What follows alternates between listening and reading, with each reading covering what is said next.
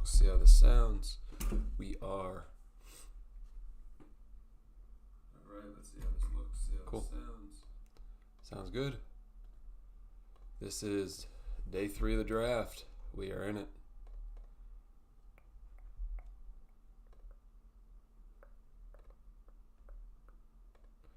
We got a lot of players still available on the board here.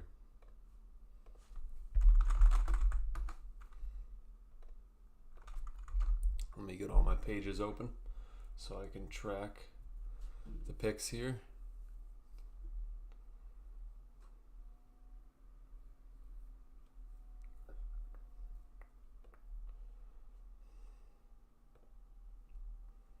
So to start off, we have the Bills at pick 101.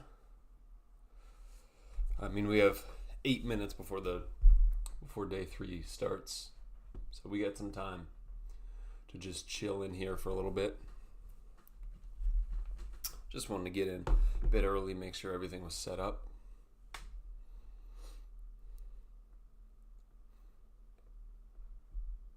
All right.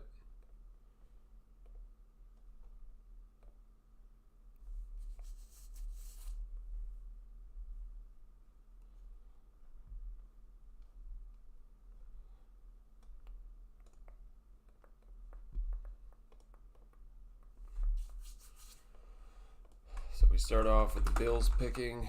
Let's get this loaded up here.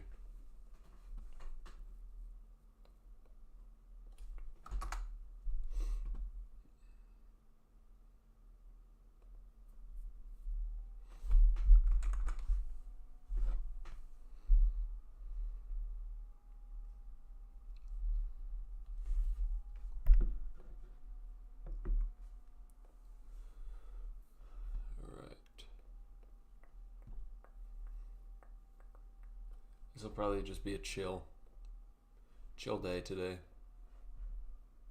because the Seahawks are picking twice and it's not until the 6th round. So.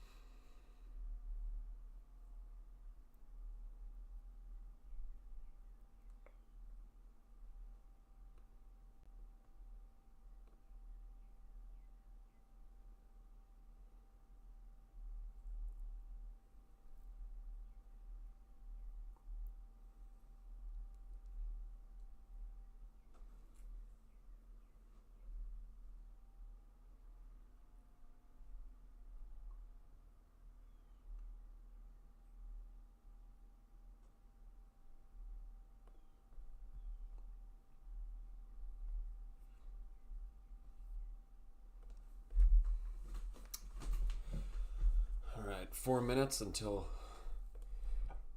round 4 starts.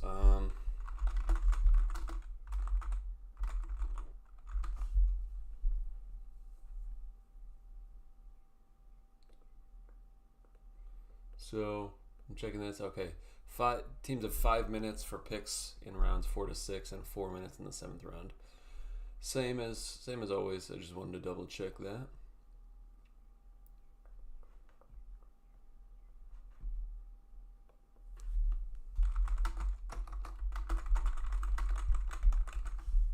Wonder when they're going to do the schedule release.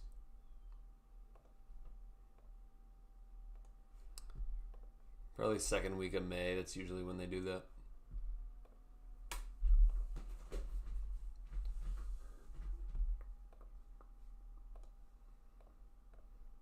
So what I did do last night after we ended the stream is I went down and I added all this for UDFA signings. So we have the team here.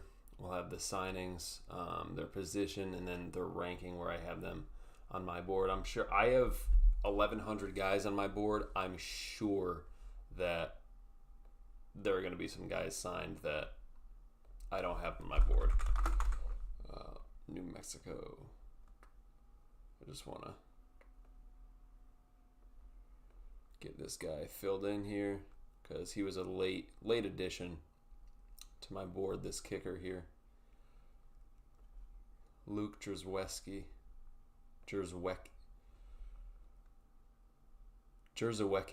I guess is how I'll say it. Jerzewski. I don't know.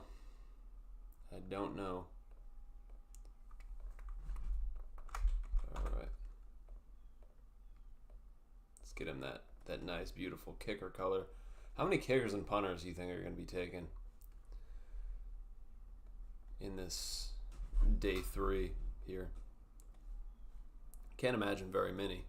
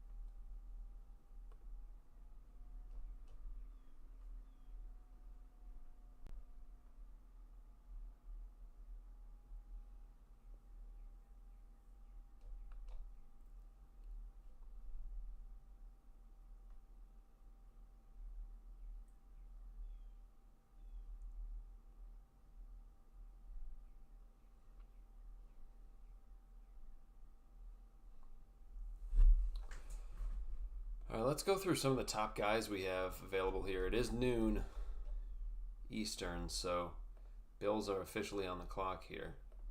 But let's select some blanks here. See, Jermod McCoy, obviously, it's been said that like some teams completely have him off their board. Some teams are willing to take the shot on him, but it's bad, the injury. Darrell Jackson Jr., Torian York, two guys I was thinking would go in day 3, but I'm pretty high on them. Danny Dennis Sutton, very surprised he's still available.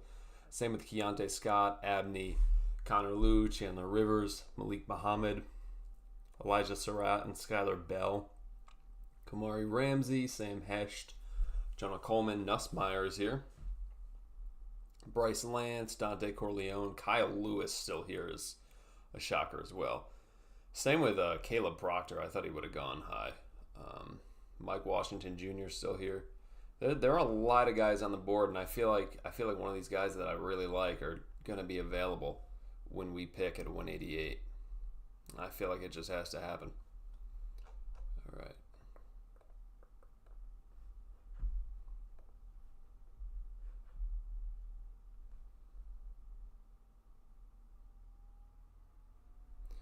Raiders have traded up with the Bills.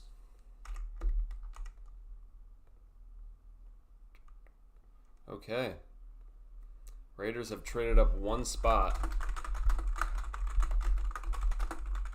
So Raiders are on the clock now.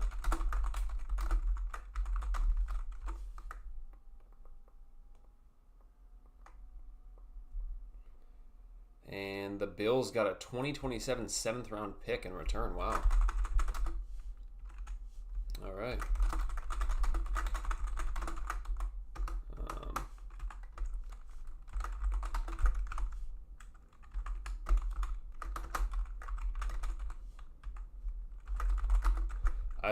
I don't know who they're looking to pick here that they're giving up a future 7th.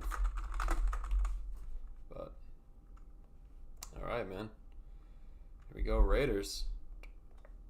Raiders on the board. First pick here.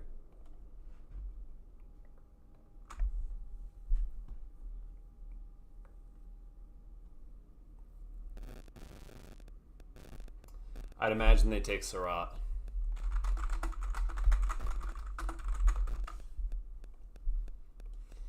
This has to be Elijah Surratt going here to the Raiders.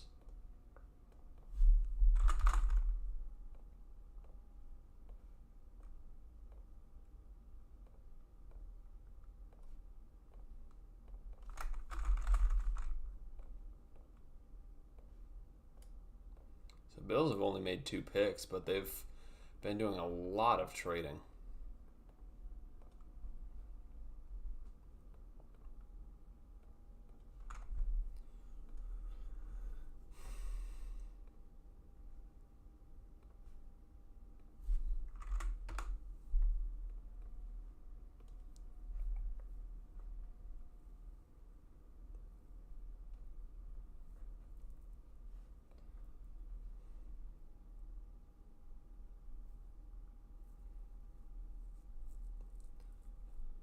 I mean, who else would they go with if it's not Surratt? I feel like he has to be the pick.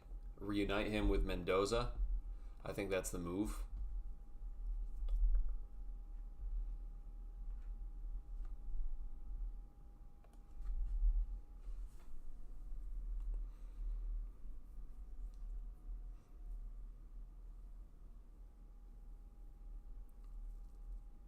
Maybe they move up for Danny Dennis Sutton. That'd be a nice move.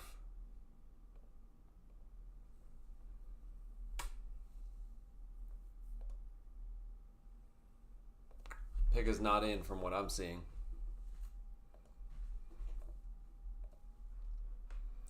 I mean, like, they couldn't have done this trade like overnight. They had to do it now. Why do you have to wait until the draft starts to do it?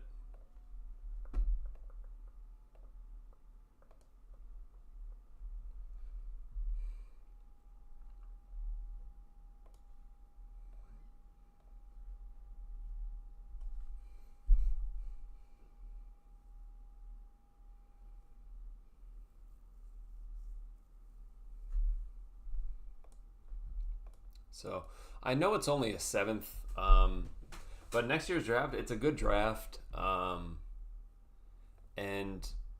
I don't know, Raiders are in a rebuild, so I don't know about giving up future capital to move up. Especially because, I mean, the Raiders do have picks this year. Like, you could throw them 219, I guess, or even do like a slight move back here, like throw them 208 and then you get 220. Like, I feel like you could do that. A whole ass 7th and next year, I think that's a bit rich, honestly, and I don't know if I would be giving up future capital.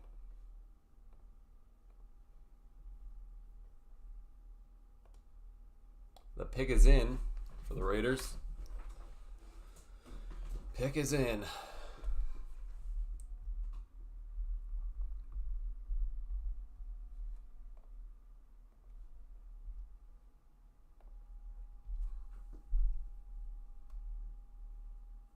They take Jermod McCoy. Jermod McCoy to the Raiders. Oh my God. Wow.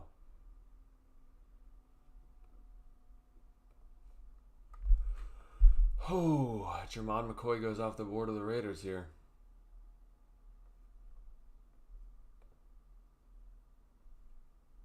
Wow.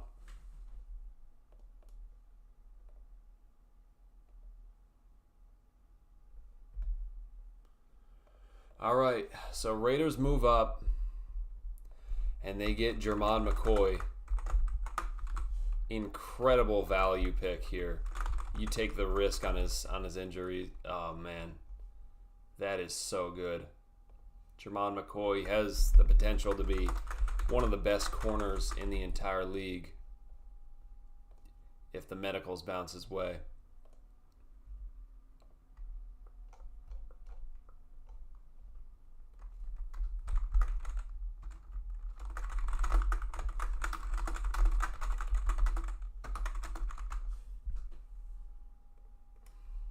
All right, now the Bills are going to be on the clock. That's a fantastic pick.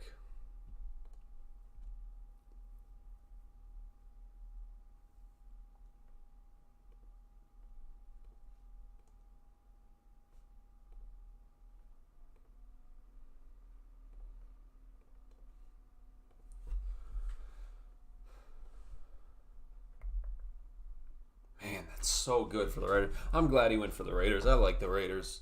I like them this year. I think they're building a fun team.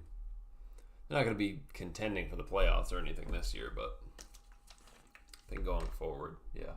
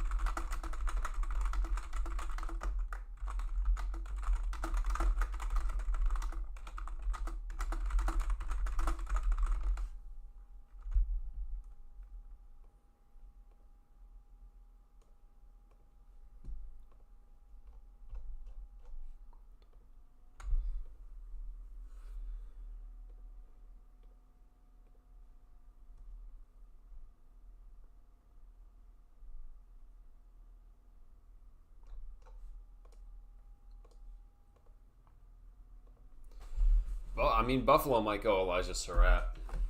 Because Buffalo, let's look at Buffalo's draft up to this point. They've only taken Davison Igbinosun and TJ Parker. I think they got to go on the offensive side of the ball.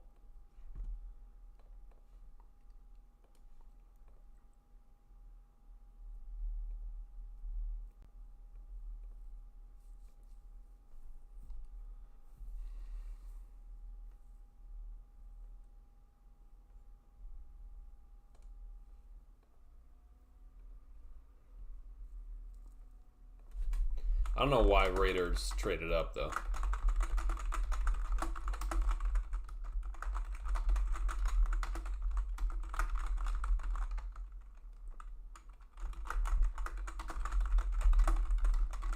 I mean, McCoy would have been at 102. So that's, I don't know. I don't get the reason to move up there.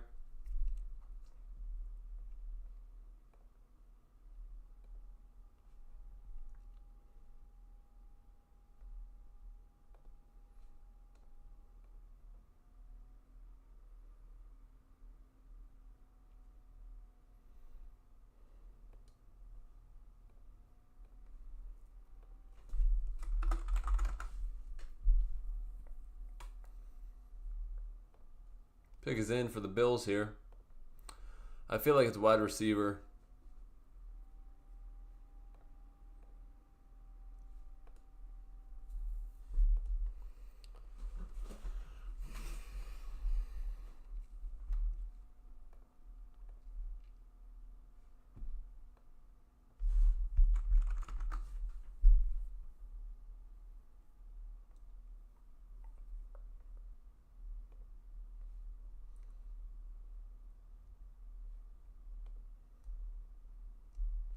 Oh my God, the Bills took Jude Bowery.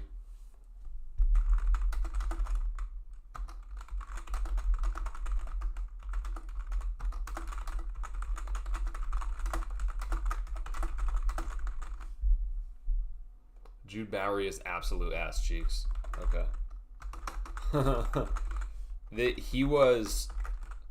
He had maybe the worst Senior Bowl that I've ever seen. Where's Jude Bowery here? Here he is at 206. That's a reach on him. I wouldn't have taken him there. There are other tackles available, I think. Yeah, he was absolute cheeks at the Senior Bowl.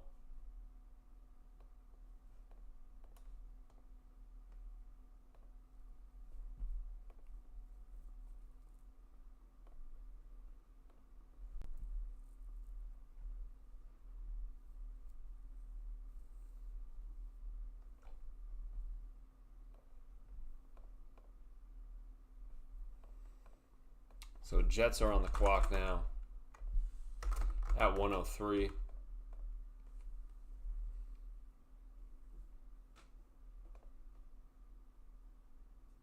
It's Darrell Jackson Jr. Darrell Jackson Jr. to the Jets here. Someone that's very high on my board. They get a nose tackle.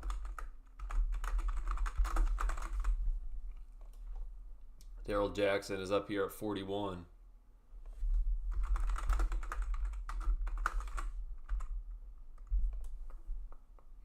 Now we're on to the Cardinals.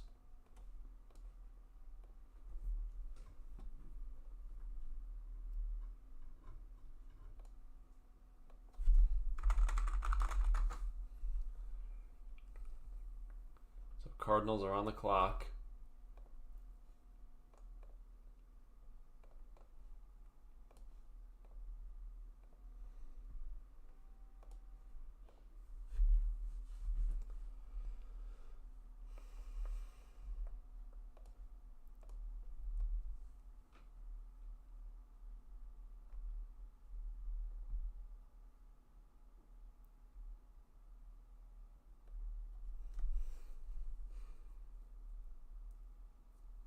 Imagine the Cardinals take Garrett Nussmeier. How funny would that be? But this is an important pick because Cardinals are a division rival. They've had not a great draft so far. I mean, I like the Jeremiah Love pick to an extent. I don't like DeSantis. I think that was a reach. A lot of other people like it, but I don't like it. And then Carson Beck, I think he's terrible. I think he's a career. His ceiling is a high-end backup. I don't think he's anything good. So I think Cardinals have had a relatively bad draft. So let's see what they do here in the early fourth.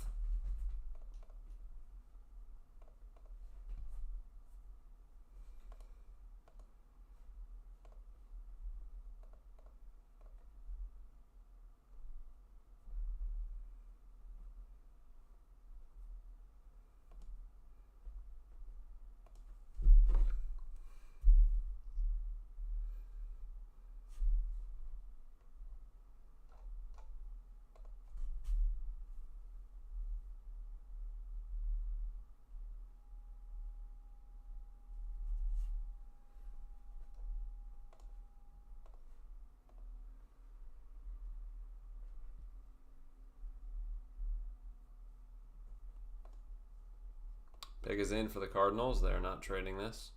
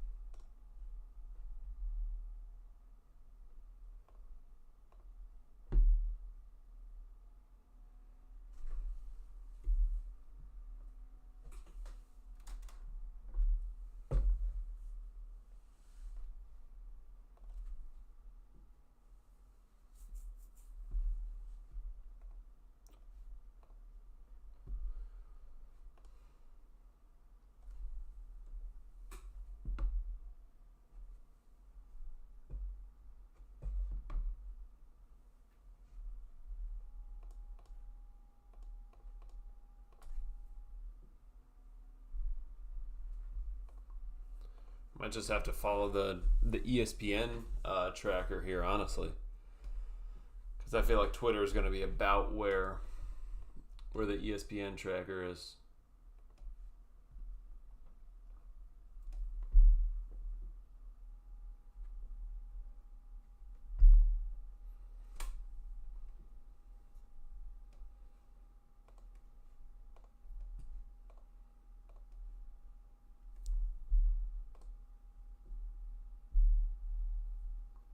Cardinals. Oh no.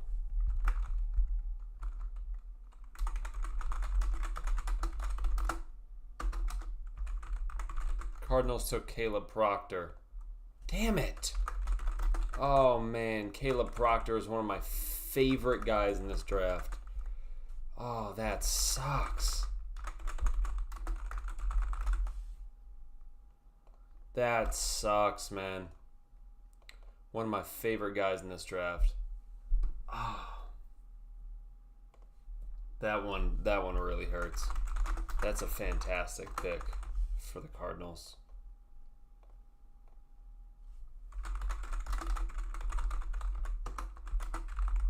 Damn it. That sucks. I really love Caleb Proctor. Chargers are on the clock now. Damn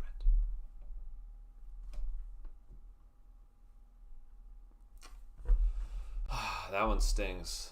Caleb Proctor, he's a guy that could play. He's someone I've been talking about for a while. You know, you put him out at big edge on early downs, and he's 6'3", 280. Put him at big edge on early downs. Slide him inside to 3-tech on third and fourth downs, fourth and long, just to pin his ears back and rush the passer. He could do it really well.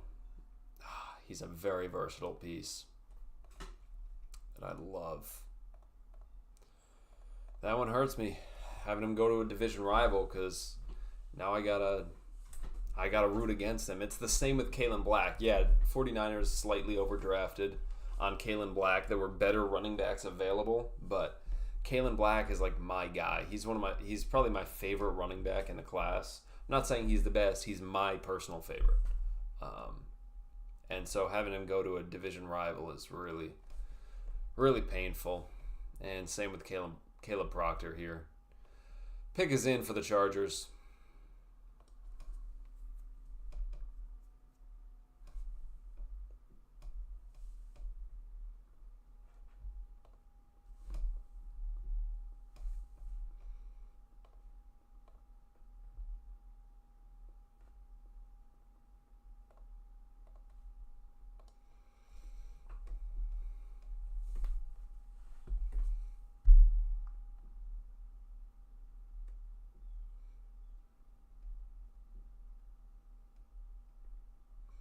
I'm kind of appreciating this downtime now, because I know later it'll probably get pretty hectic. We'll have trades going on, and I'll have to be kind of balancing that while also looking for the picks.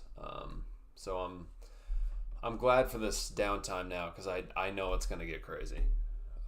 It always does, and especially once the draft is over around 6 o'clock.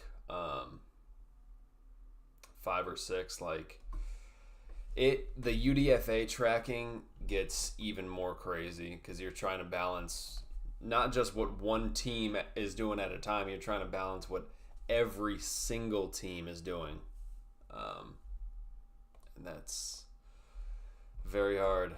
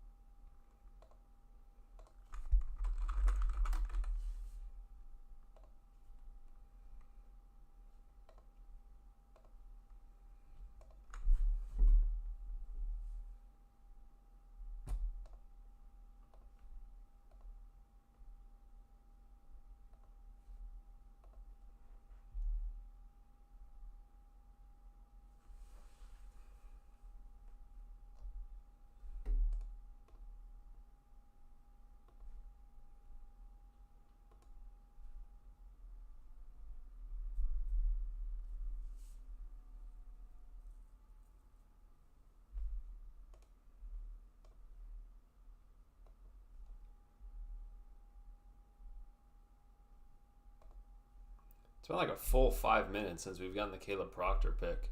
Surprised we don't have the Chargers pick yet.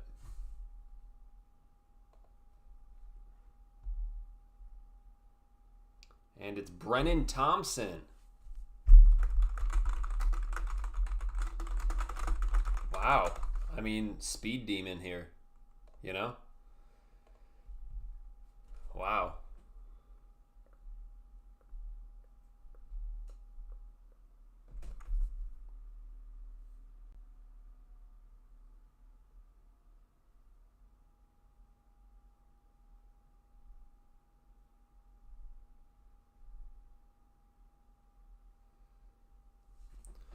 All right. So Brennan Thompson goes to the Chargers here at 105.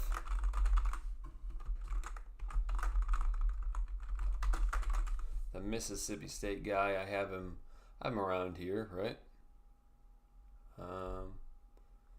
Yep, 117 right here. He's very nice. If we lost Rashid Shaheed in free agency, Brennan Thompson is someone I was wanting to go after. Texans on the clock now.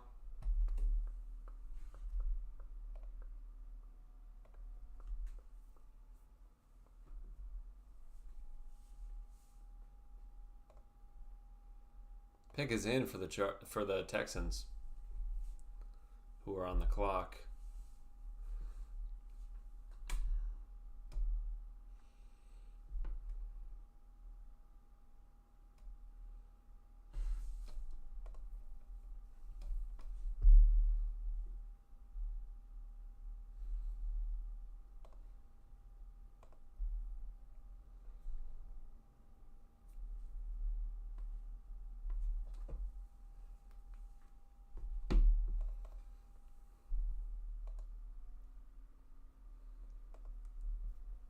I think Brendan Thompson is a good pick for the Chargers. I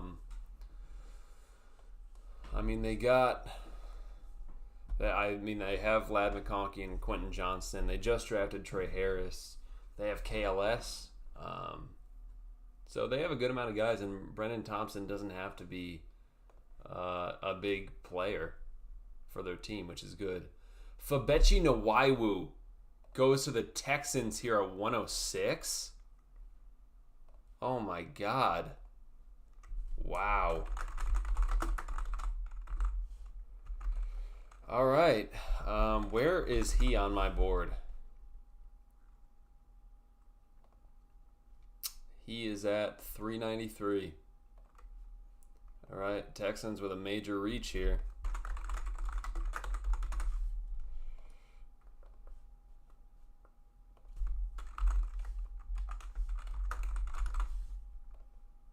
Wow. Fabechi Nwaiwu.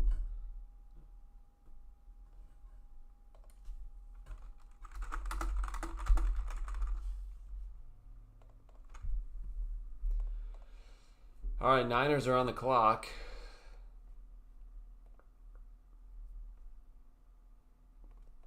Fabechi Nwaiwu, that is a major reach for me.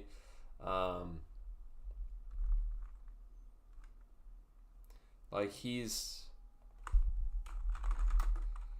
a decent pass blocking right guard, but he can't run block for shit.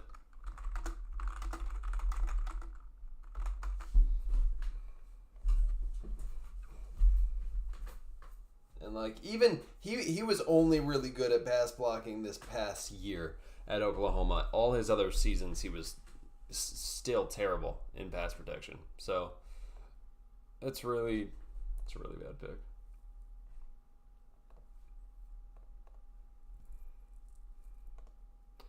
Pick is in for the Niners. I feel like we won't see many trades because this draft is just like, you know, if they go Danny Dennis Sutton here, I'm gonna be so upset because that's such a great pick.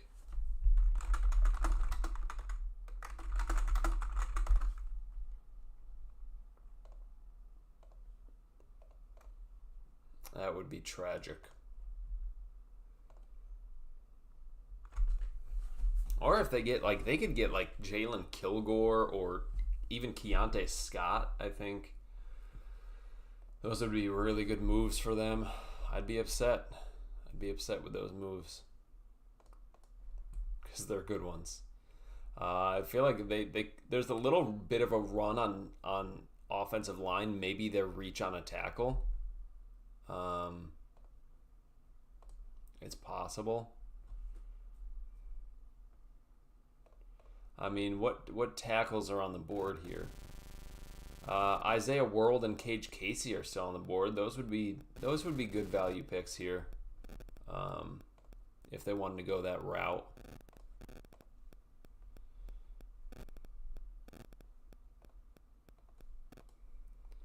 Because they have already taken an edge. They took Romello Height, so do they want to double dip this early? I don't know. They've taken wide receiver. They took Stribling, and they took Kalen Black. So, you know, offensive line and secondary are probably the areas that you want to attack. You know, both tackle and center, I think you need to address that.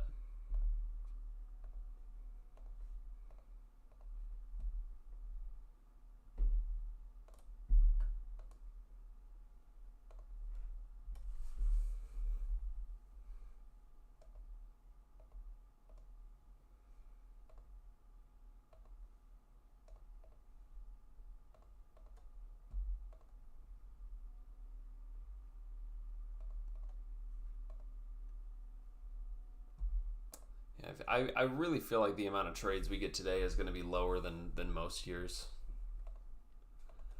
because there's just the talent level is not worth it, and like especially to trade future picks, like it's not worth it. Trading a future pick for Jamon McCoy, which the Raiders did, yeah, sure, absolutely. He's great if he pans out, but for most other players, it's just not going to be worth it because next year's draft is so much better.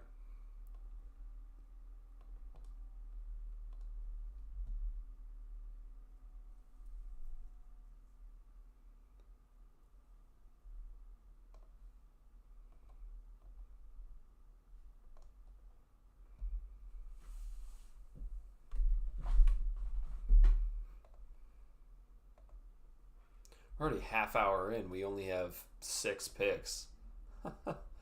Wow. This is ridiculous. 6 picks in a half hour.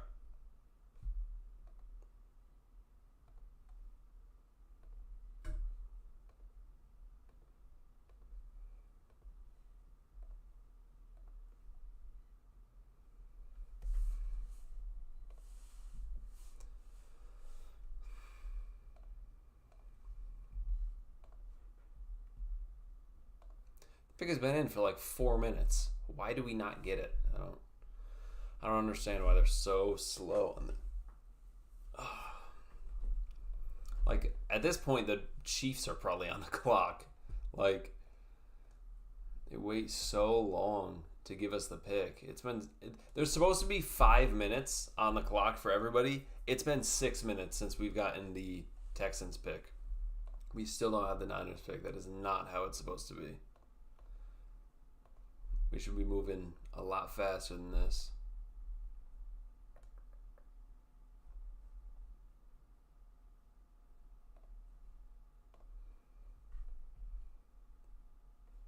Grayson Holton to the Niners. Okay.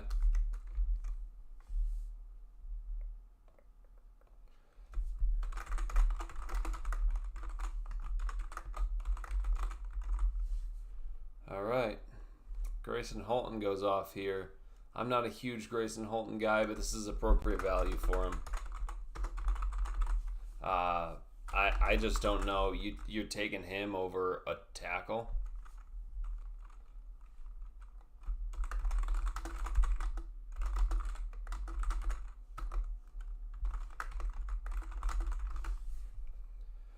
Because it's appropriate value. Some people had him as the 2nd round pick, which I cannot get there.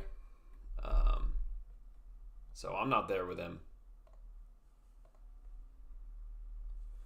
But I know people are going to say that that's a good pick.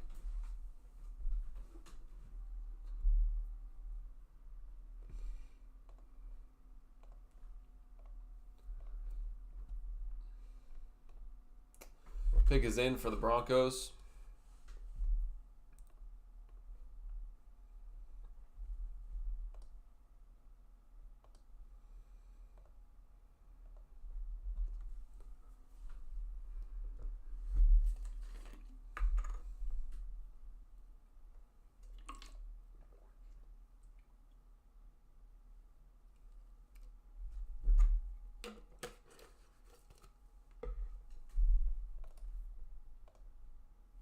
Jonah Coleman to the Broncos.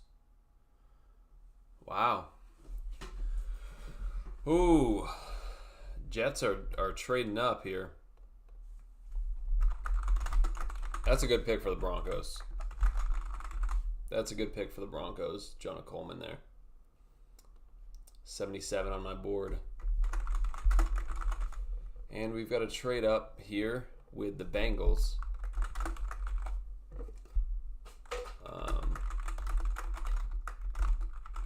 So it is 110 and 199.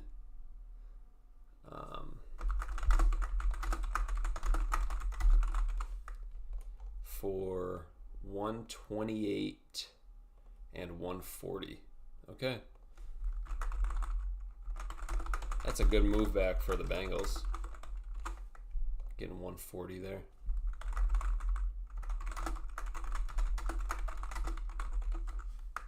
All right, and let's add that over here. Jets with Bengals.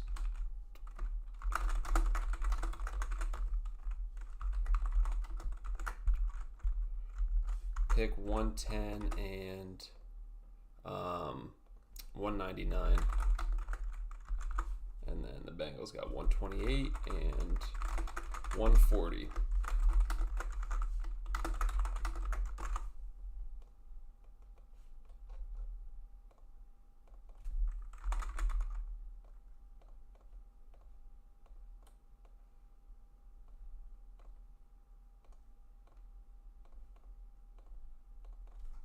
Wonder where the Chiefs go here.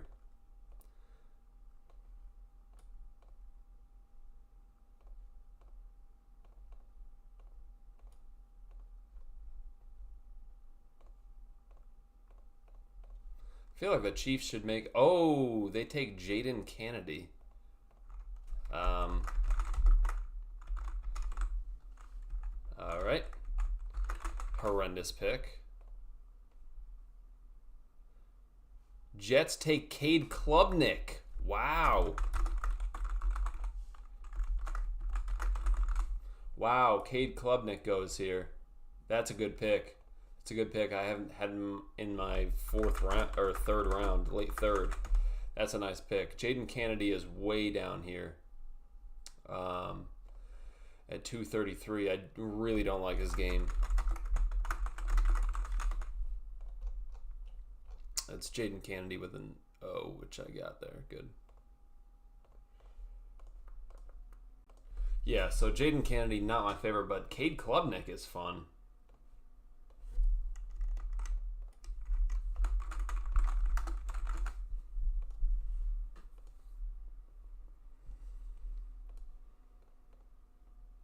So Broncos are going to be on the board here.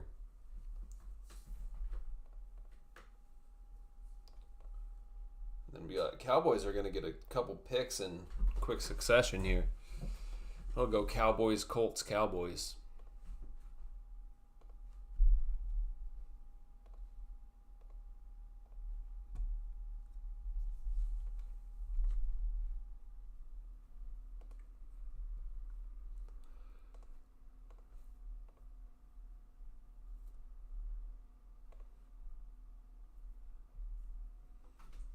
I really like that Cade Klubnik pick. Like, I don't know, is he going to compete to start for them?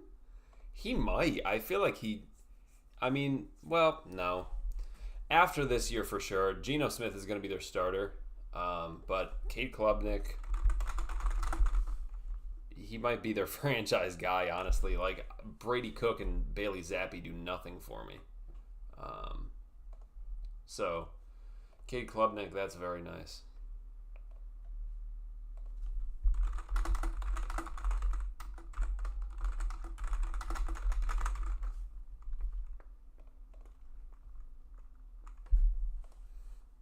Yeah, Jaden Kennedy, I do not like him. He's a pure nickel, which is like not great already. But like he's undersized. He takes terrible angles to the football. He can't tackle. He's overly aggressive in man coverage. He can't get off blocks. I mean, he could recognize routes nicely in off coverage, but I don't know. It's bad. I think that's a bad one.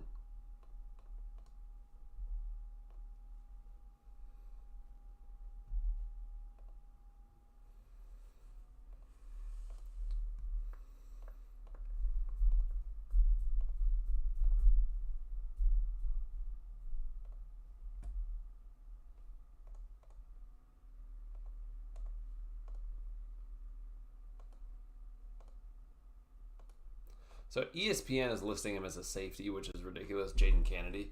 He's not a safety. He's a nickel. He is not playing safety.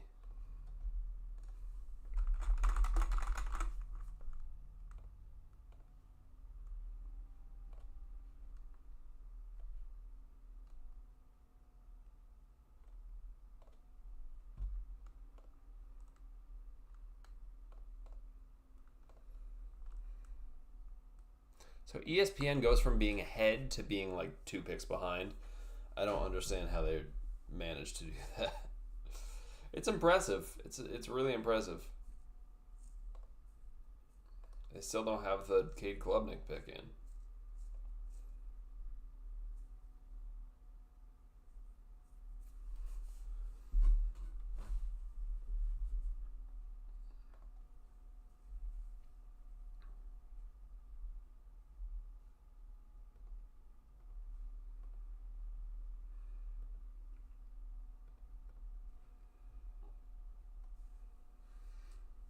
I really like that Jonah Coleman pick for the Broncos. They got a fun running back room.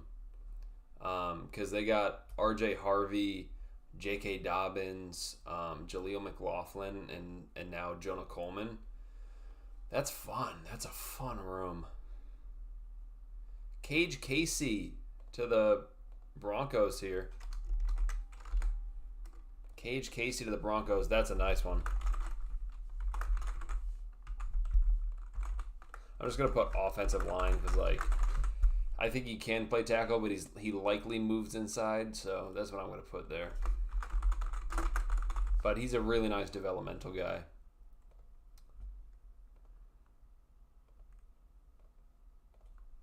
Now the Cowboys are going to be on the clock here.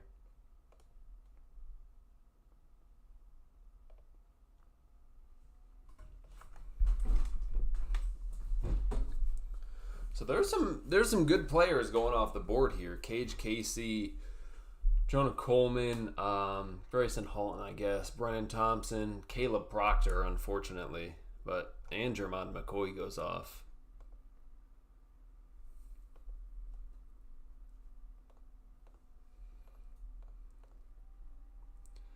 So I wonder where the Cowboys go here.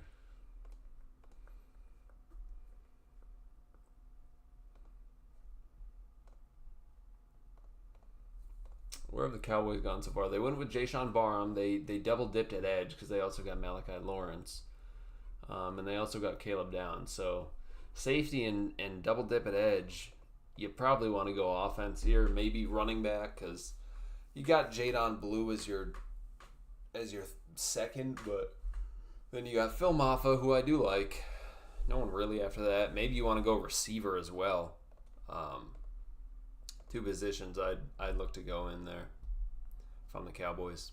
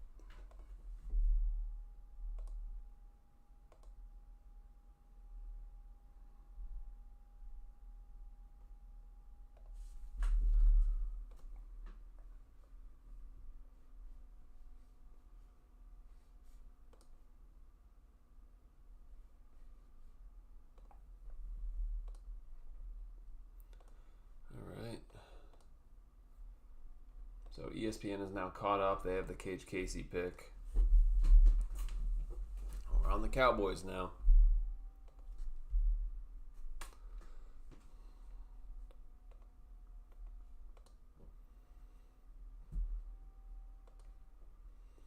Because Cage Casey, did he measured out with okay arm length, but it's not great because it was sub 33, I think. So I think he should slide inside, but I also think if you need to in a pinch, pick his in for the Cowboys here. In a pinch, if you need him to, he could play tackle. He's not going to be a major liability if you have to stick him out there. I feel like Kyle Lewis, like they've already gone with defense a lot, but Kyle Lewis would be a really nice fit here for the Cowboys.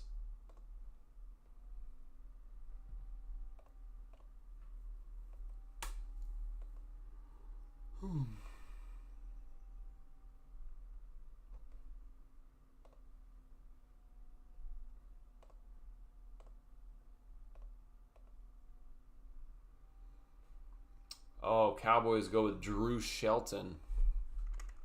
Run on O-line here. There's a big run on O-line. I'm going to put offensive line as well because he's someone that probably he is more likely to move inside. But you know, I think if you wanted to keep him at tackle, you could. But yeah, I think he's a lot more likely to move inside than Cage Casey is, honestly.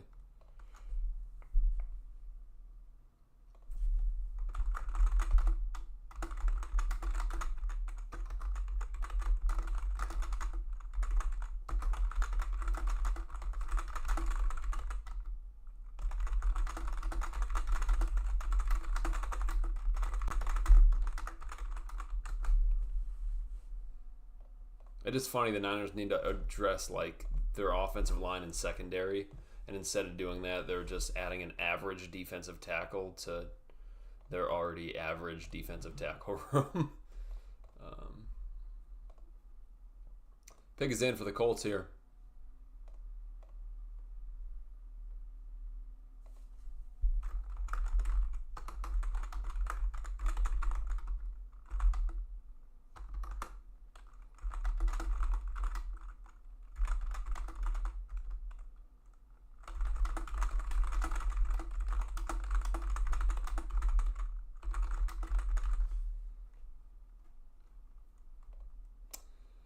All right, Cowboys here at 114 are taking Devin Moore out of Florida. That's fine. I'm not a huge fan of him because of his nagging injuries that he constantly has.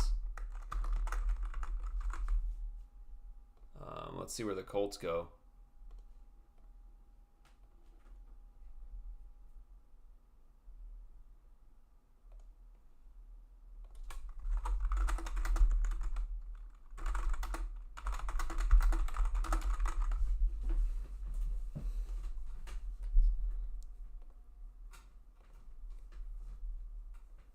So I'm assuming Jordan Schultz is saying Devin Moore at 114. It's possible one of them is wrong. No, it's not possible because Drew Shelton is the pick at 112 officially.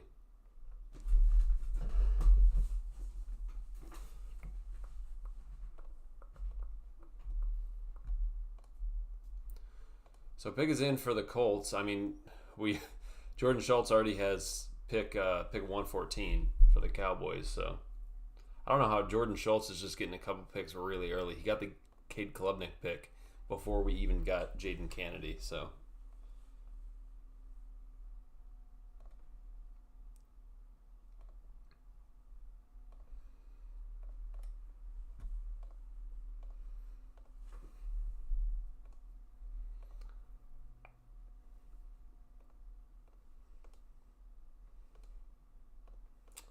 Do the Colts go Danny Dennis Sutton here? I feel like that's the best pick.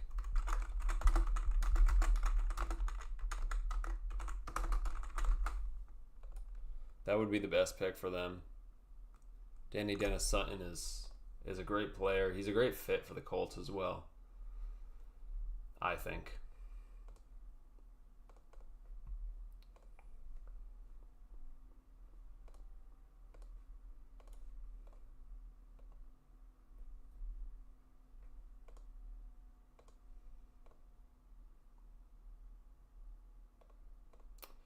All right.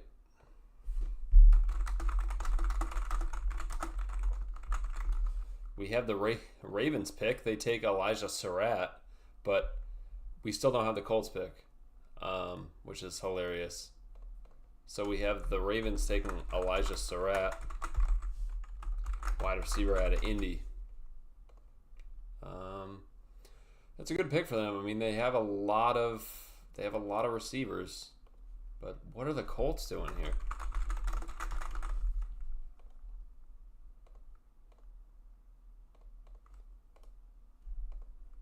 We still don't have the Colts pick, and Jordan Schultz is just pumping out picks that we don't have yet. Yeah, the Ravens, I mean, what are the Ravens doing? Like, they are just stacking up at wide receiver. They got Zay Flowers, Rashad Bateman, and they just drafted Jacoby Lane. Jalen Farmer out of Kentucky. Okay, going to the Colts. All right. I think that's a good pick. I like Jalen Farmer. And he goes to the Colts here.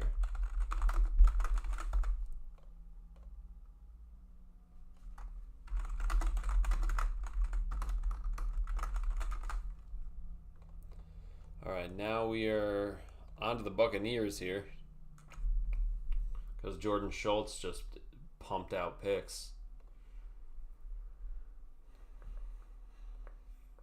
So we're probably going to be a little behind now, unless Jordan Schultz wants to keep spoiling us and giving us these picks very early. Wow, he is, and he's saying that the Bucs are going to get Keontae Scott here. Wow, that is a tremendous pick.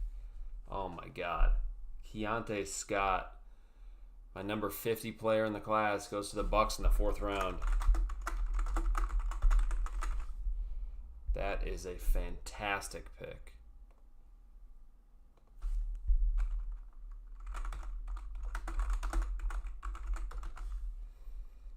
All right. Chargers are moving up here.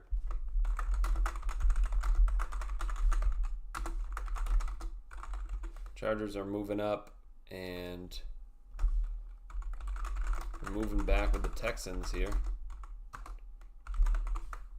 And they're going to get 204 back. Okay.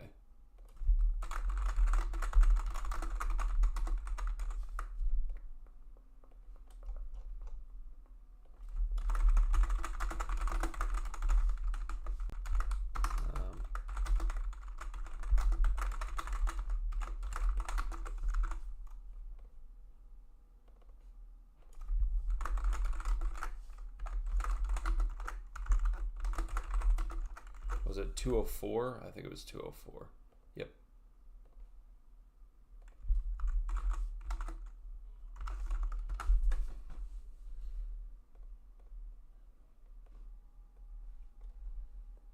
All right, now we need to go with the Chargers here. Nope.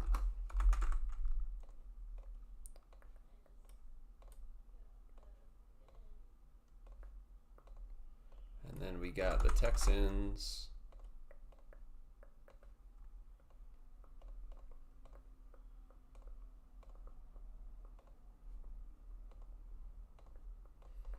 All right, I wonder where the Chargers go here. They traded up for someone.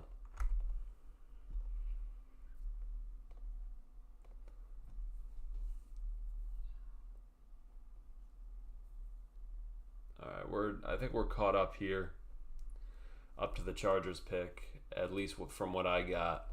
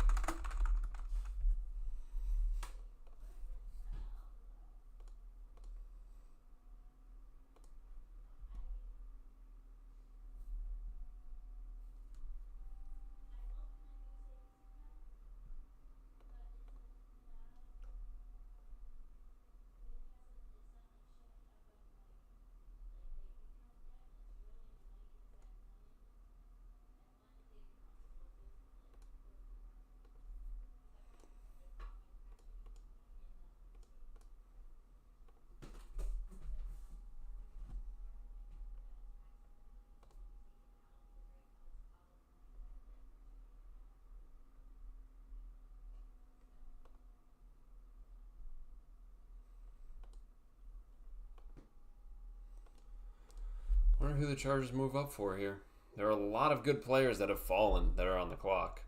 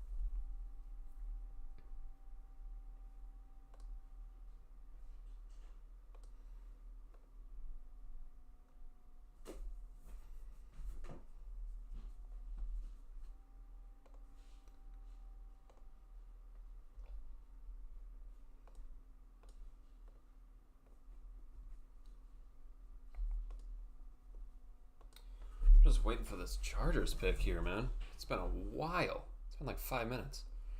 But once we get this Chargers pick in, I'm going to step out of the room for a minute, and then I'll be back.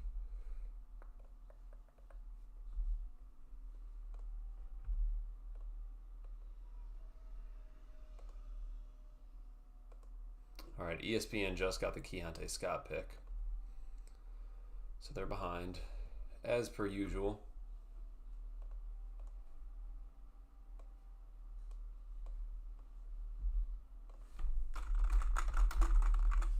I mean, Jordan Schultz was spoiling us there for a bit. That was nice. But now he's taking his damn time getting these out. Oh, another trade. Okay.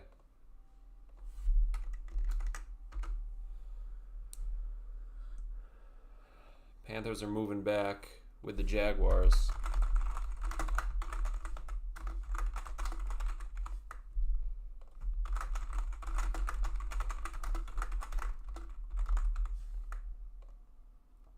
It's going to be, all right.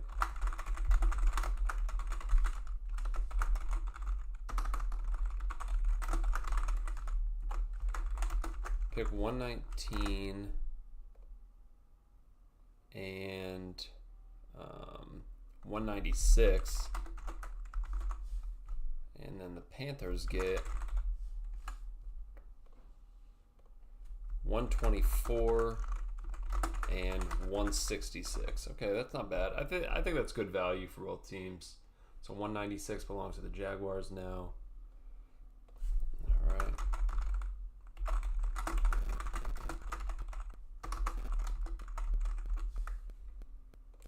And then 166 is the Panthers.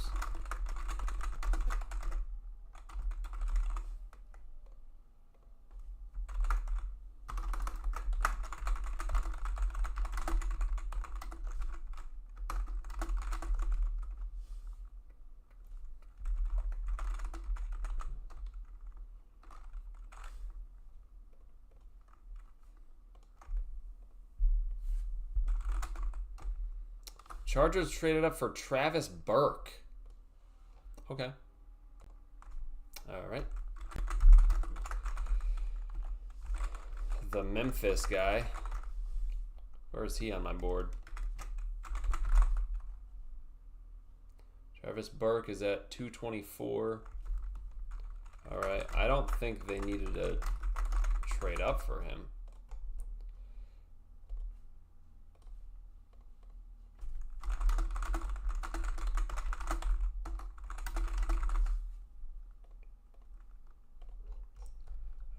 Let's go with the Jaguars here. What? Oh, I went under player, that's why.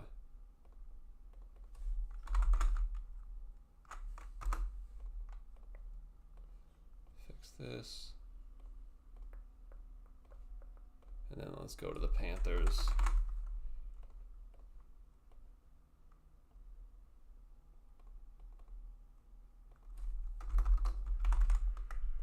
I think I might have accidentally gone to caps lock for that one.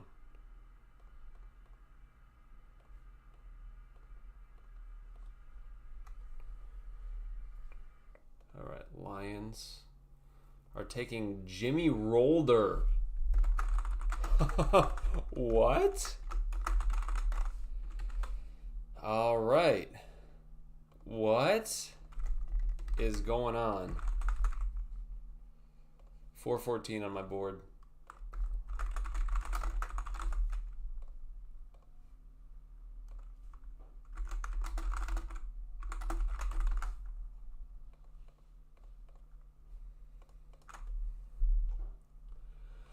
Who do the Jaguars trade up for?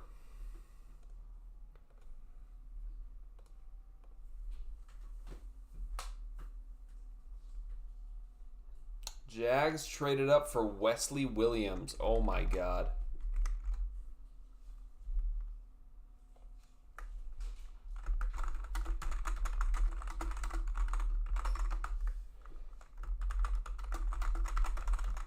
I mean, DDS is available. Did Sutton kill somebody? Like, why are you trading up for Wesley Williams?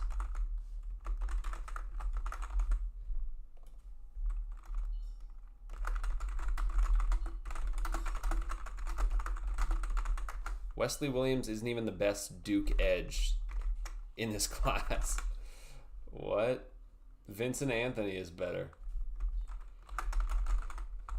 I don't know why you're trading up for that.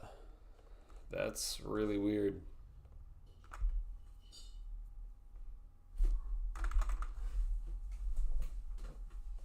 That's crazy. That's absurd. Packers on the clock now.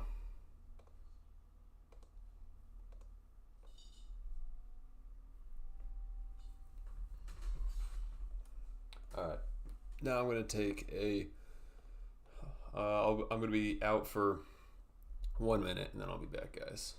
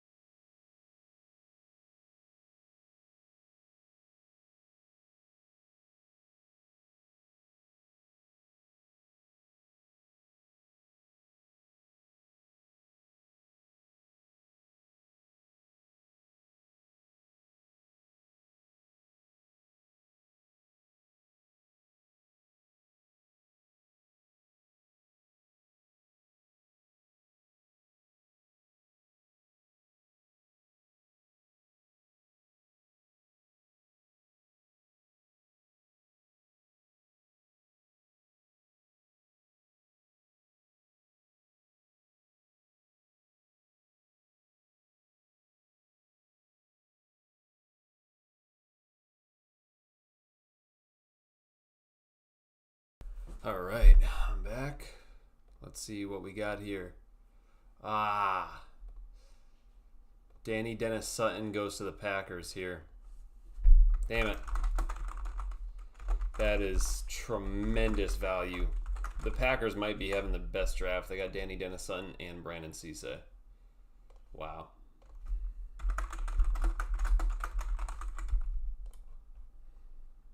That is really too bad. All right, we have a trade. Raiders are moving up again. Okay.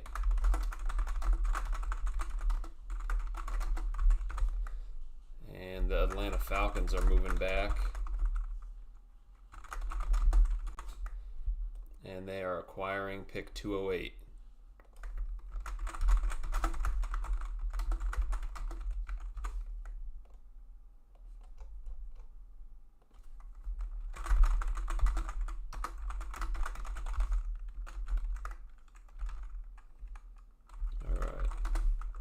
Number 121, right? 122. And then the Falcons got 134 and 208.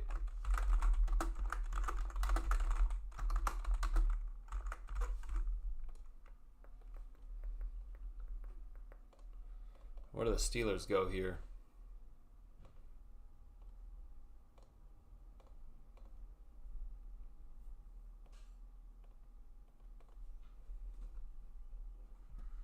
Steelers go with Caden Weegan to the in the 4th, man. That's an overdraft, in my opinion.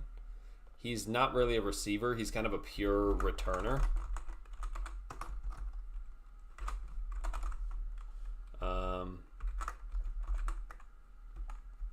But I mean, I guess it's fine. But he's a pure. He's a pure return man.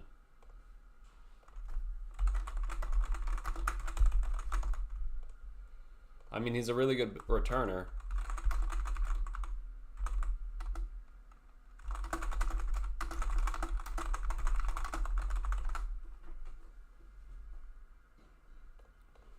I don't know. That's weird, man. That's a read. He has no receiving upside. He's like kind of just a returner. That's what you got with him. So, I don't know.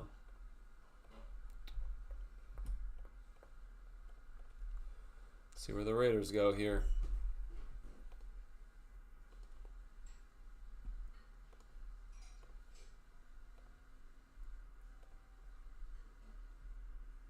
Wow. Raiders trade up and get Mike Washington. Raiders are having a good draft. Raiders are having a really good draft. Wow. Tremendous draft for the Raiders. Mike Washington is where? I believe he's around here on my board. Yep, 91.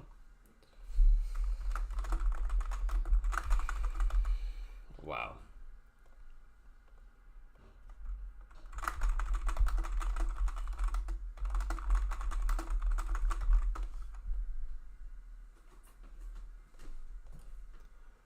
Raiders are having such a good draft. All right, Texans on the clock now.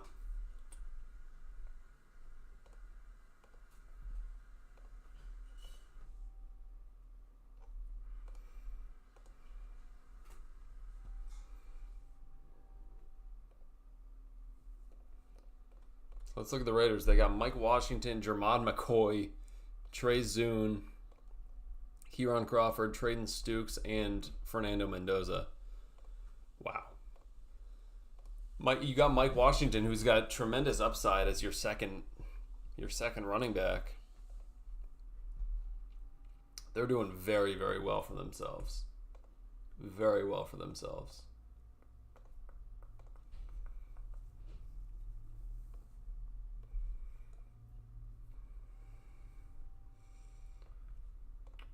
We got another trade.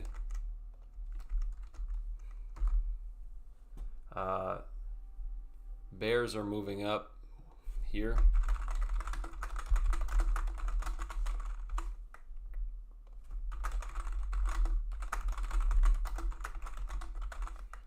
And the Bears are getting 166 and Panthers are getting 144.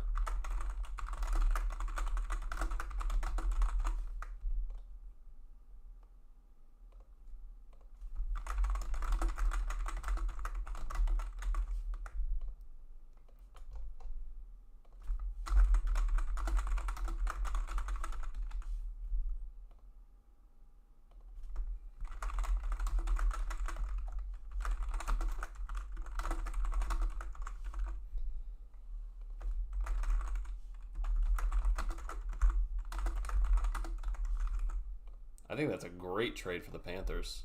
Great trade.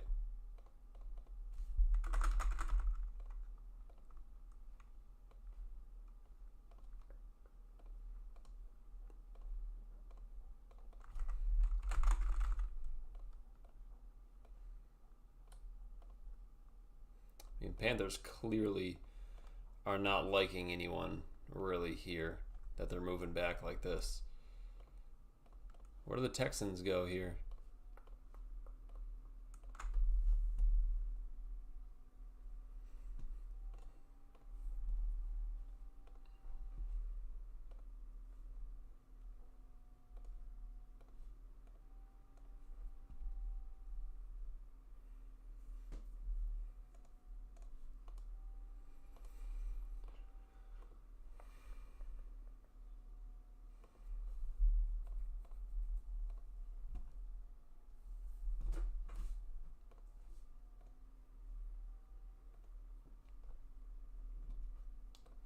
Texans take Wade Woodaz.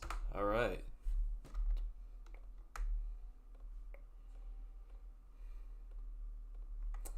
All right, that's a pick. I'm pretty low on Wade. I'm not a huge fan, but I mean, I thought he would have been maybe a UDFA target. All right, Bears are on the clock now.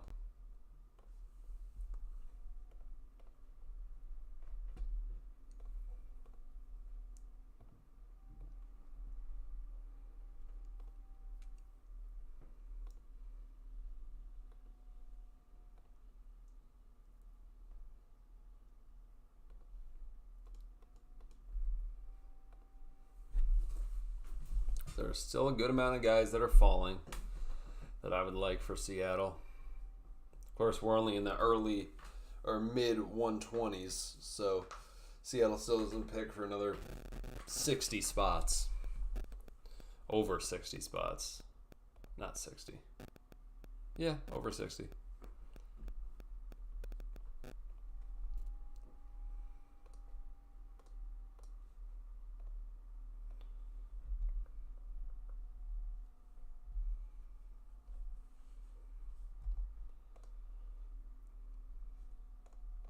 Bills have 2 picks in a row here. That's fun. They don't have to sweat passing on a guy, because they could just take him with the next one.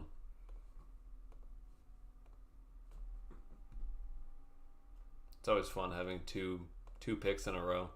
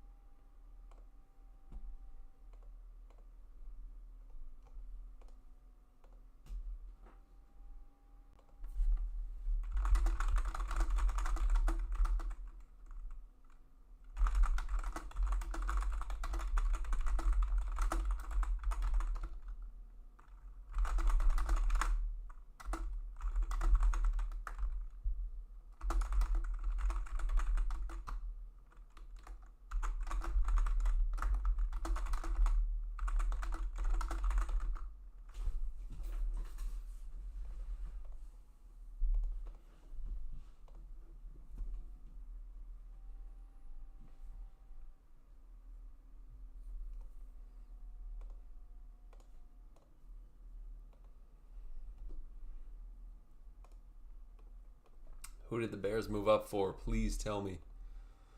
I must know.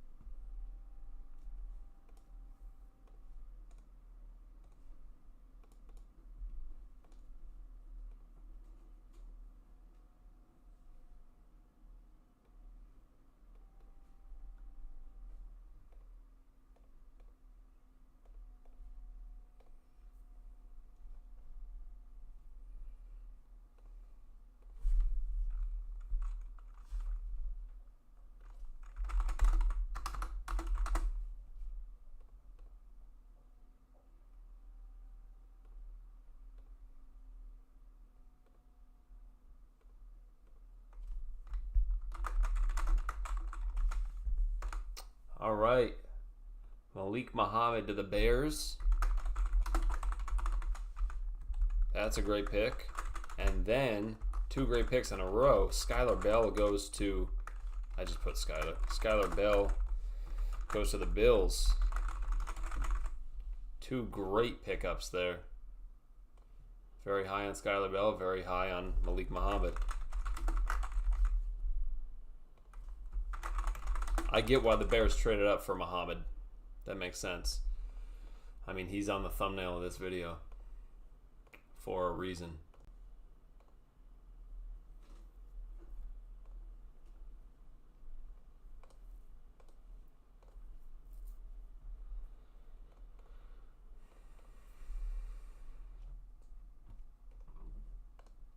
All right, Bills are still on the clock though, because they pick back to back.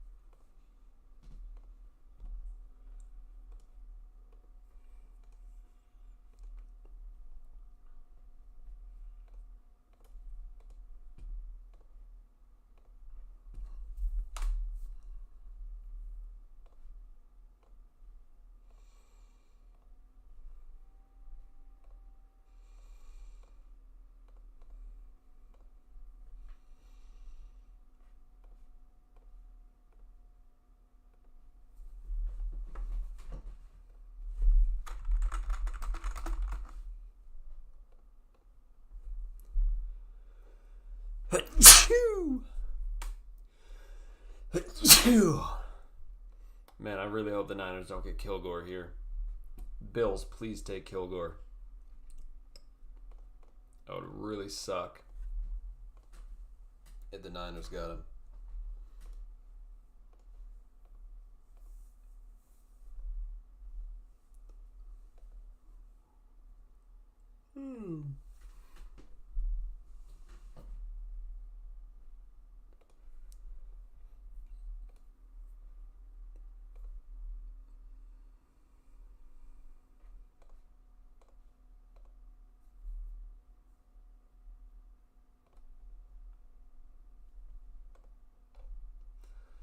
Second pick is in for the Bills. We don't have it, but it is in.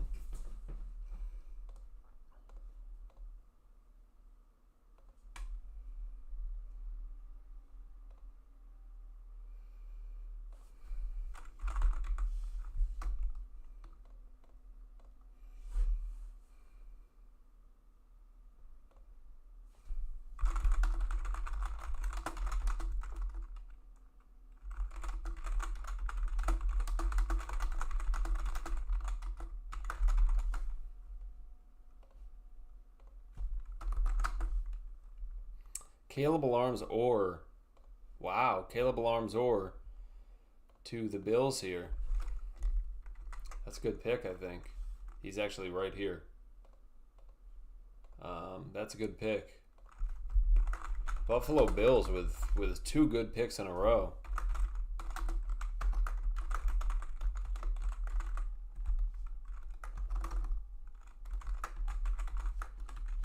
Niners on the clock now. Oh, I didn't spell his name right.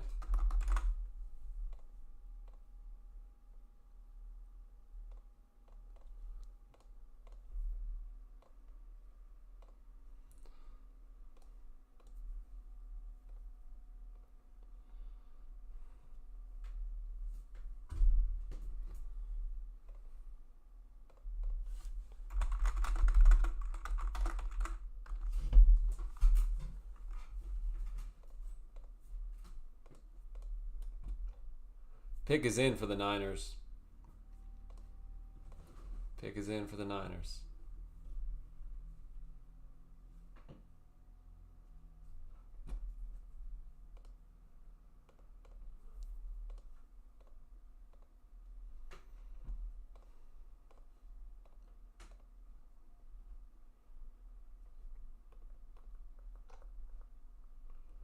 Niners have quite a few picks coming up. They have 127 here, 133, and 139. So they have a nice selection of picks. They originally had 138 as well, but they traded that to Miami in the trade back in the first round. Because I think they gave them 138 and they moved up to the third round, and that's where they took Kalen Black.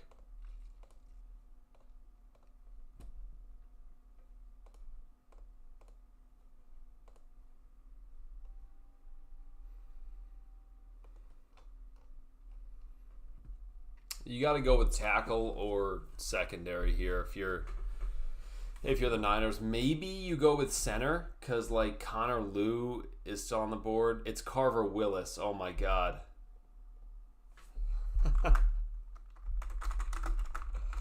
Oh my God. This guy's an interior offensive lineman too. I think he has to move inside.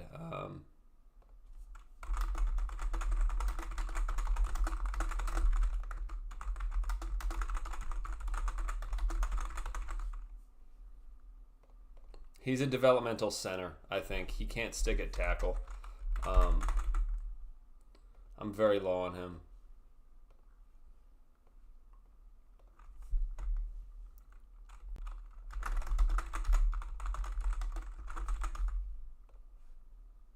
I think that's a bad pick by the Niners, but it's one that we expect them to make.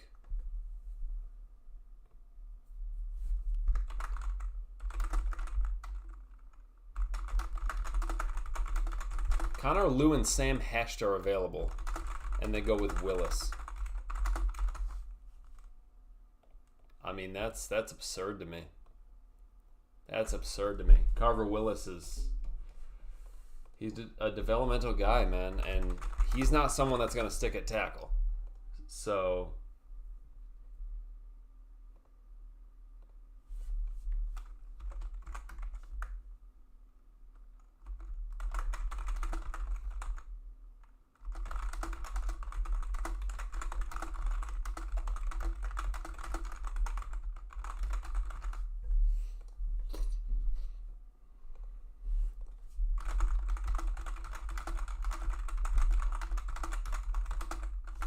probably gonna force him at tackle too. Like, this is such a bad draft for the Niners, man.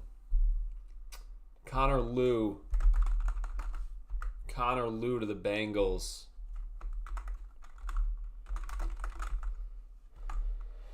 All right. He goes off the board here. Connor Liu, 61 on my board.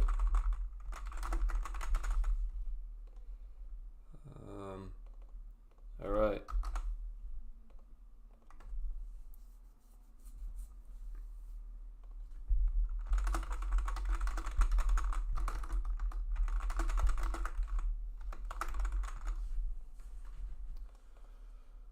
Carolina Panthers are on the clock now.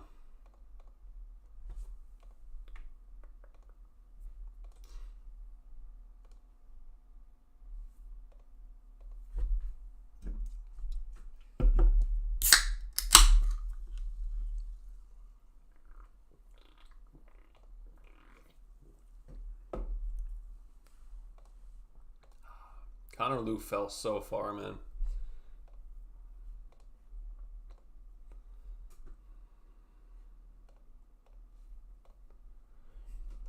All right, Bengals are on the clock here.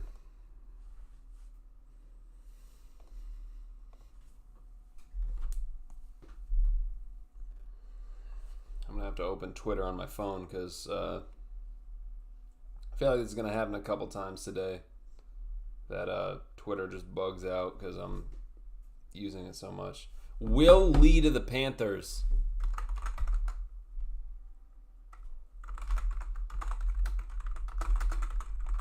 Will Lee is terrible. Oh my god.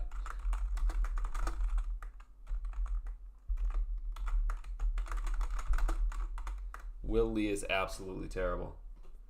That is a terrible pick. Oh my god. Where do I have Will Lee here? Here he is at 198. I think Will Lee is a really bad player. I probably should have dropped him more.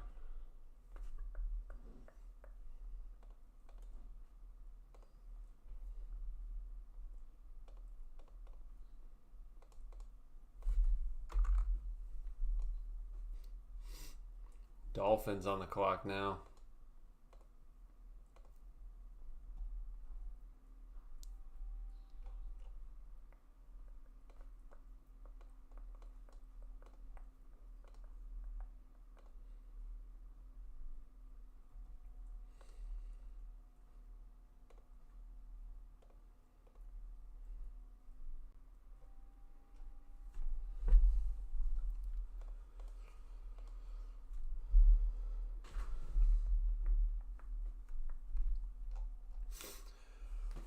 Where does Miami go here?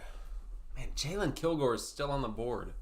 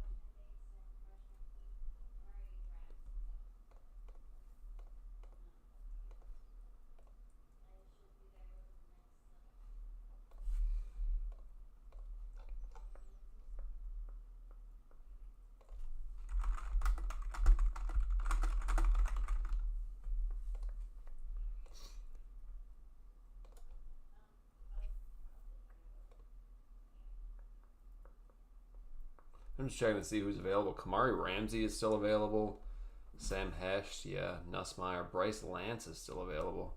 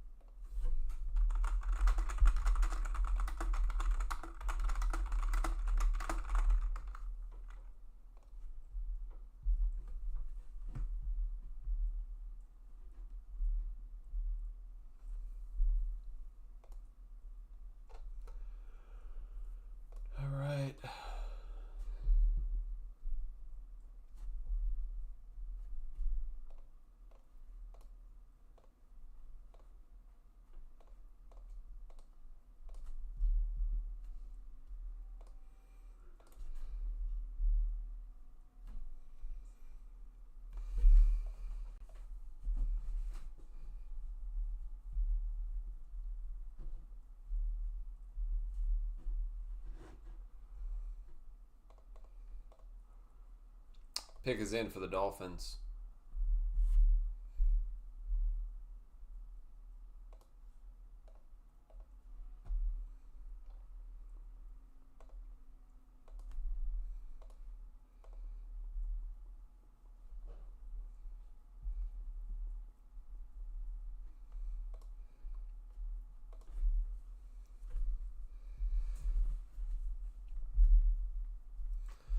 Lots of guys are falling, man. We're almost out of the 4th round, and there's some guys that I like for Seattle that I would have liked at 96. Some that I would have liked at 64. Trey Moore to the Dolphins, all right. People view him as an edge. No. He should be a pure linebacker.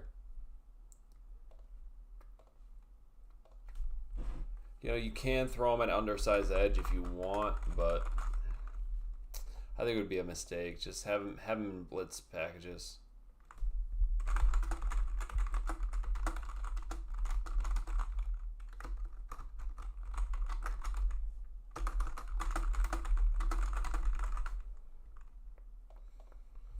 But I think Hafley is smart enough to not throw him at edge. Chargers pick is in.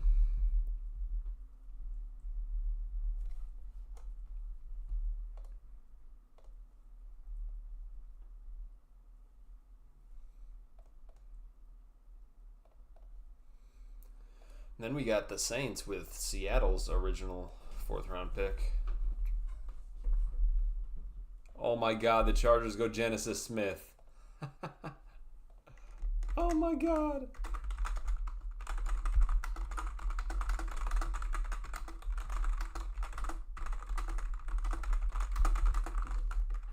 Genesis Smith is genuinely the worst player I've ever seen against the run. He's horrible.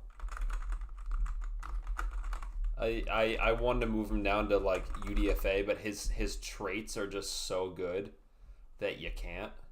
But yeah, Genesis Smith is one of the worst players I've ever seen against the run in my entire life. He's genuinely horrendous.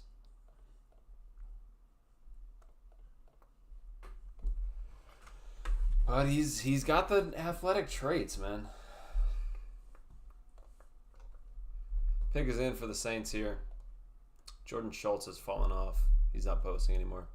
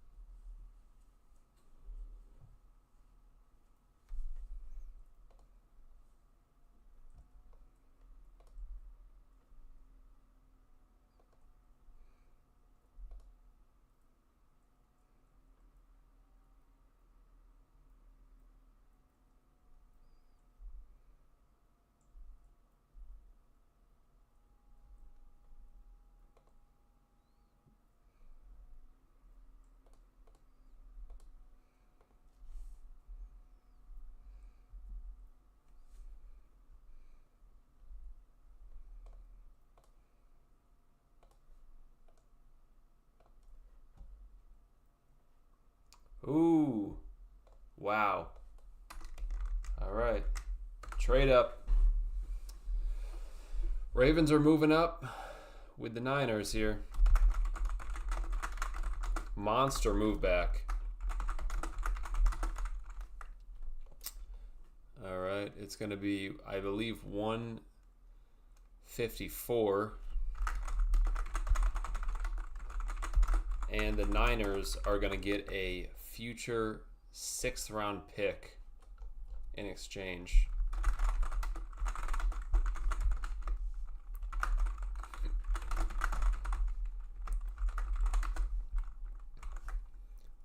It is pick 133, and then for the Niners, it is pick 154 and a 2027 sixth round pick, which I'm sure John Lynch is not going to use to do anything good with.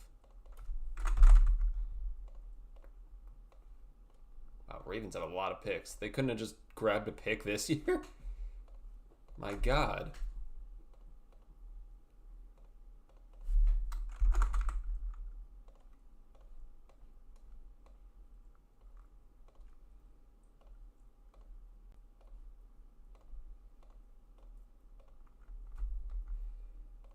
Saints go with Jeremiah Wright out of Auburn. That's a good pick.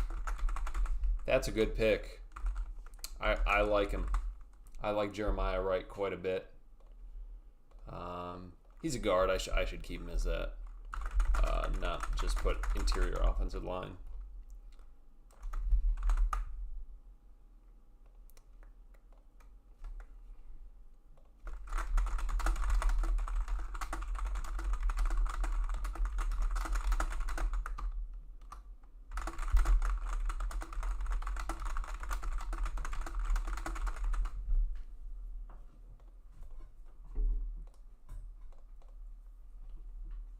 So Ravens pick is in.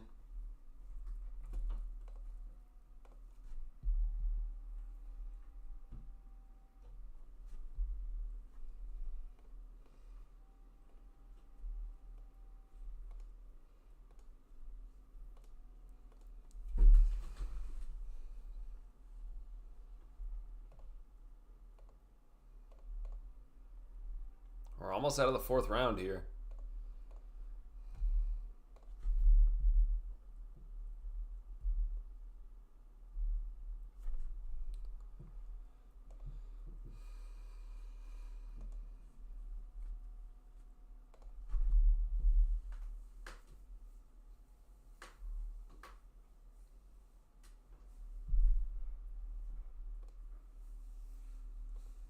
The Niners, how many times have the Niners traded back in this draft? Let's check on that. 1, 2, 2 here. 3. Well, that's not really a trade back. That's the trade for D. Winters. 4, 5. They've traded back 5 times. Well, 4 times, and then they traded D. Winters.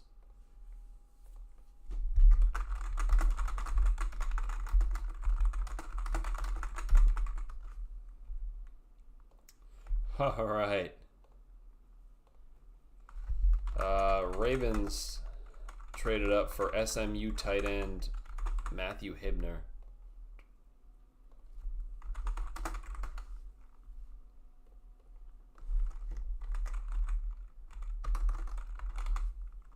Hibner is at 565 on my board.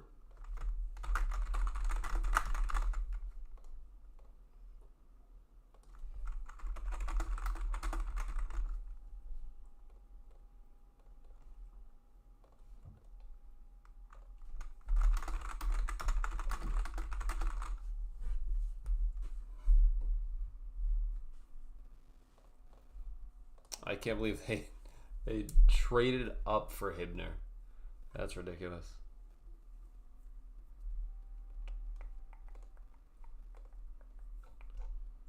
Falcons on the clock now.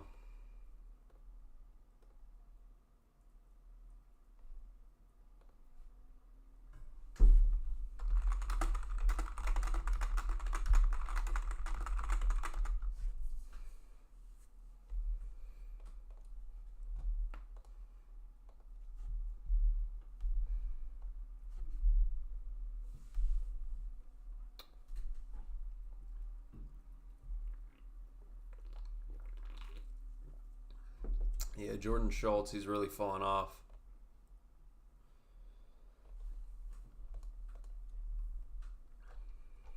Pick is in for the Falcons.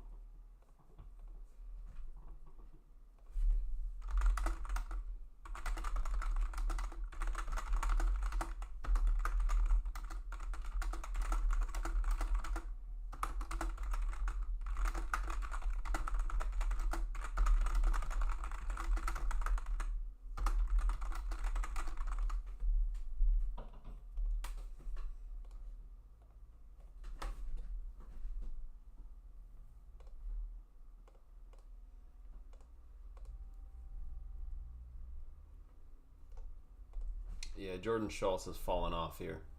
He's done posting, I think, for the day. Not for the day, but he's done posting the picks as they come out, which is unfortunate.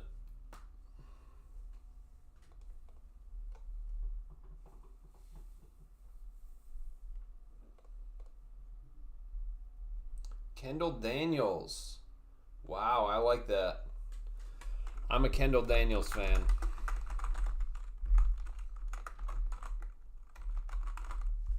Because, like, he's fun. He's fun because he can move all around.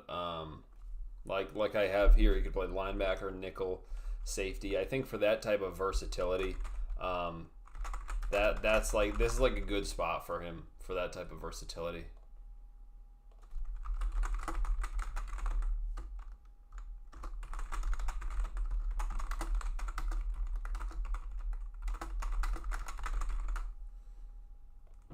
So I'm a big Kendall Daniels fan. I love his versatility. That's a nice pick.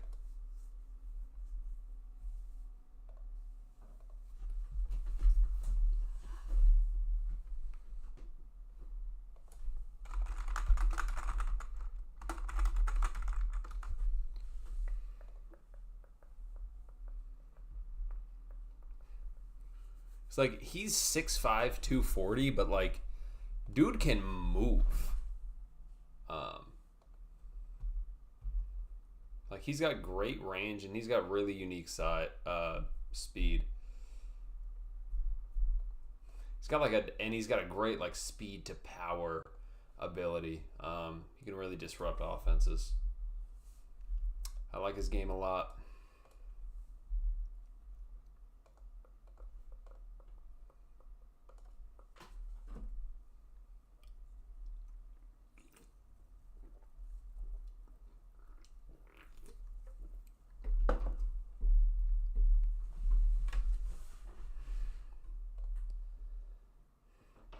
Ooh, Colts are going with Bryce Betcher.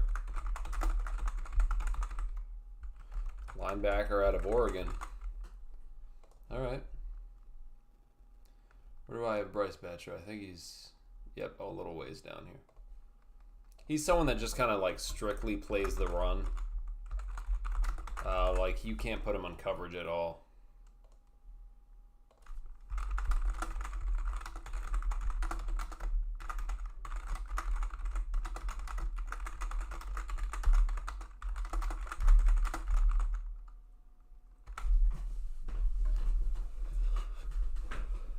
He's a pure run defender.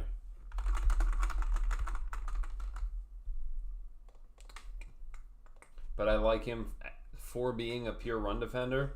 I like him.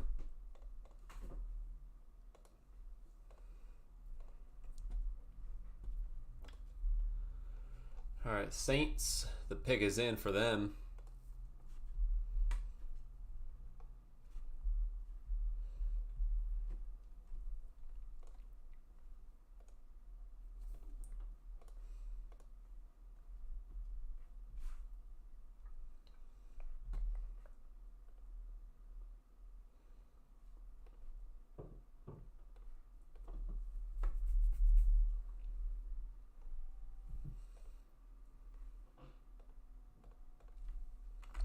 Kyle Lewis is still on the board.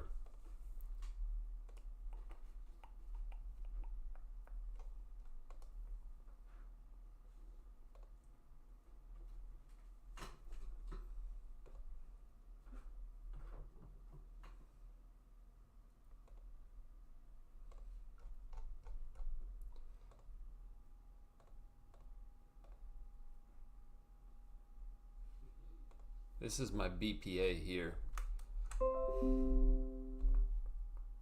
Just wanted to take a quick screenshot of that so I could see who's left.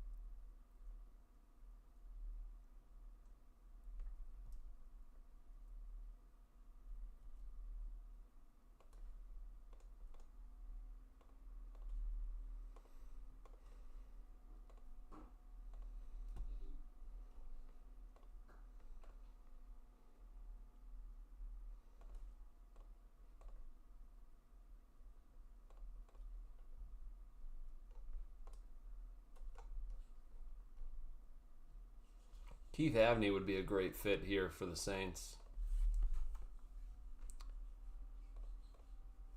Cowboys are going LT Overton.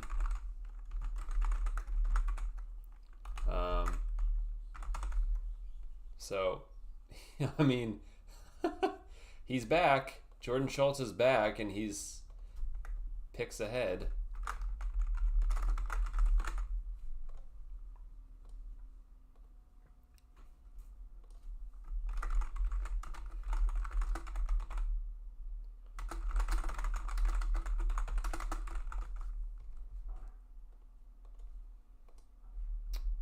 We still don't have the Saints pick, but Jordan Schultz is back, I guess. Maybe he only posts for players that he knows about, and he just doesn't know any players in this class. So maybe that's it. And LT Overton is someone he would know.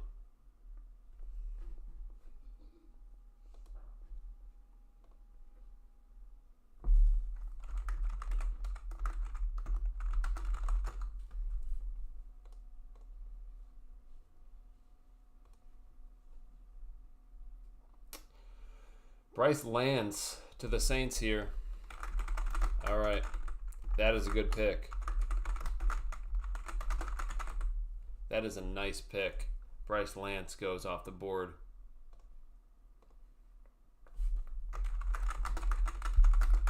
I thought Abney would have been nice for the Saints there as well. Dolphins on the board.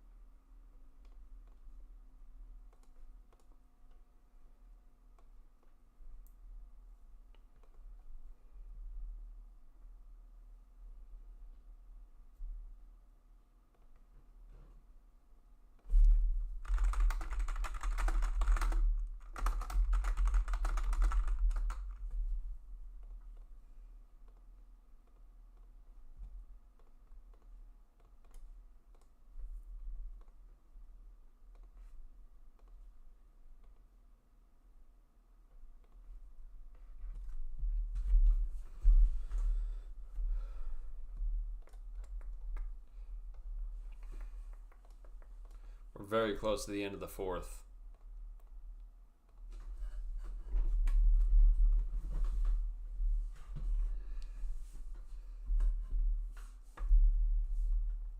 How cool would it have been if Bryce Lance went to Los Angeles?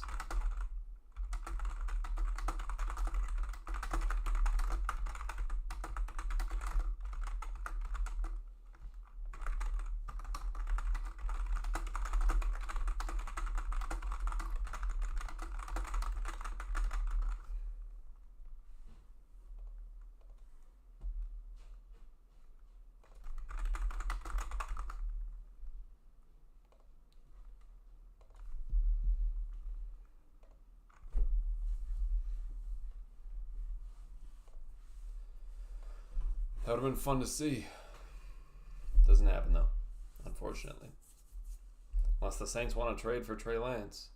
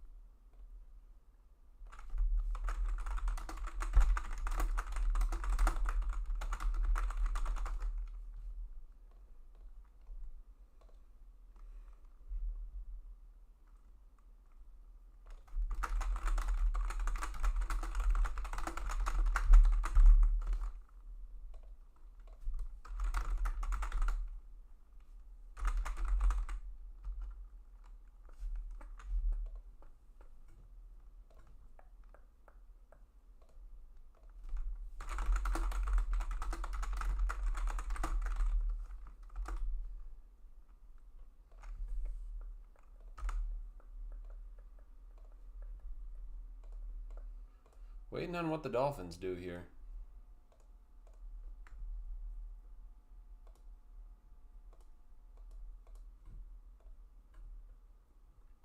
Wow, Kyle Lewis. Tremendous pick for the Dolphins. Oh my goodness.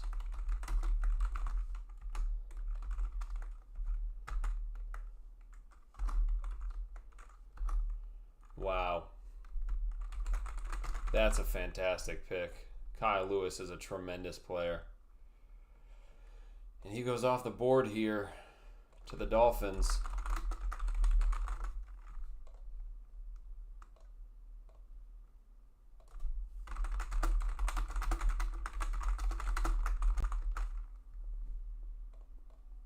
That is an incredible pick.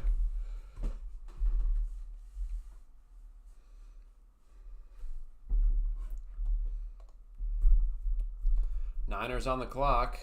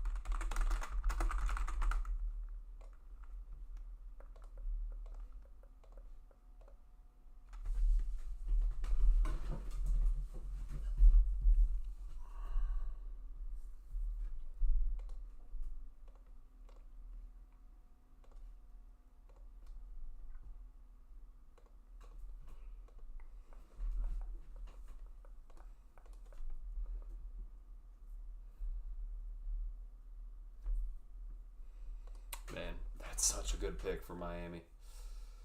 Ooh.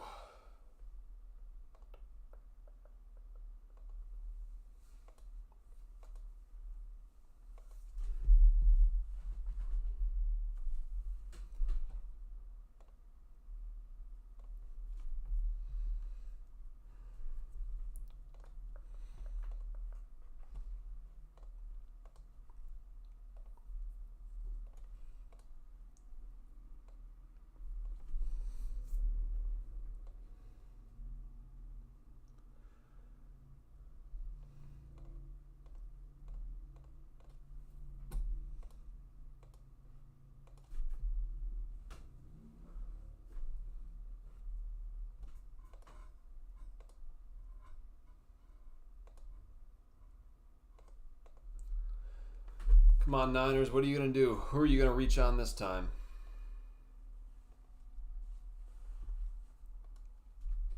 This is exciting to see.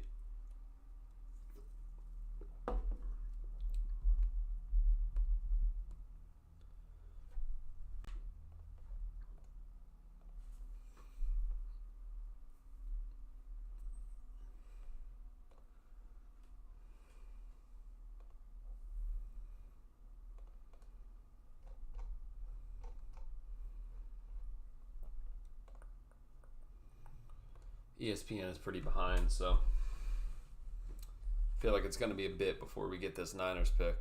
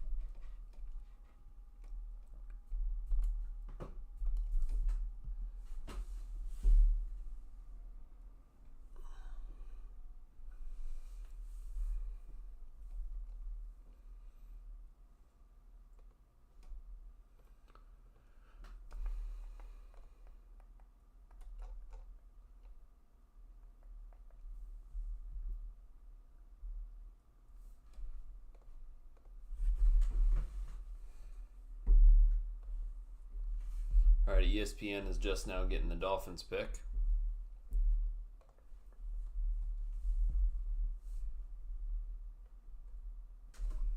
So Niners are on the clock.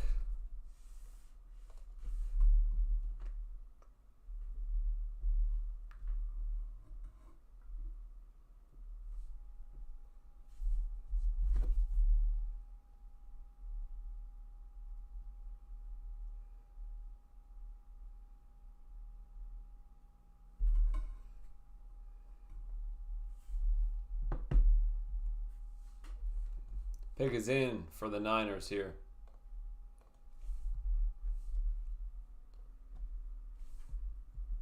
Let's see where they go.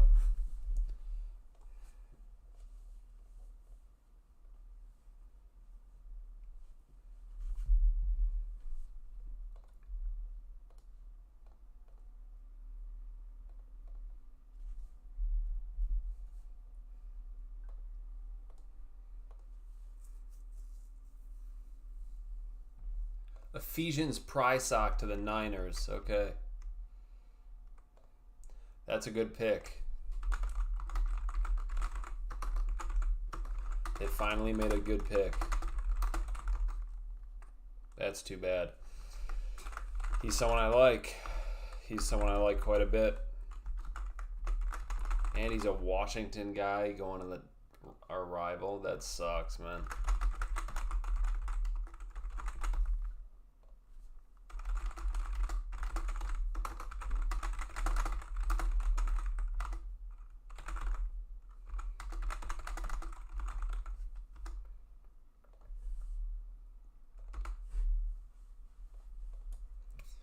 So, yeah, not only do they get a good player, they also get a Washington Husky. Double negative there.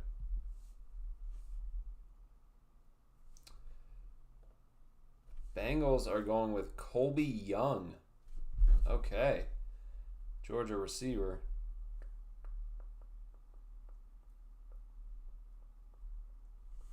All right. So that is the end of the 4th round. Now we're starting the 5th here.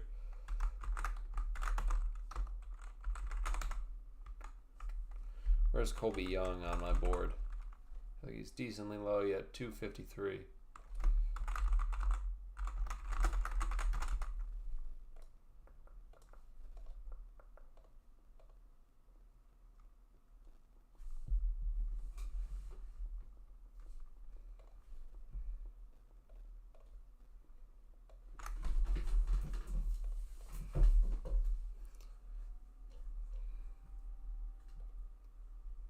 So Texans are on the clock here.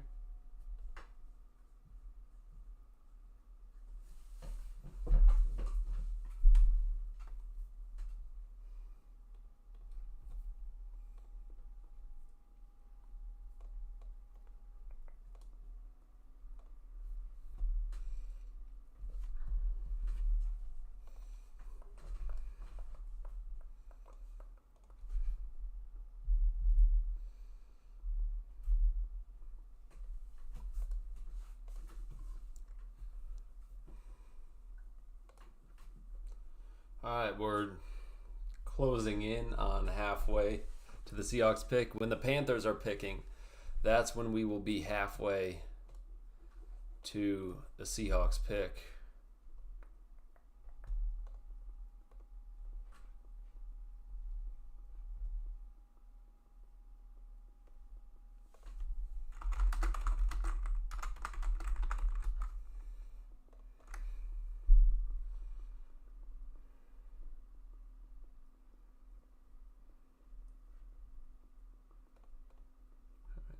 So this was a 4th round pick. So I don't know why it says it was a 5th.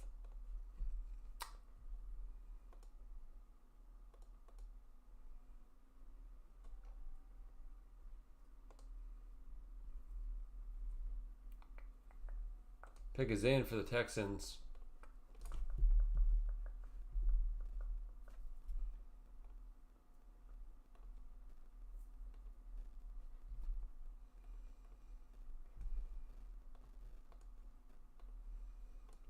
feel like they might double dip here, go with interior offensive line again. They grabbed Keelan Rutledge, but you got Sam Hesht on the board. You got to go with Sam Hesht.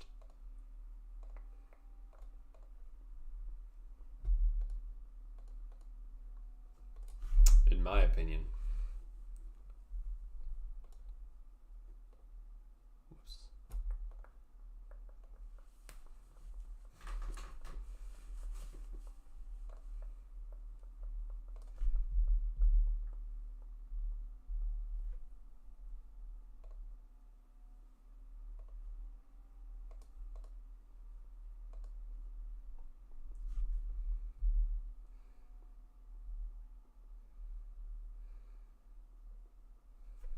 Surprised the Bengals went with a receiver there, you know? Because maybe he was BPA on their board. I don't know. But, I mean, they got Yoshivas as their third.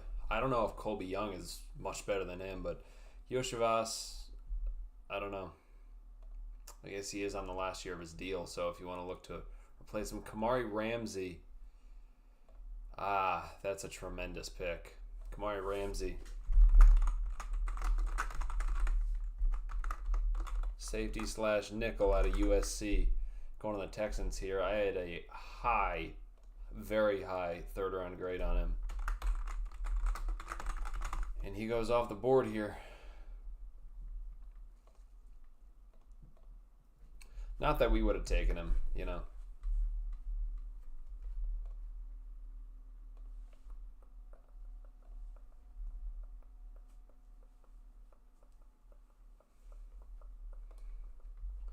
Pick is in for the Titans. That was very quick. They're going with Fernando Carmona.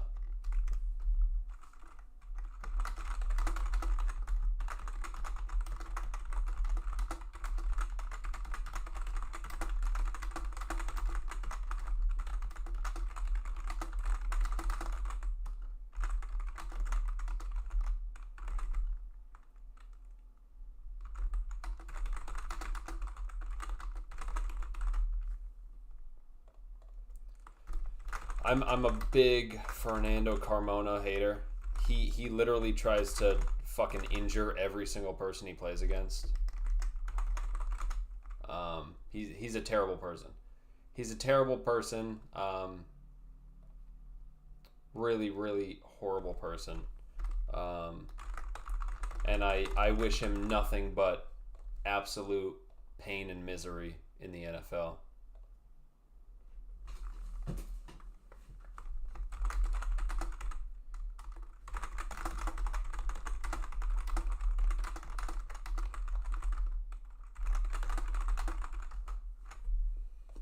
So, I hate this guy. Hope he does horrible. Dirty ass player. Pick is in for the Cardinals here. After that little tangent on Fernando Carmona.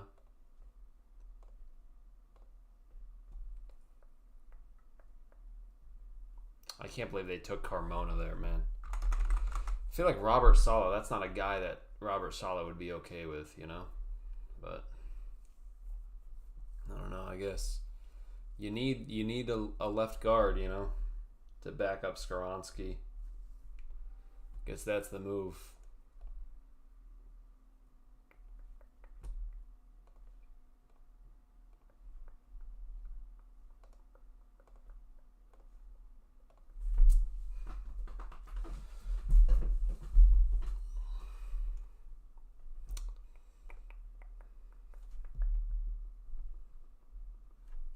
So Jordan Schultz has stopped posting the pics.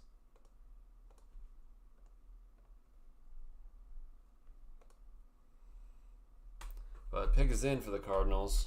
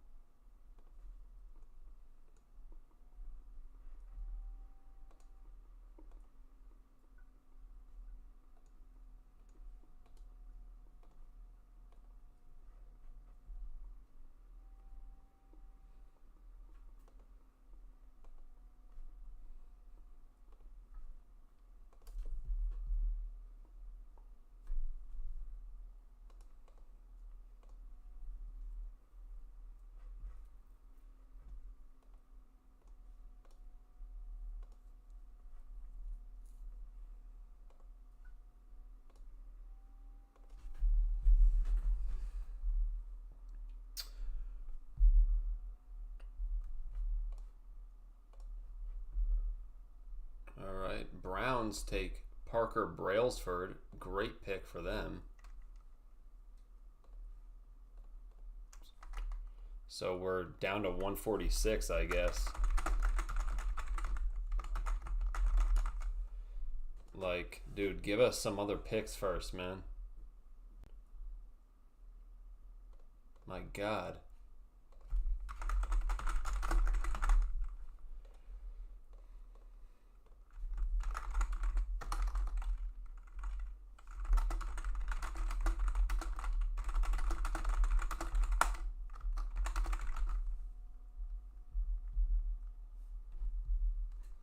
So Parker Brailsford, that pick is in.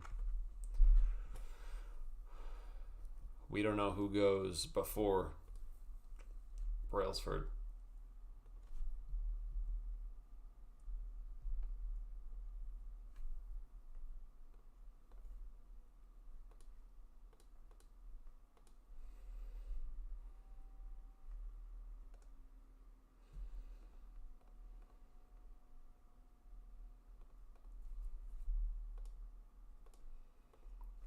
Pick has been in for the Cardinals for like 17 minutes.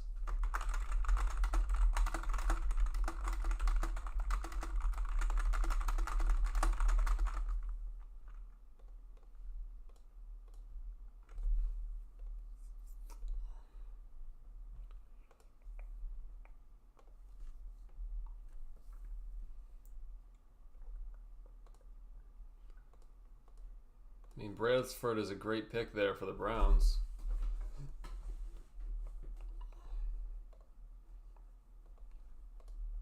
But what the hell, man? Get us caught up.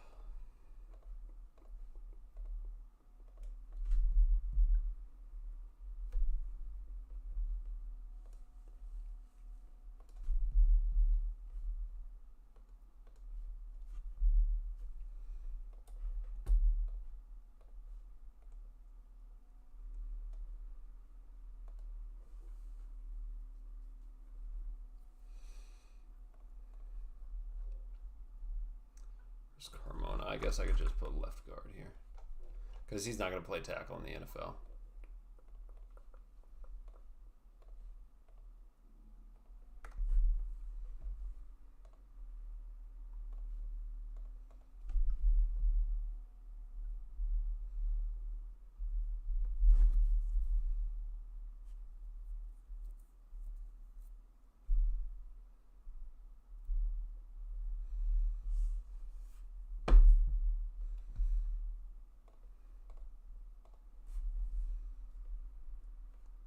Reggie Virgil to the Cardinals.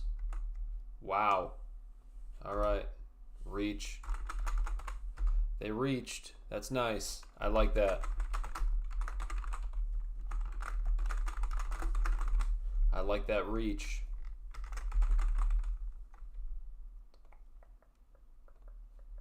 And he's a pure slot guy as well.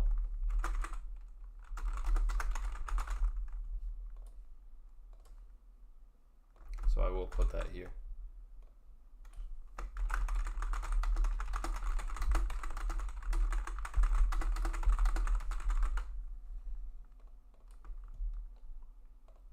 All right, Panthers are up now. See if we can actually get their pick here.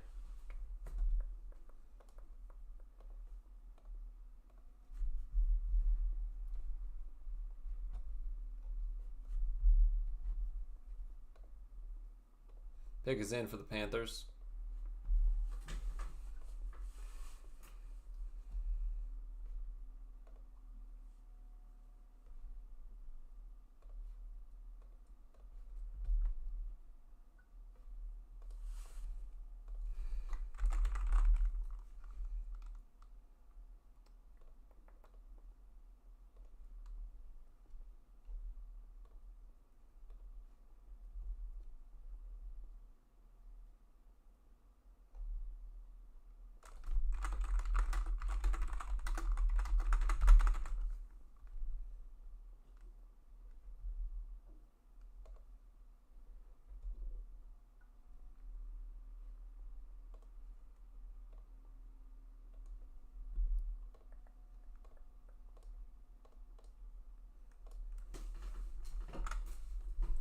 Sam Hesht. Wow. Finally goes here. Sam Hesht finally goes off the board. Why did I put Carolina Panthers? Wow. He's a phenomenal player.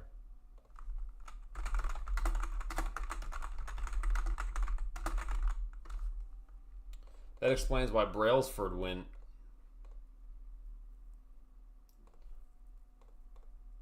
What? Seahawks are moving up. Oh my God. We got to see what this is all about.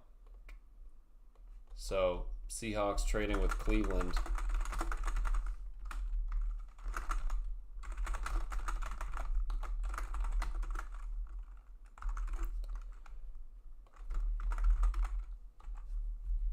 We don't know what the trade details are. Oh my God.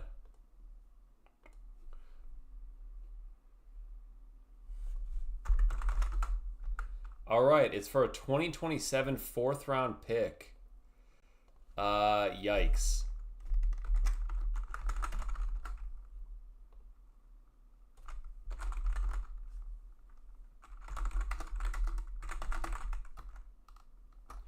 I'd imagine it's the comp one. Hey, at least that means we have 3 picks today.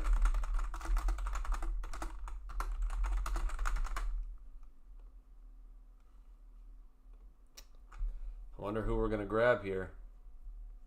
Nick Barrett, DT, out of South Carolina, goes to the Chargers here.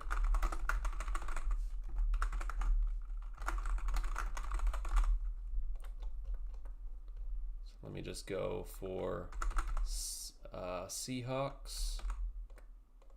Select all. Yeah, so we just got an extra pick. Didn't have to give up a pick this year. I wonder who we go with here.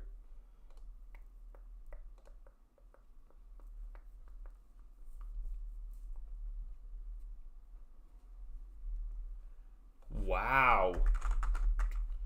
Okay, we have another trade here. Saints with Raiders. So, New Orleans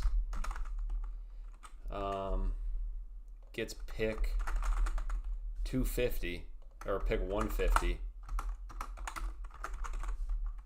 And the Raiders, wait, that's wrong. This is the Raiders.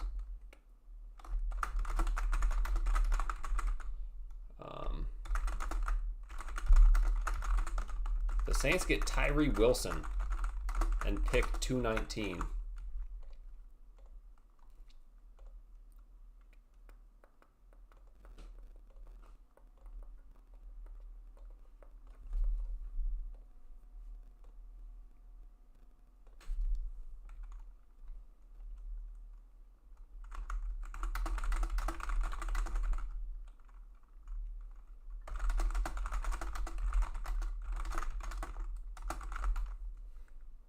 So Seattle having 3 picks in day 3 is fun.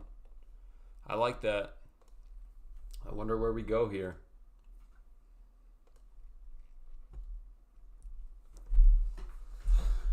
So Tyree Wilson goes to the Saints, man.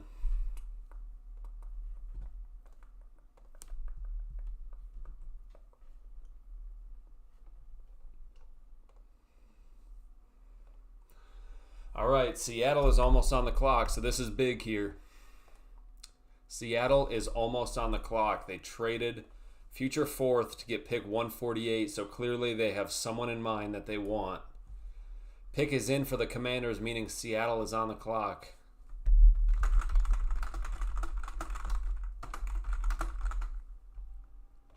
We are on the clock. Because the Commanders pick is in.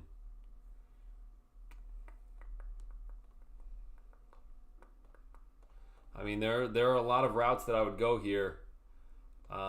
Sam Hesht, it did get taken, so I have to cross that off. He goes to the Panthers. And Nick Barrett did get grabbed.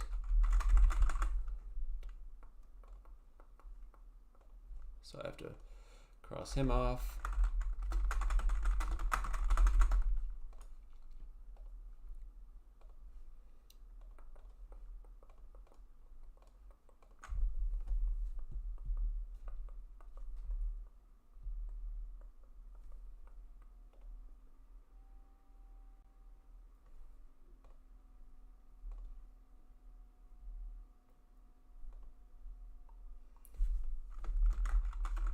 I mean, Abney is still on the board.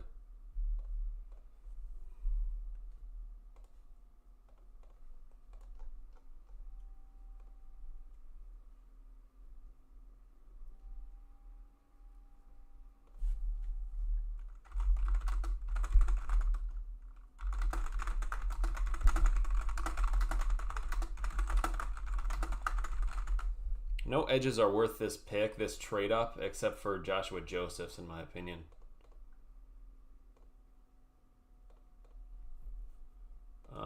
But Joshua Josephs is like a pure pass rusher, man. So I wouldn't love to do that.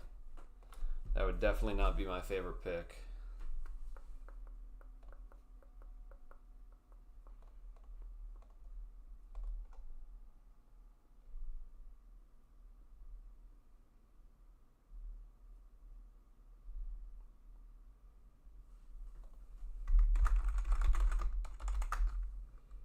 Maybe Kilgore as well, if we wanted to triple dip in the secondary. All right, we got another trade.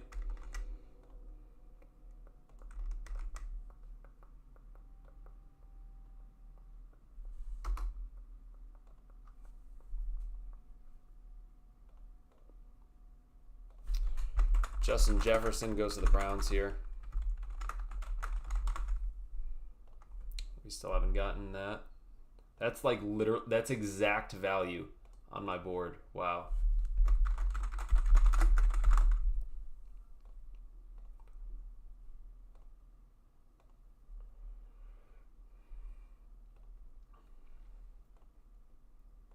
All right. So 151 is going to Carolina.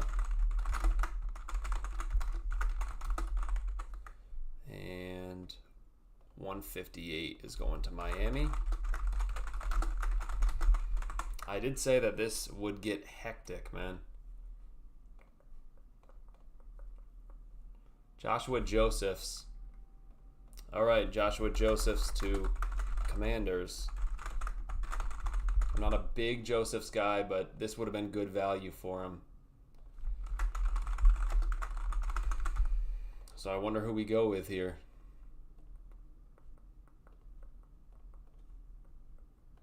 So our pick is in, you know.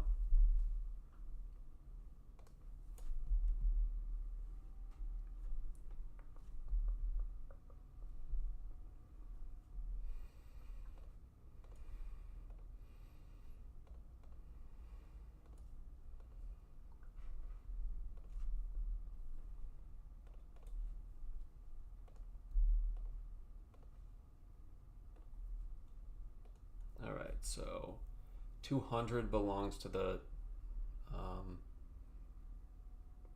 Dolphins now, and 227 is the Panthers. Okay.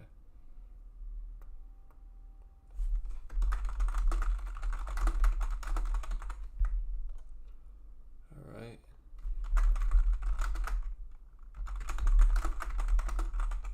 All right, let's get this Seahawks pick. Come on. Another trade. My God. I cannot keep up. Pick is in for Seattle. What do we got?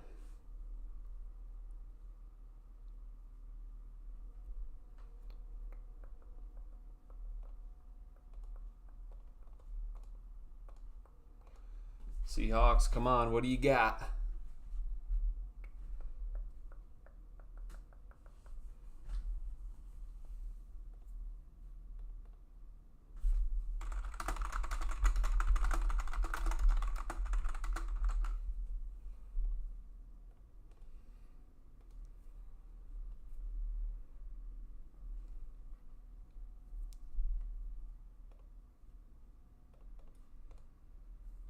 Come on, what do the Seahawks go with here?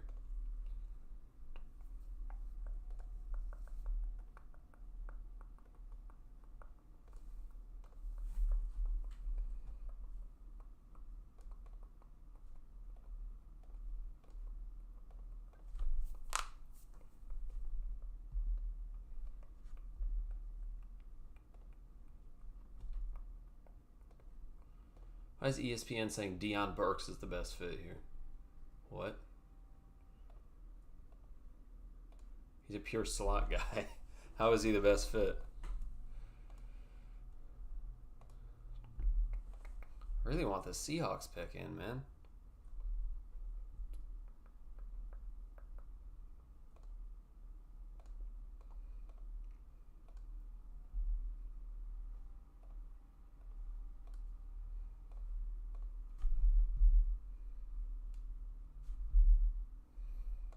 Then I could catch up on all these trades that are going on here.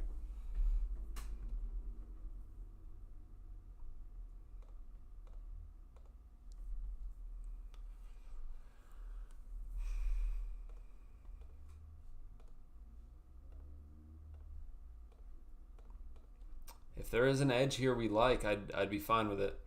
Keyshawn James newbie would be a reach here, but that's one we had a top 30 visit with.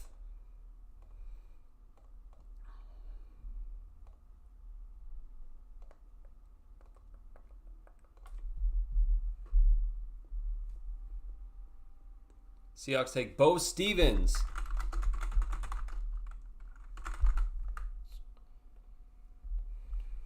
That's decent. We met with him.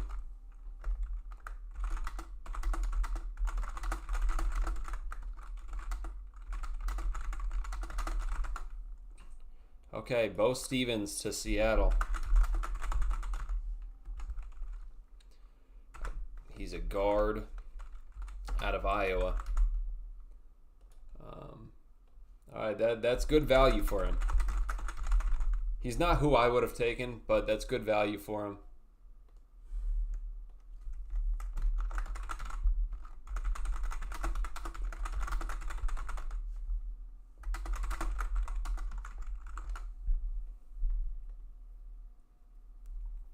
All right, now we can go through and look at these trades here that we got. So we got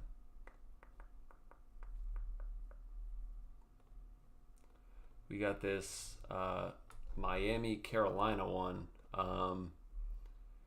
Dolphins sent 150. So Carolina moves up.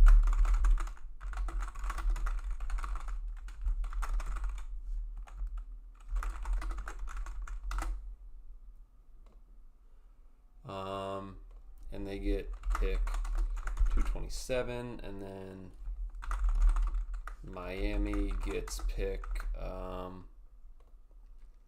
158 and pick 200, and we already put that in. Then there's another one here. Broncos traded up 152. Broncos with Browns. Cleveland is here.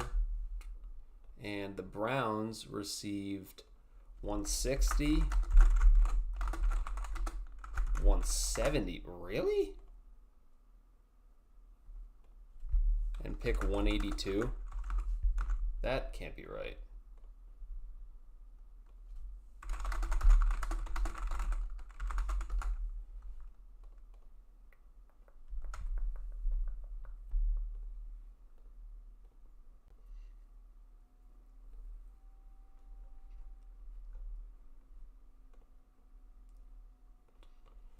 So who's on the board now? Or who's on the clock now? Who do we have here? I don't believe that's real. I don't believe that's the real trade details. So I have... What? Okay, so somehow the Raiders are on the clock and they made a pick. What?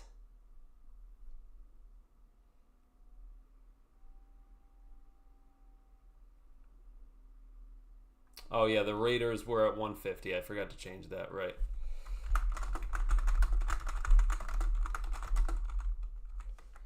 and they take Dalton Johnson, the safety out of Arizona.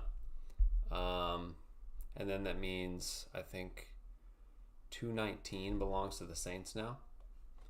So let's figure that out. Yes, 219 belongs to the Saints. Let's change that.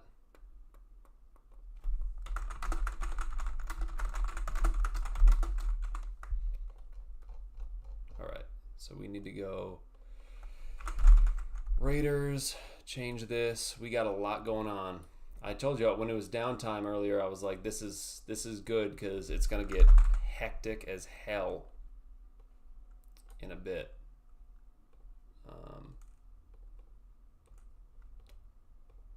And then we got the Panthers.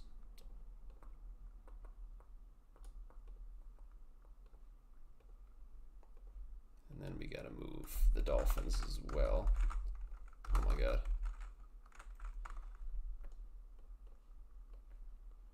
Miami has so many picks.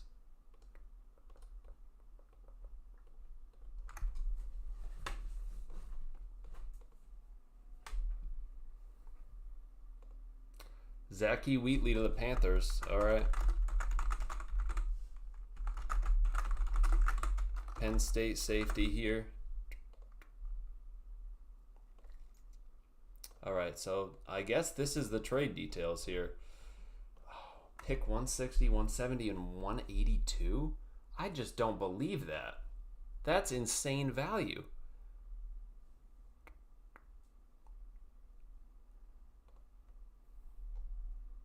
It has to be 170 and 182, I think. Because the Broncos don't even have... so I think that's what it is. It's 152 to the Broncos via Cleveland, and then it's 170 here.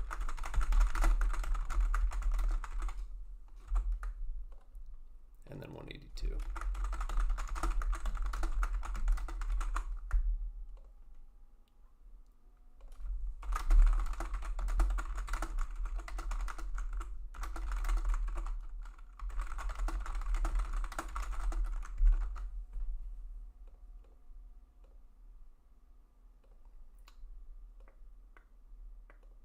All right, so Broncos traded up and they get Justin Joly, tight end out of North Carolina State. All right.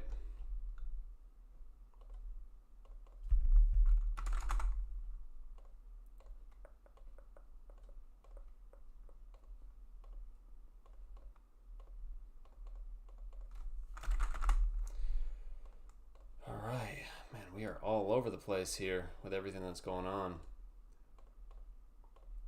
Haven't even been able to make a video on Bo Stevens. Let's check here. 170 and... Yep, 170 and 182 now belong to the Browns. So that's what I'm going to... Jager Burton, Kentucky center. Here. Goes to the Packers, and that is great value. I have him right here. Now we got to go Justin Joly, who is also about perfect value there. He goes to the Broncos. And then Zachy Wheatley, where is he at? He's 139, and he goes to the Panthers. Yep. And then I'm gonna have to search for Dalton Johnson. I don't know where he's at on my board. Yep, he's a little bit lower. He's a safety and a nickel. And he goes to the Raiders.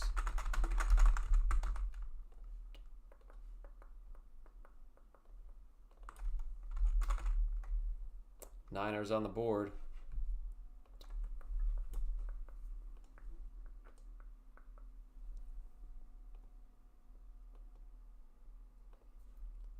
So, man, I could make a video here, but I almost want to wait. Things are hectic right now. We've just gotten some downtime now.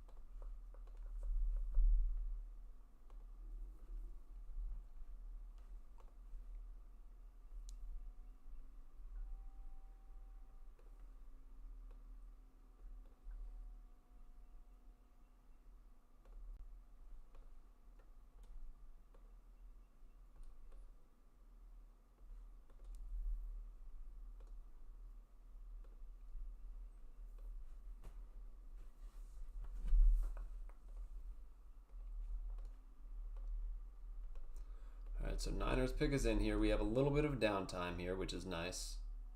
Nice little break.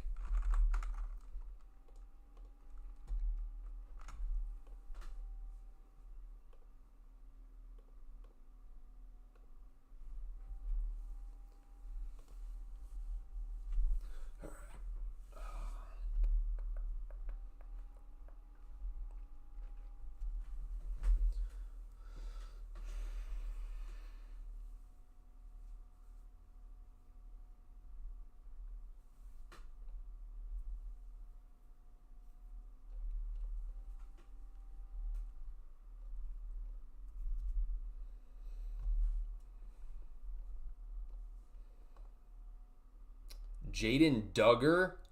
Oh my God. Jaden Duggar.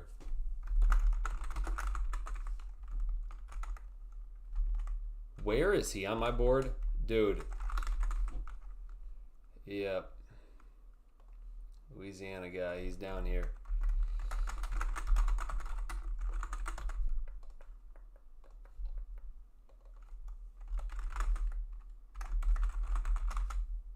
Whoops.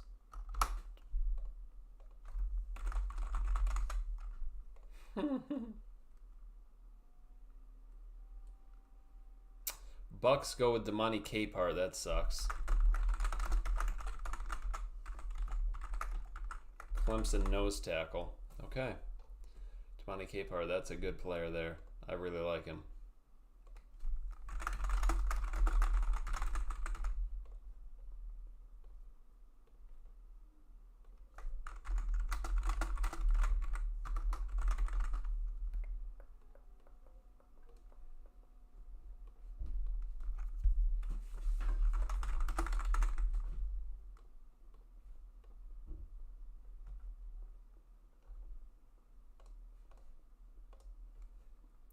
Now I'm going to take a couple minutes and just make this Bo Stevens video.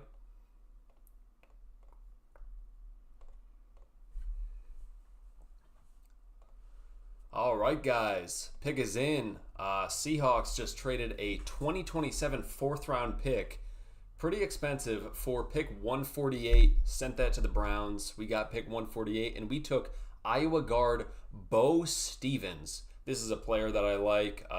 This was appropriate value for him. I don't know if I would have traded the future fourth for him. Maybe I would have traded up with 188 and sent a future pick that was maybe a little bit later. But overall, I think this is a really, really good pick. He's played mainly left guard in his career, but these Iowa offensive linemen, they come out and they seem ready to go. He does have a season under his belt at Iowa at right guard. It was in 2022, so it was a while ago. But he is a really, really good pass protector, which is something you're getting from him. He surges off the ball. He's got great pop during his second and third steps. And you know, he works hard to close space on blocks, and he can sustain control. He flashes a lot of power when he climbs against targets. He can really get up into a lane and just shove people out, which is great for this zone blocking scheme. And he can really flip the script against power down the middle of his frame. And he's very physical and chippy.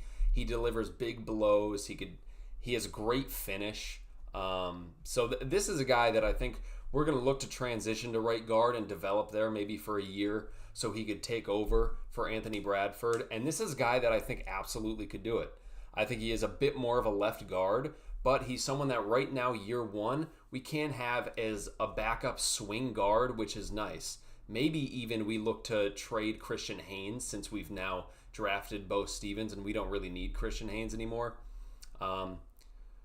I will say that he does have limited range on the move, which, you know, in this scheme, you'd like a little bit more of that, but he does have limited range on the move to line up against, like, shifty second-level defenders, and he is a bit light in the pants against power. So there are areas of improvement. He's not a perfect player, but I think he was worth a fourth-round pick, and we got him in the early fifth. So I think this is a really nice pick. I don't think he's going to contribute year one. He's not going to take the starting right guard spot, but he's someone that we can develop, and he can turn into a decent right guard, I think, for the future. And that's a really good pick that you could get in the early 5th. So let me know what you guys thought in the comments down below. I like this pick, and I'll see you guys later for a couple more picks, because now we still have 188 and 216 today. So there will be, as of right now, it looks like we're going to have 2 more picks, which I will talk about when we get to them. All right, let me know what you guys thought. Okay.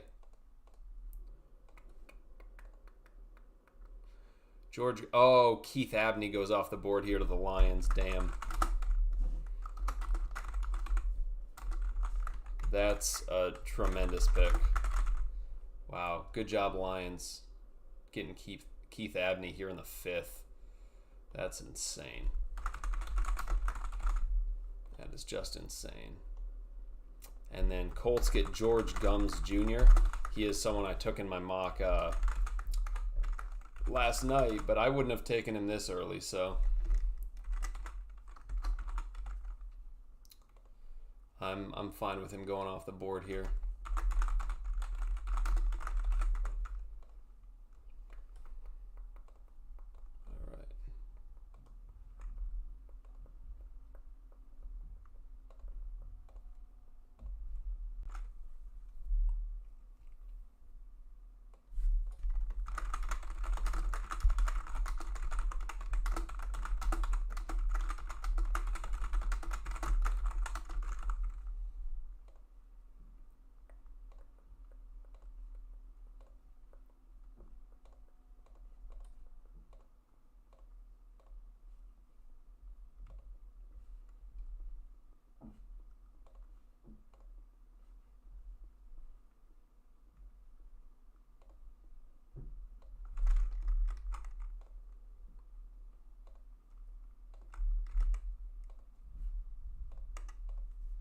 All right, Michael Toff goes to the Dolphins here. All right.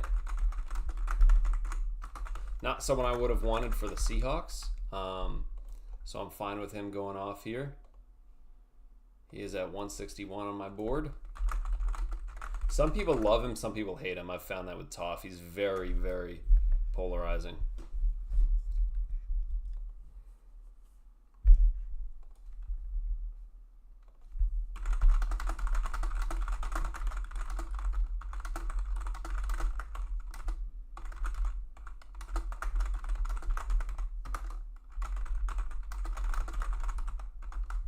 I mean, we have to trade one of our depth offensive linemen now. Like, we don't have room for Olu, Bo Stevens, Christian Haynes, Cabledew, and Mason Richmond, right? We got to move one of these guys.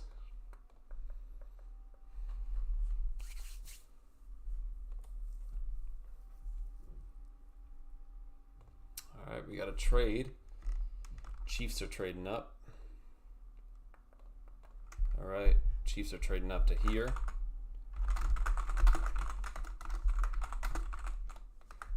And Pittsburgh is moving back here.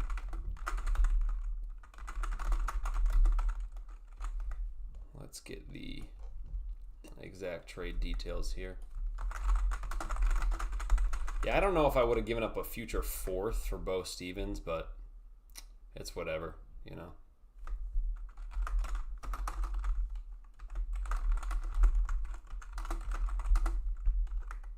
Pick 161 and pick 249. And the Steelers get, is it 169? Yes, and 210. All right. 210 belongs to the Steelers now. And 249 belongs to the Chiefs.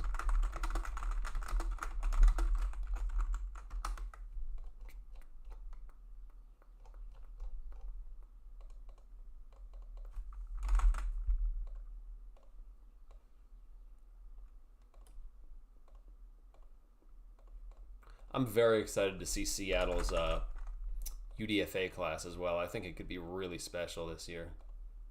I feel like, I mean, we always grab someone We always grab a couple guys that stick on the roster that are nice. Wow. Max Bredesen, the fullback, going here. That's interesting.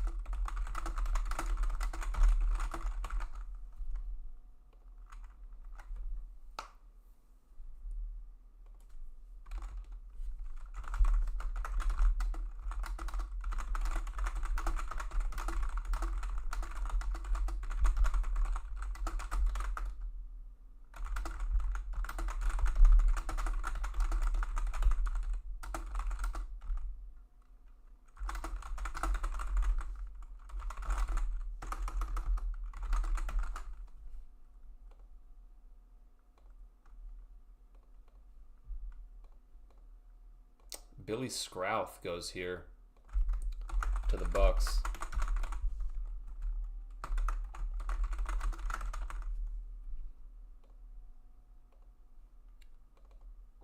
I forgot an H there.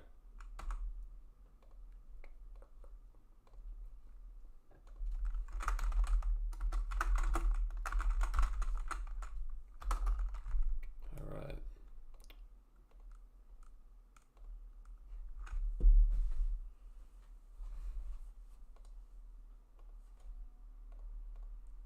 I mean, who is available? We got some guys available here, man.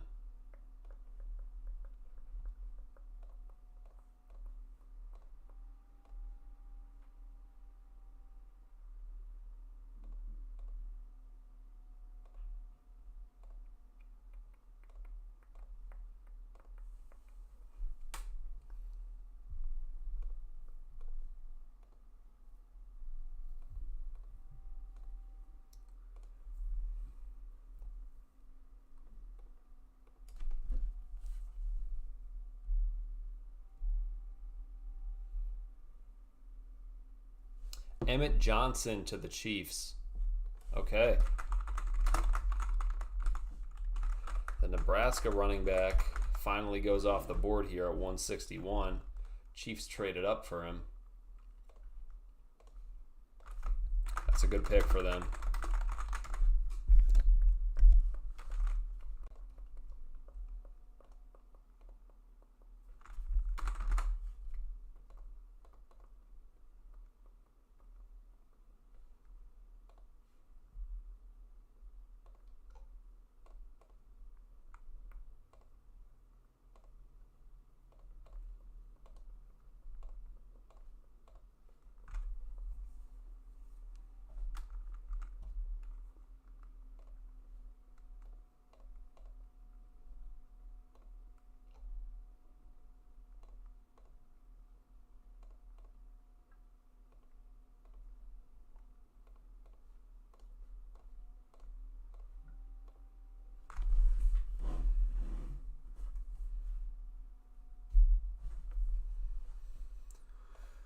All right.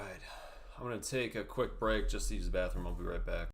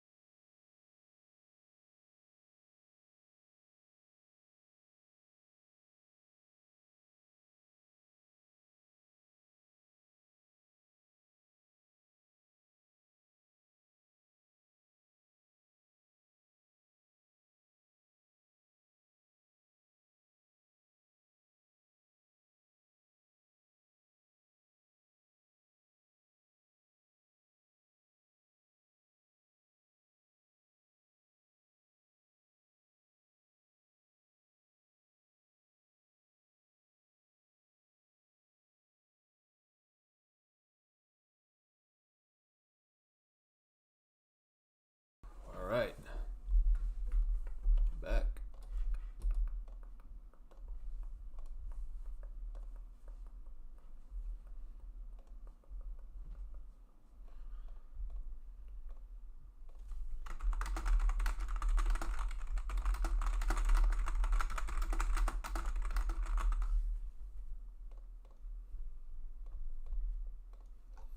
Who's available here? I mean, Brian Parker is available. I would have taken him over.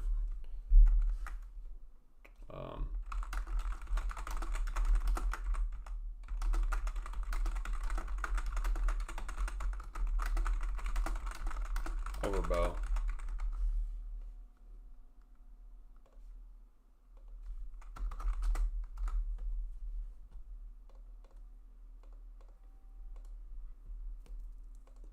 Mikhail Kamara is still available.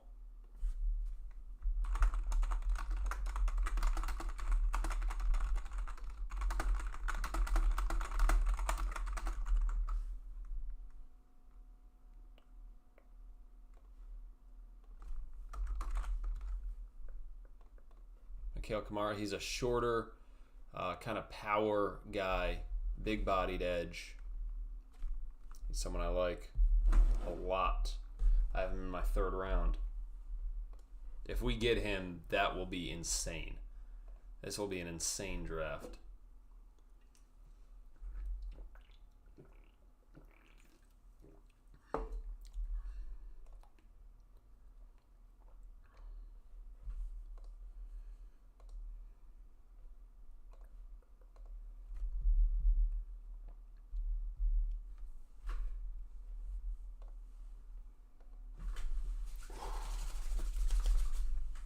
I mean, Chiefs getting Emmett Johnson is really a great move, because they're able to get like they're able to get kind of their power back guy, or the 3rd down back behind K9, and I really like Emmett Johnson. He reminds me a lot of James Cook, so that's a really good pick.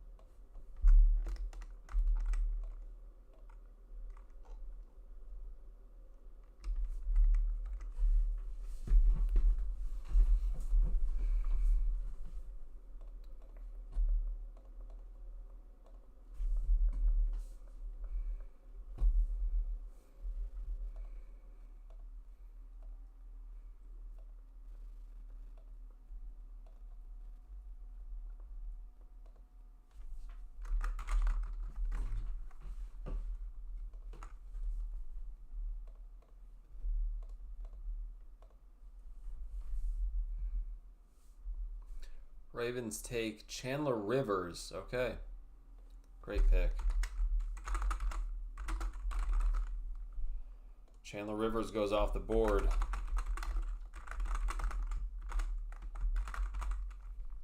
He's a small guy, but yeah, he's really good. I have a 2nd round grade on him. Late 2nd.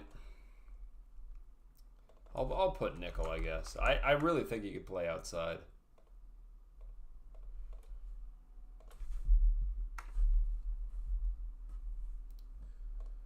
With Chandler Rivers off the board, do we have any 2nd round players on my board that are still available here?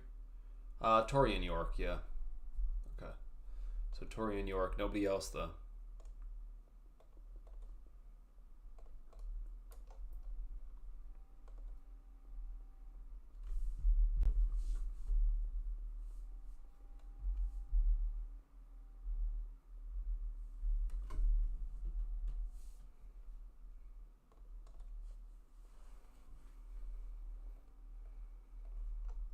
Pick is in for Minnesota.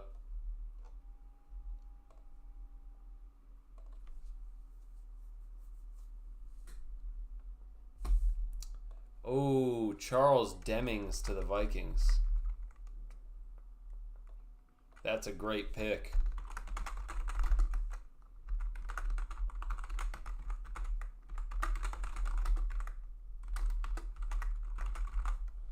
Where is Charles Demings on here? Yep, 190. It's a really nice pick.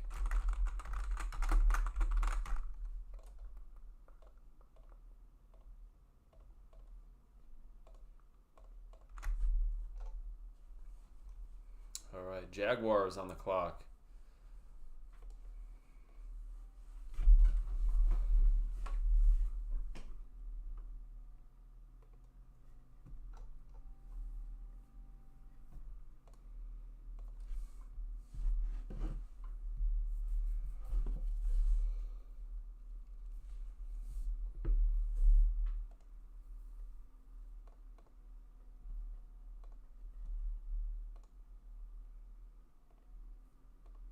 Whoops. That's my mistake. All right. Clicked the wrong thing. I was trying to check something. All right, pick is in for the Jags.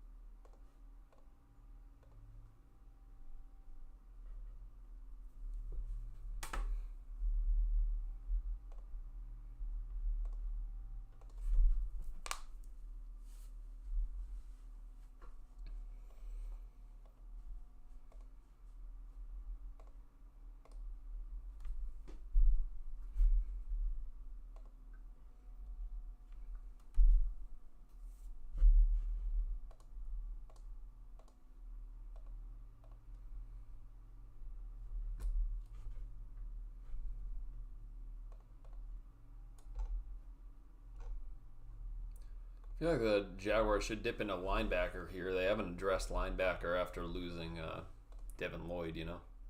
Not in the draft.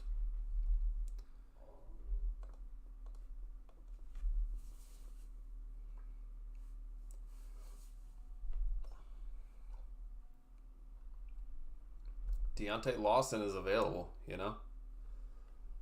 He could absolutely be a pick here. I think that would be really nice.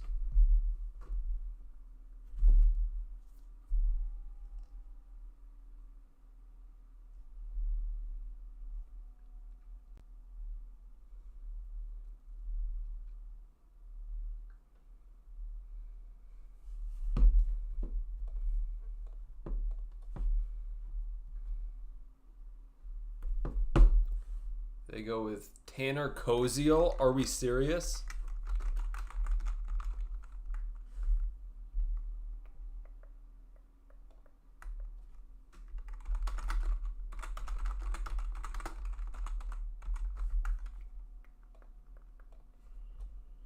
Oh my God. The Jags took Tanner Koziel. What are we doing? After overdrafting Nate Burkature, they take Tanner Koziel, the Houston guy. Wow. That's... Jaguars fans are not going to be thrilled with that.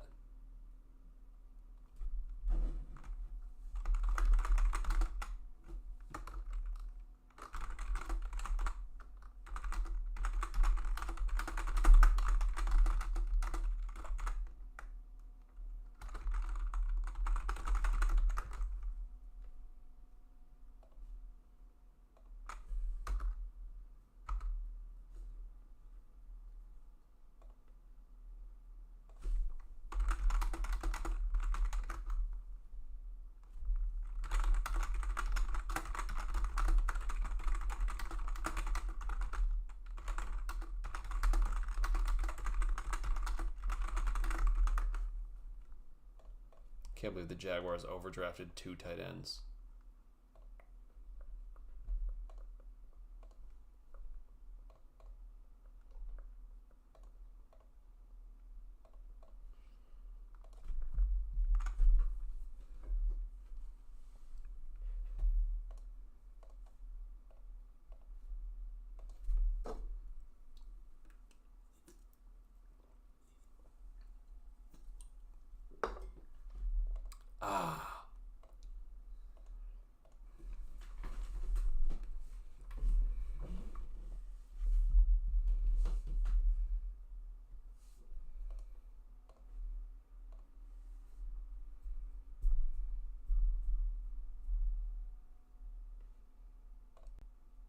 Nick Singleton to the Titans. All right. Not that I think Seattle would have taken him because we've already drafted a running back, but I would have taken him if he falls to 188 for sure. So that's too bad. But Katron Allen is still there. I like Katron Allen better.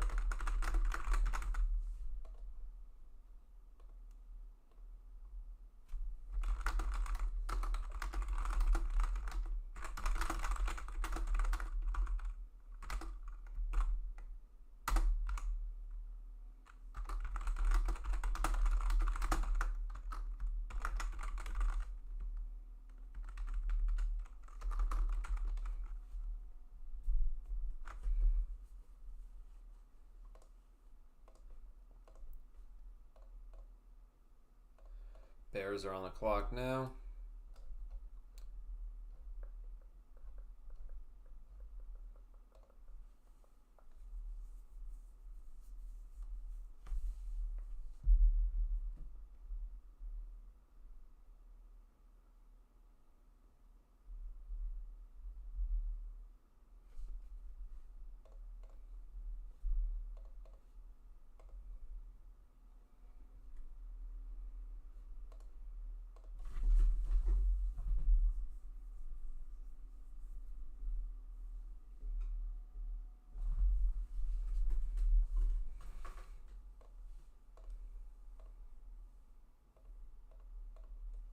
Let's check BPA now for me.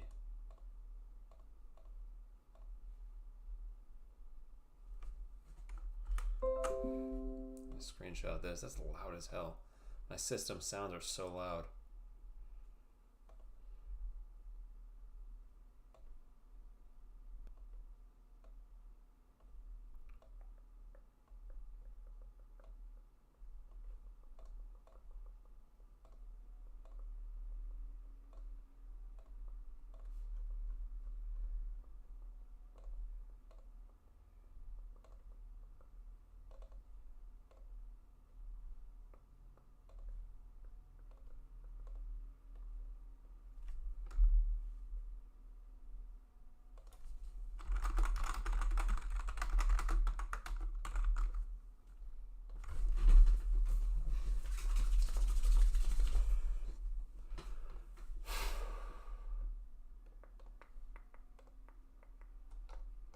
Pick is in for the Bears.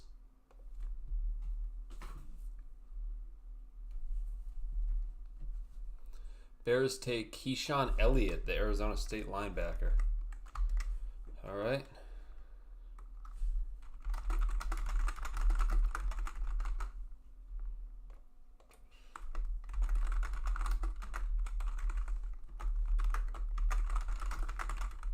Where do I have Keyshawn Elliott? Here, and he is an edge too. He could do both,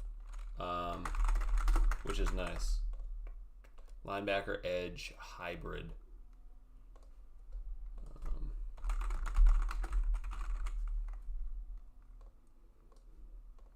Because he is heavy, you know.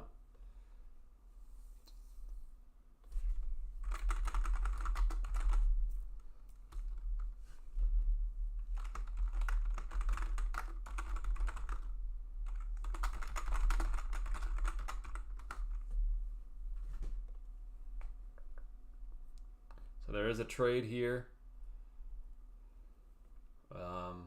Lines are moving up.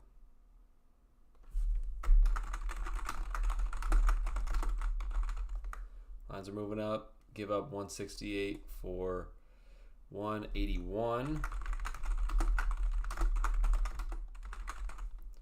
And 213.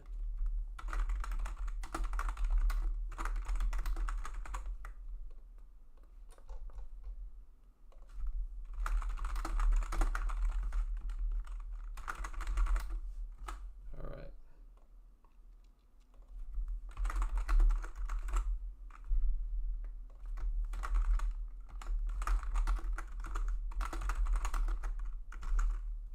We got another trade here. Bills are still on the clock though, because they had 2 picks in a row.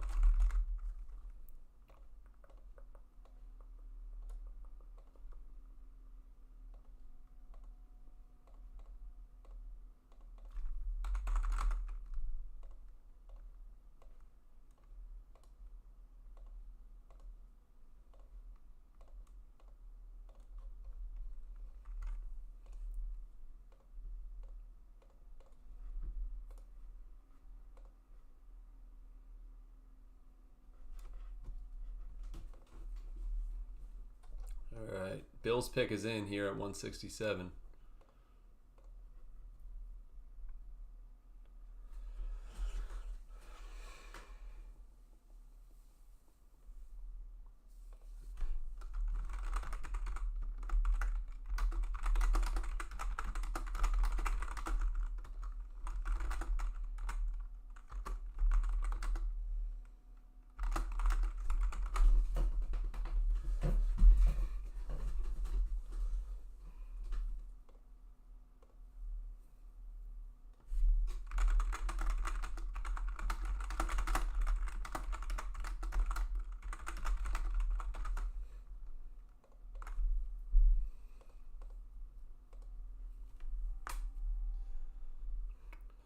I mean, if we could trade back from 188, I'd be happy with that.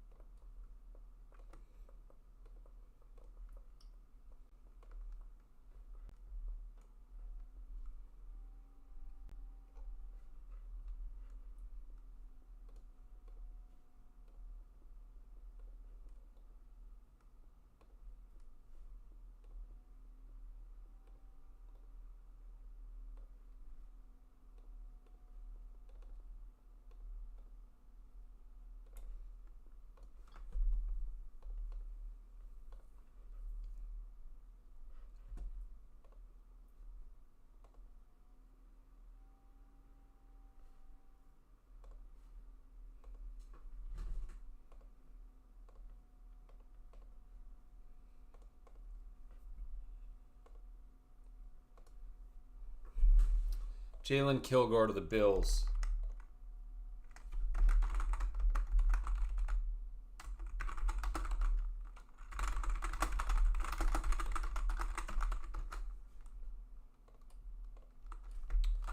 At least he doesn't go to a division rival, I guess, right? But the Bills are having a phenomenal draft. You get Jalen Kilgore there.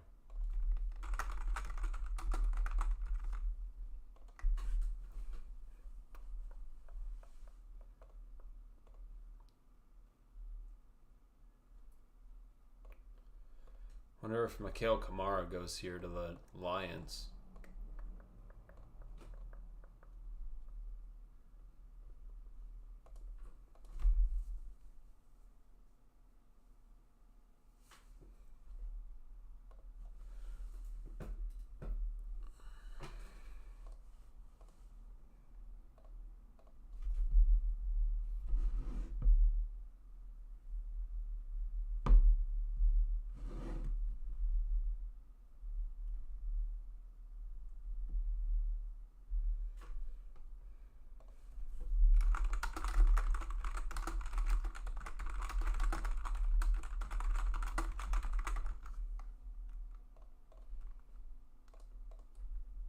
Kendrick Law.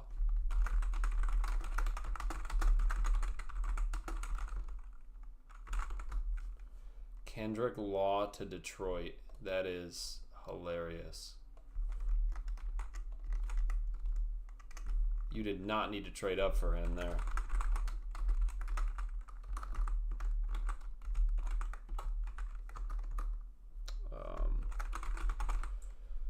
All right. Definitely didn't need to trade up for him, but whatever.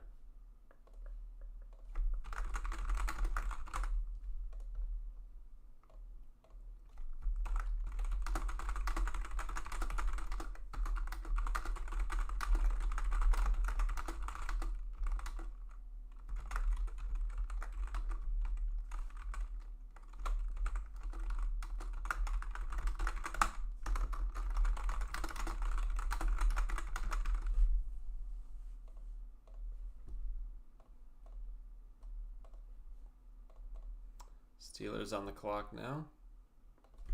I really don't think they need to trade up for him. But, I mean, Kendrick Law is, I don't know. He's a good return man, He's a good return man. That's what you're taking him for, I guess. Like, as a pure receiver, he's not really that guy, He's just a guy. He's a jag. He's a jag.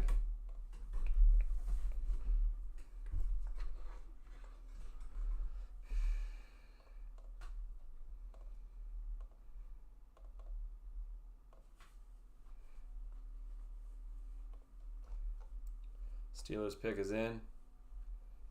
Even though they took Dunker, I feel like Brian Parker would be just a really nice Steelers pick here. Seems like a Steelers pick,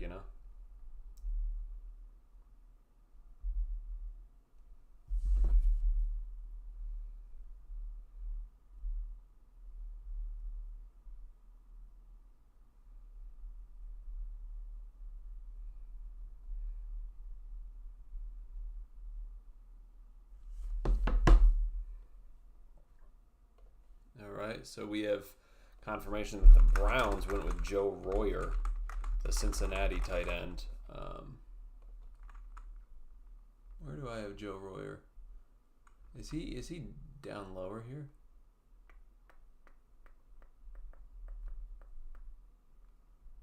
Forgot to cross off Nate Burkitcher. Where is Royer for me? Oh, he's here, 272. I didn't think it was that low. Wow, okay. I think he's draftable. I mean, he's right around my draftable range. But we missed the Steelers pick here. Schultz is like only...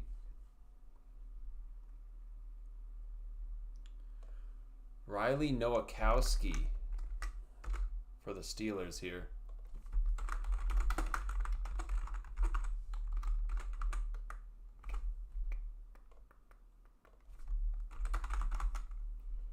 Where is Nowakowski here?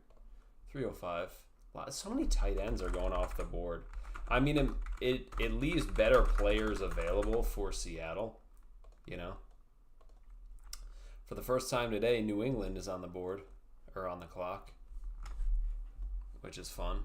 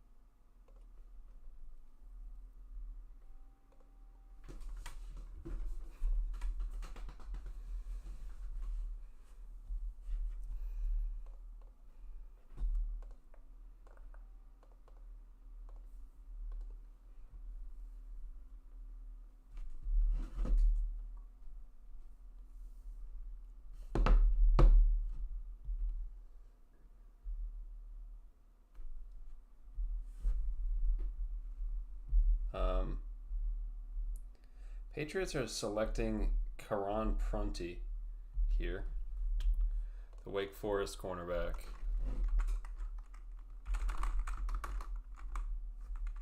That is hilarious.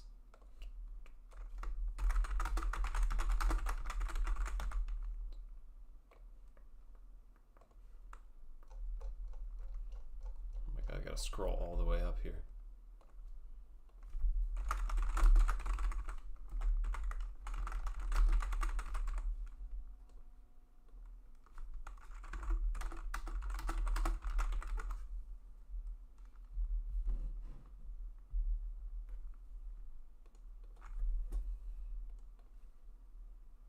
That was a terrible pick by the Patriots. Terrible, terrible pick. He's got decent size, you know. I'm not a Prunty guy at all.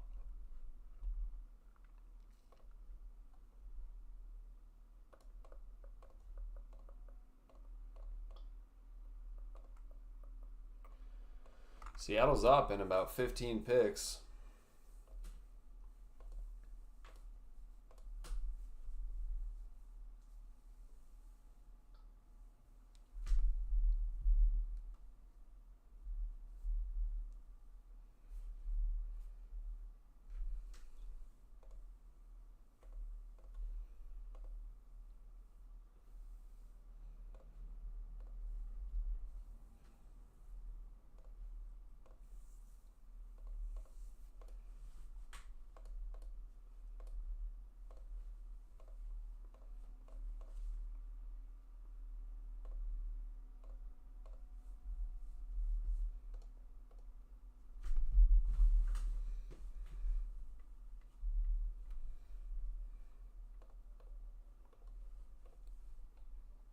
All right, Saints on the clock. We're about to find out exactly what we traded Rashid Shaheed for, which is fun.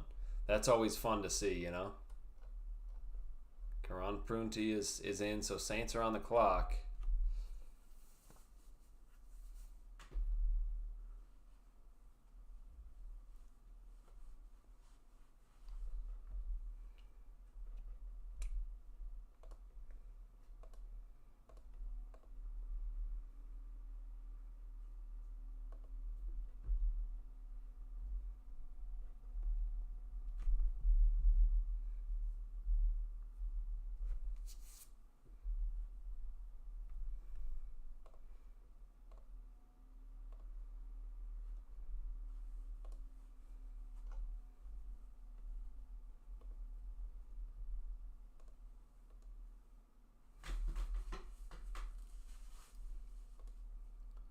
See what the Saints get here.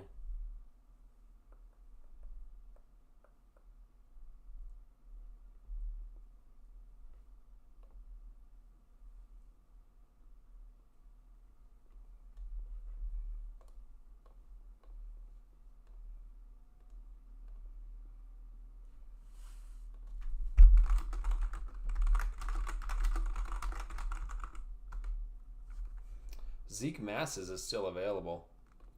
I'd take him at 188 if we wanted to go into the secondary again.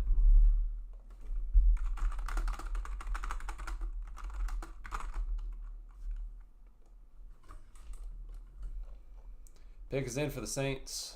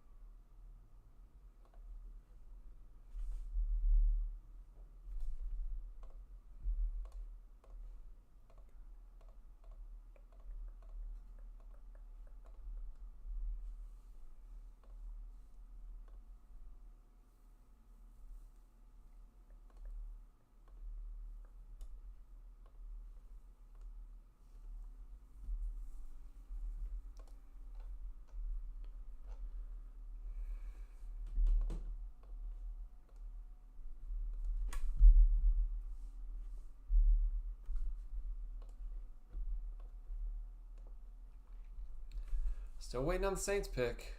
They take Lorenzo Styles. Okay. Lorenzo Styles. All right.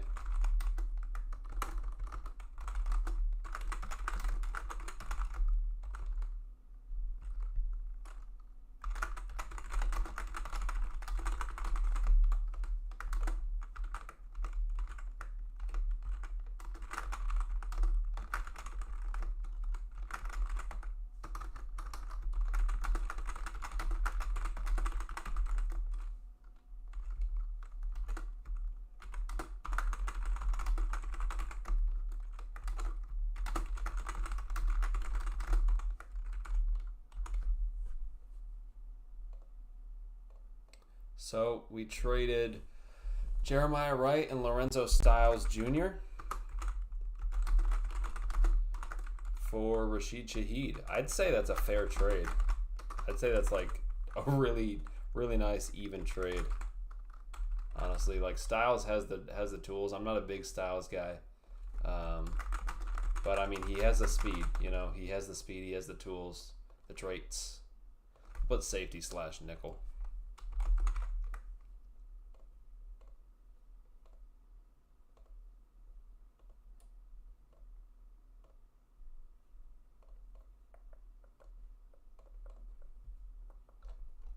Baltimore's 2 picks in a row here.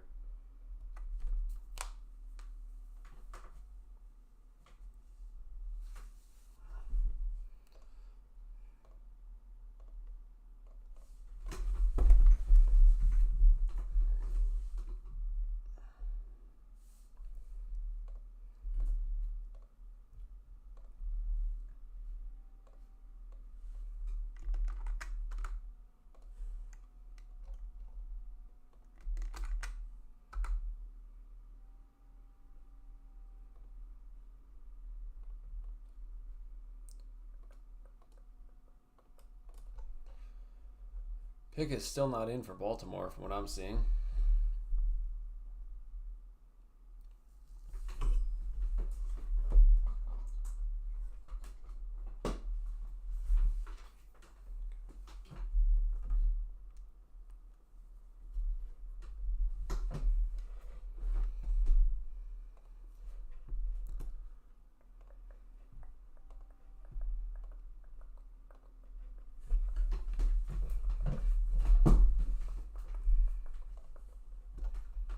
Now the pick is in.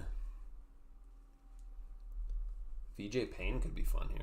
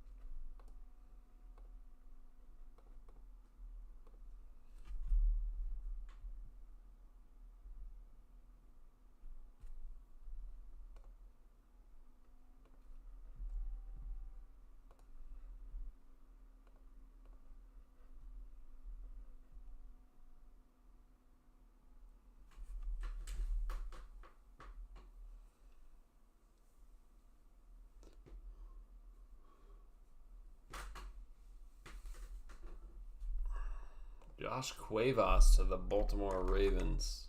Okay. Tight end here.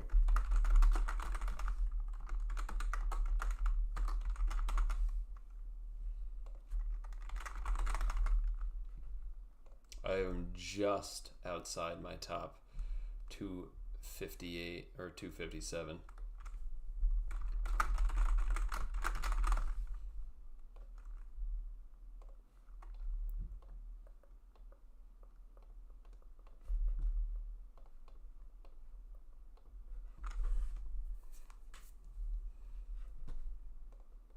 All right, now we're officially 15 picks away for Seattle.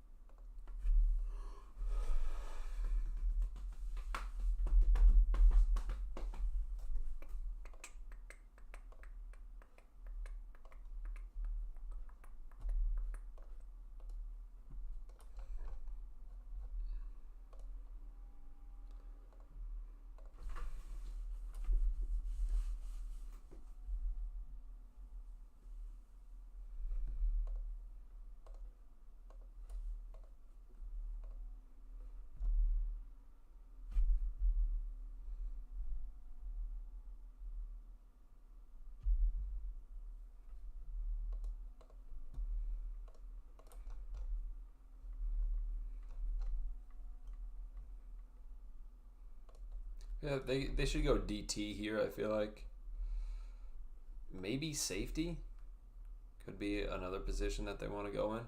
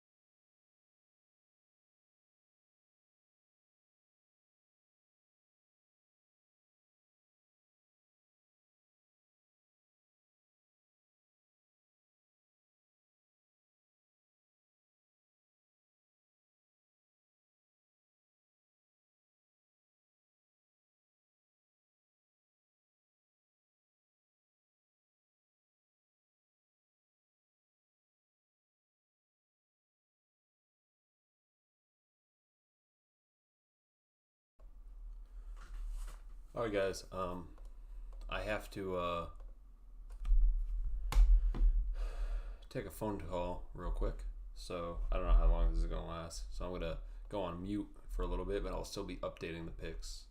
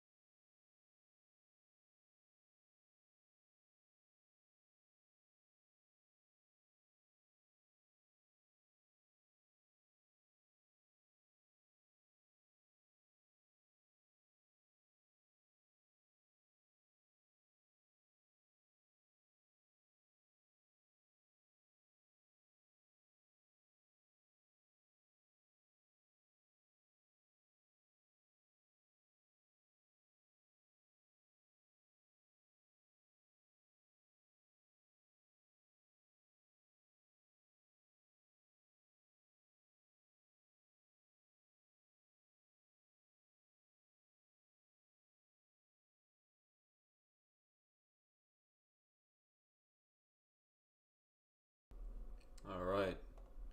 We're coming up here. We're coming up here on the Seahawks pick. Seahawks are just a few picks away. Tampa Bay Buccaneers are on the clock now.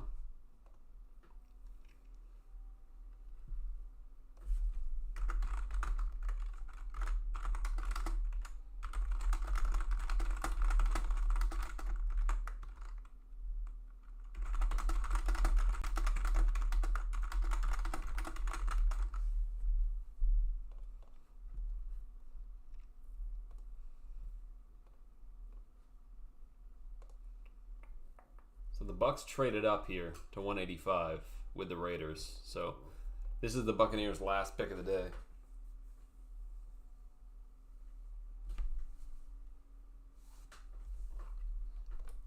Wonder where they go. Ooh, trade. Trade. Seahawks trade.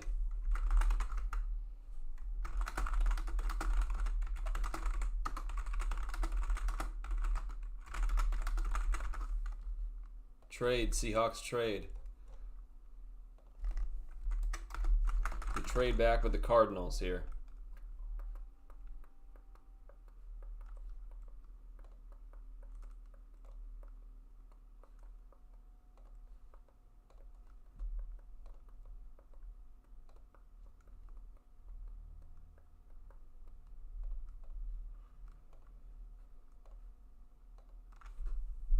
Wait, he might be wrong. We're trading back with the Jets.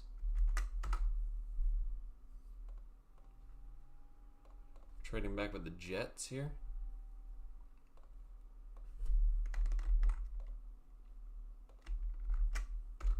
All right, Bauer Sharp, tight end at LSU, goes here.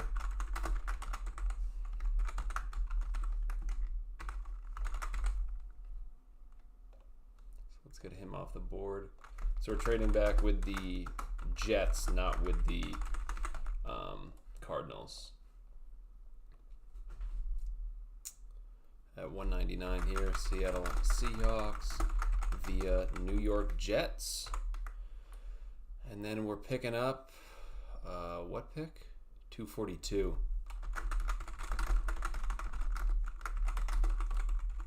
All right, so we pick up a late 7th to move back from early 6th to mid 6th. I like that.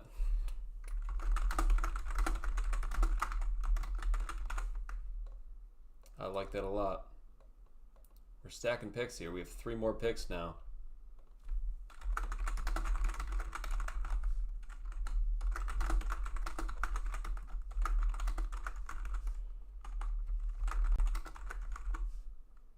Whoops.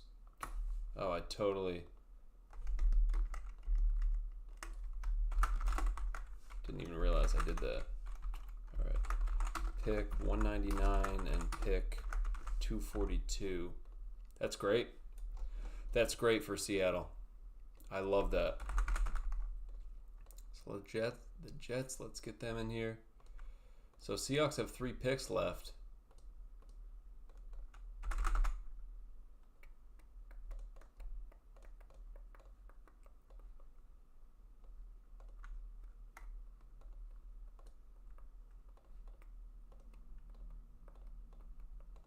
That's great. All right, so we won't be on the clock for a while now.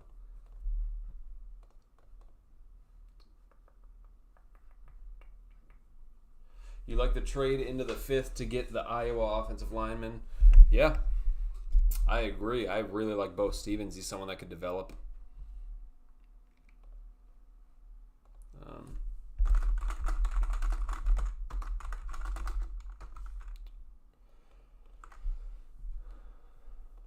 Yeah, he's doing all his trades here.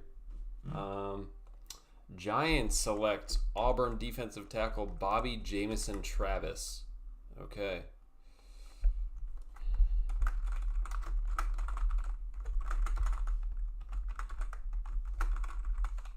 Don't love that for the Giants. I have him very low on my board, 680 here. And he goes to the Giants.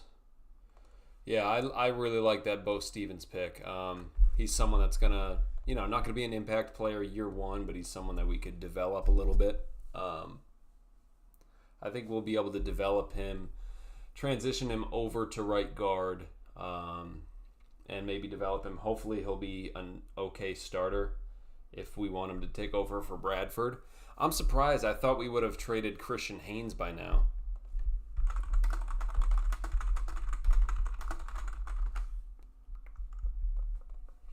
But we are not. But yeah, we went into this draft with 4 picks, and as of right now we have 7 picks. So we're getting our money's worth here. Katron Allen. Okay. Katron Allen to the Commanders.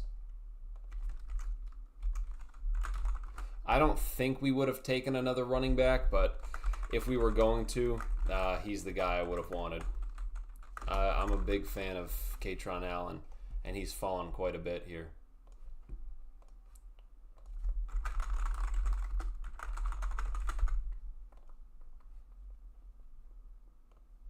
Now the Jets are up. This was our original pick, and the Jets traded up, so I wonder who they trade up for.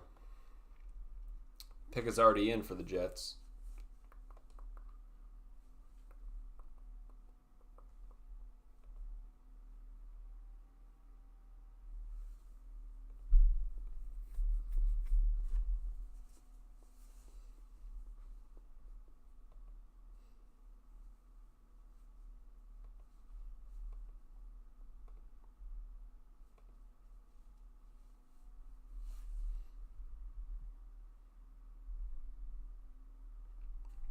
All right, Jets traded up for Anez Cooper here. Okay. So he's a huge 350-pound guard.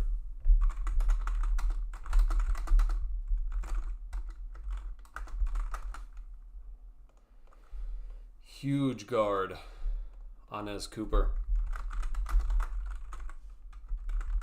I think he's a pure right guard. So I guess he's Mekhi Becton. Why am I searching Jets here? I want Anez Cooper. I have him low just because I don't place any value on those giant guards that can't really move, But he is an okay player.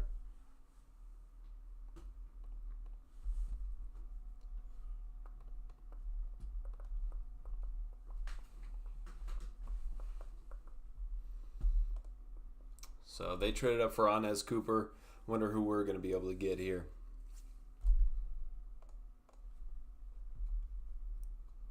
Now we're 10 picks away. Bengals are on the clock here.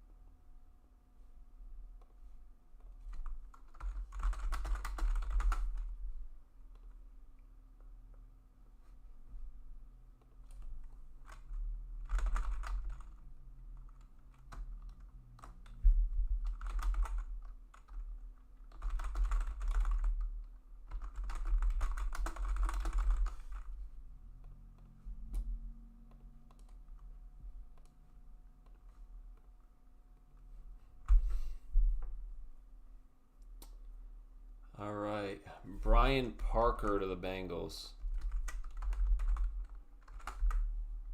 Wow. Okay. He can play anywhere on the offensive line. I think center is probably where you want to develop him, but I have him very high. I have him at 96. And the Bengals grabbed Brian Parker and Connor Liu. Like, they're cooking.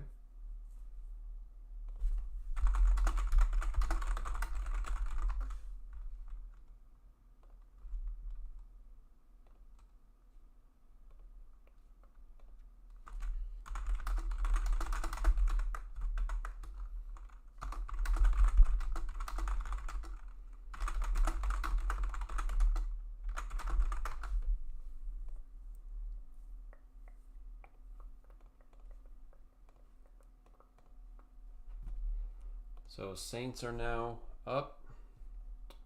There is a trade here. Jaguars are moving up.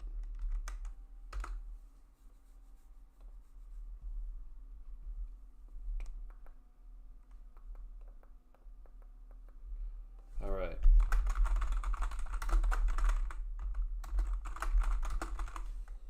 And the Patriots are moving back to 196 here.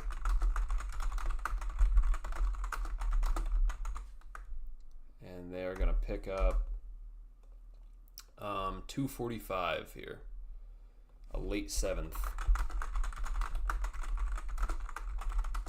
As if they didn't have enough picks, man.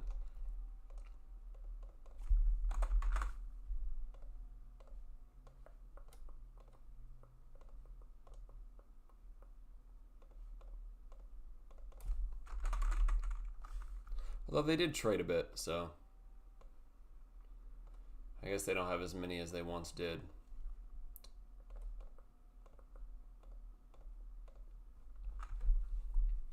All right, now let's do this here.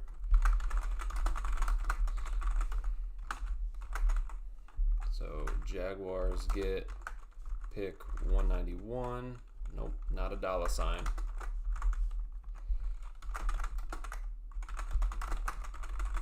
Patriots get pick 196 and pick 245.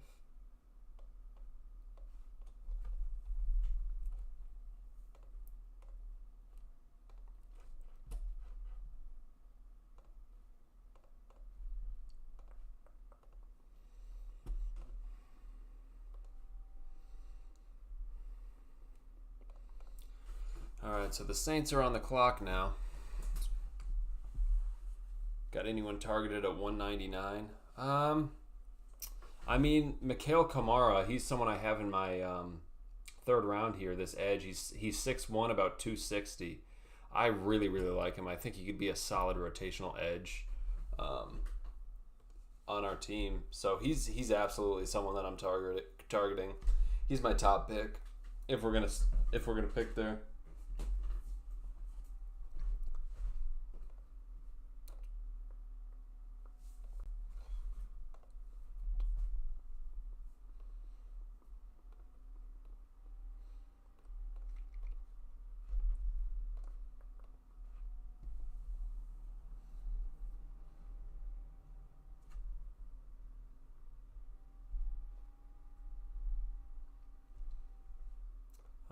Anyone else? Let's see. Let's go here and let's check the blanks.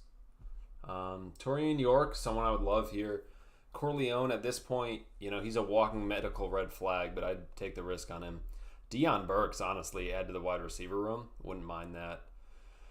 Harold Perkins Jr. would be very nice as well. Deontay Lawson would be nice.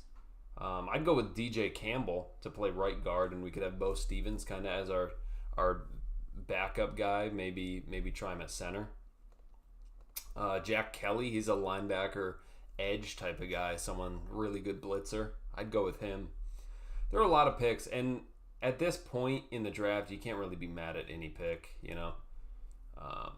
It's easy to say, like, why would you take that guy when this guy's on the board? But at this point, who really cares? Barrion Brown, LSU wide receiver, going to the Saints here.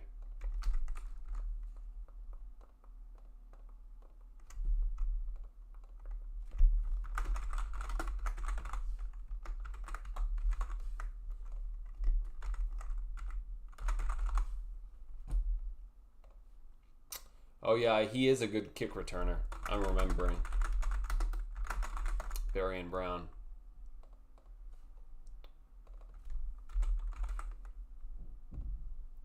And Jaguars on the clock now. I mean, they've probably already made their pick. Everyone is behind. They have made their pick. And then the Giants will be picking 2 in a row. Mason Rager at edge could be nice. I'd be happy with that. At this point, I'd be happy with just about anyone. As long as it's not someone that I like actively hate. I think I'd be happy with everyone.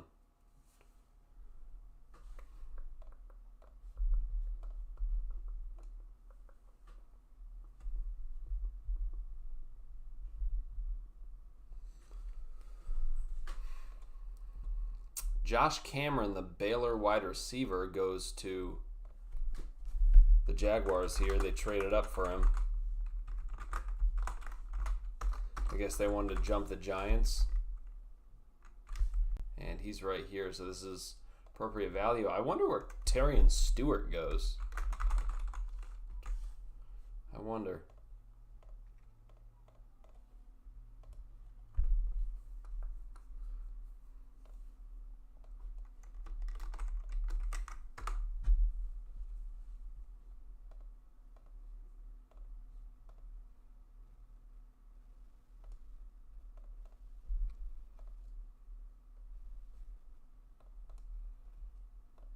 Pick is in for the Giants. And they're going to go with Illinois tackle J.C. Davis. Okay. That's a pick.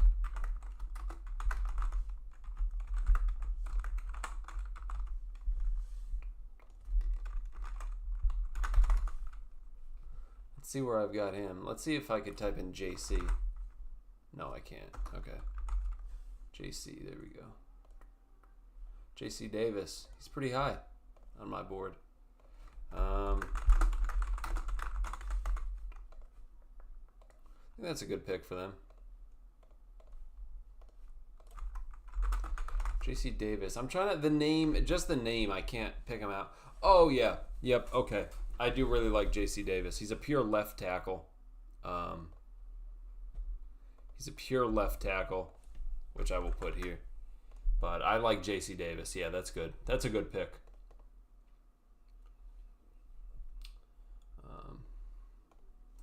Yeah, this one, I wouldn't be thrilled with Keyshawn James newbie, but I wouldn't hate it. I think we can get him at 216, or we could probably get him at 242. I don't think he's someone that's going to be drafted all that highly. And there are edges on the board that I like a lot more than newbie.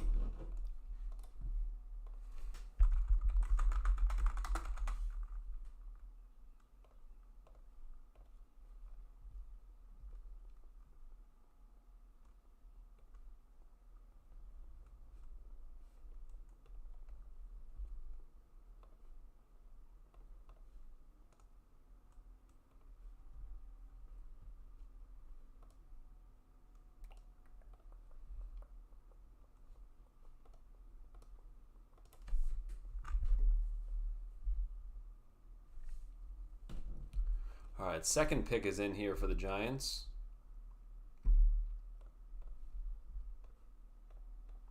Wonder if they maybe go with an interior offensive lineman here. And they go with Jack Kelly.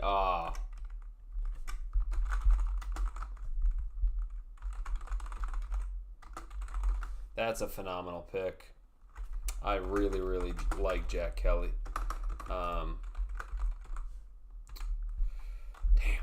Okay, that's someone I really would have liked because he's kind of a linebacker edge hybrid, you know. He's someone I really like. Giants got a great pick there. I mean, Arvell Reese on the inside, and you have Jack Kelly.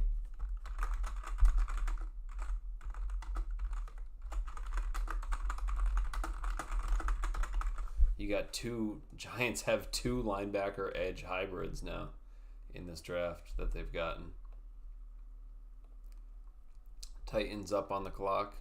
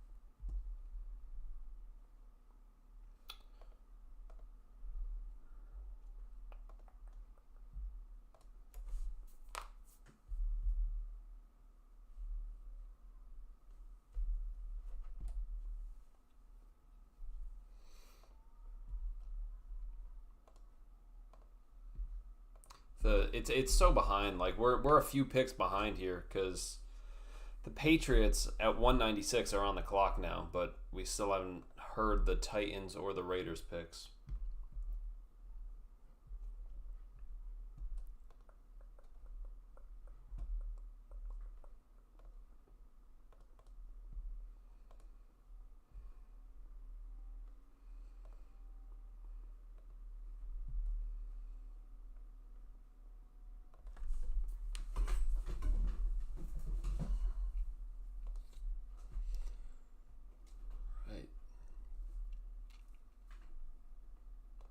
ESPN doesn't have the Titans pick in yet.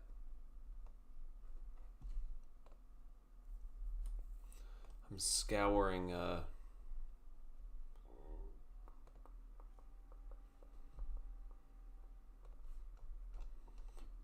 Twitter for it.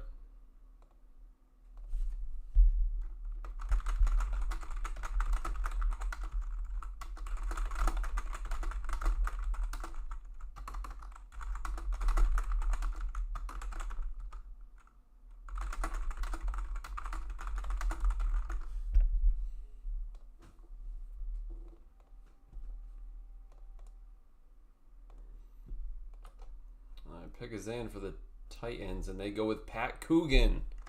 That's a really nice pick. That is a great pick. Pat Coogan, Indiana center, goes to the Titans here. That's really nice. I have him up here as a late 4th round pick. Titans get him in the mid 6th round. That's very nice. Very nice value. Raiders on the clock now.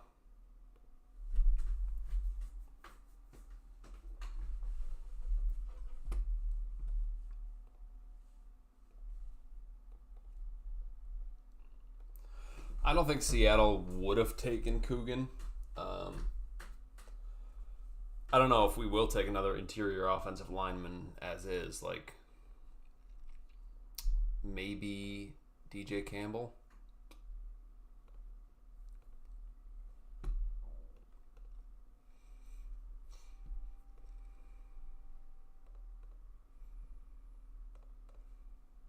I'd go with DJ Campbell. He's a great developmental right guard, I think. But then you're kind of limiting because you traded a future 4th for Bo Stevens, and like, you know, so you kind of put some pressure on yourself to make that pick work because you did trade a future 4th, and that's a significant trade. All right, Raiders go with Malik Benson here, out of Oregon.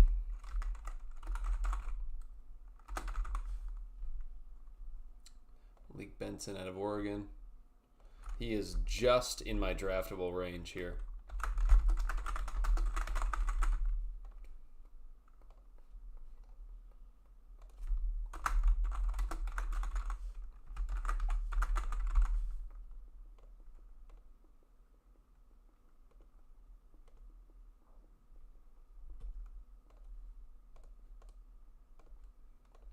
Patriots pick is in.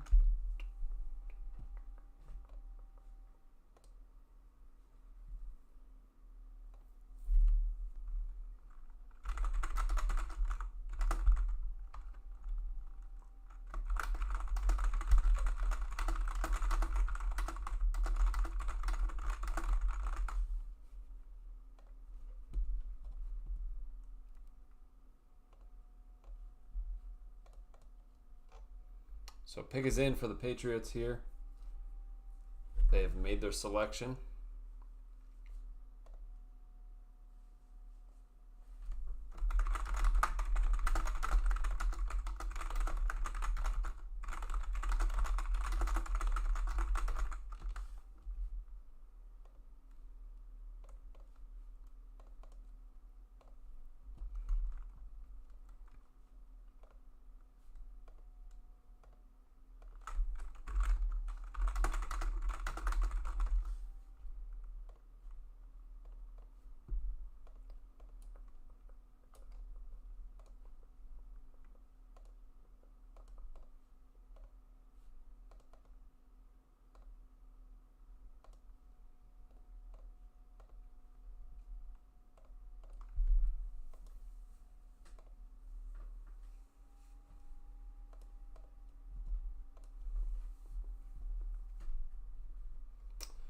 We have a trade here.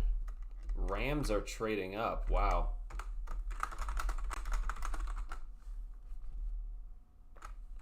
Rams trade up. Okay.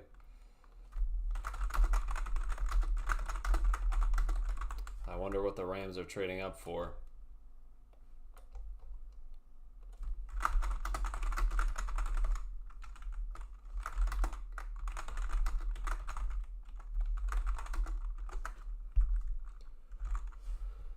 What pick is this? Pick 197, and then the Eagles get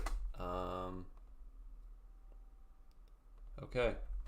Pick 207, pick 251, and pick 252. Okay. So Rams trade a good amount of picks here.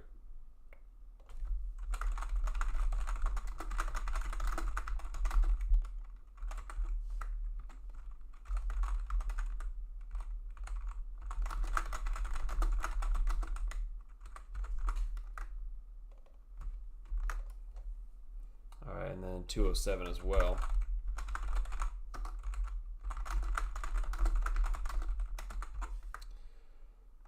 I'm really hoping the Rams don't get something good here. If they get Kamara, I'm going to be upset. That would sting.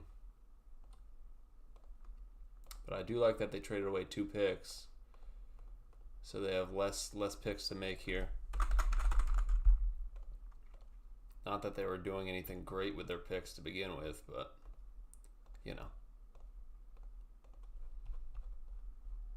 All right. Do we have the Patriots pick yet? We don't. We don't have the Patriots pick at 196. I did all that. We still don't have the Patriots pick.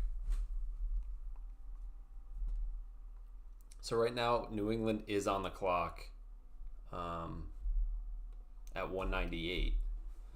We just don't have their other pick. And the Seahawks are still at 199.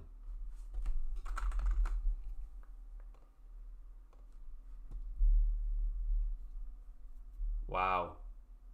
Vikings are moving up to 198, so Vikings are jumping us.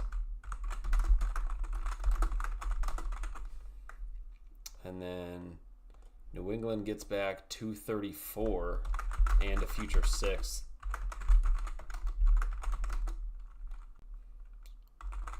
All right. So Minnesota jumps us.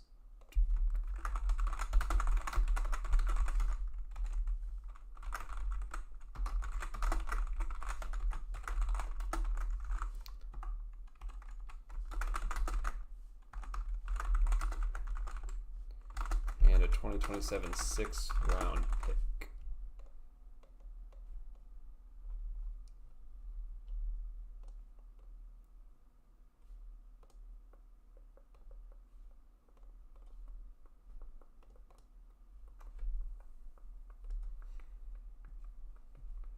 Demetrius Crownover to the Patriots at 196. Okay. That's good value. I think that's good value. I'm at 114. I think he's someone that could develop into a starter, which is great. That would allow them to move Will Campbell inside.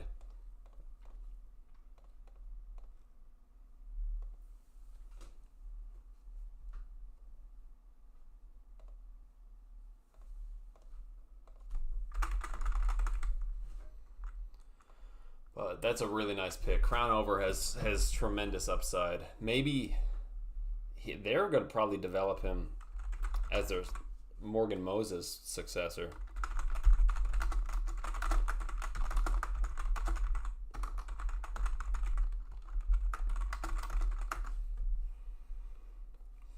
And then they move Lamu to left tackle, you know?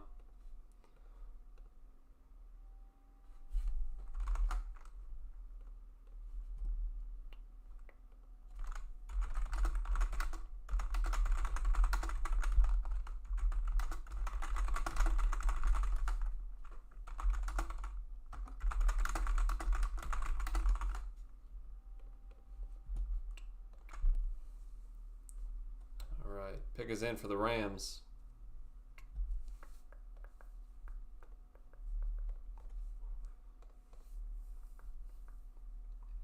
Yeah, I mean,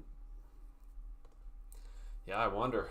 Both Rams and Vikings move up. Maybe they think we're going edge because the Vikings did trade Grenard.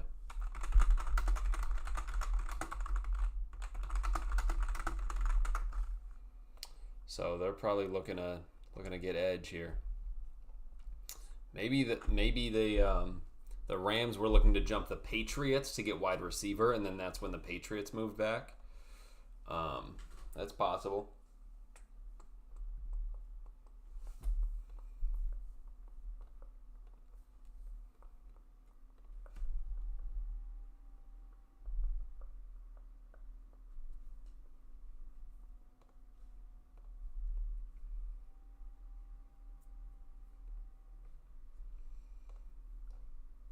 Still don't have this Rams pick.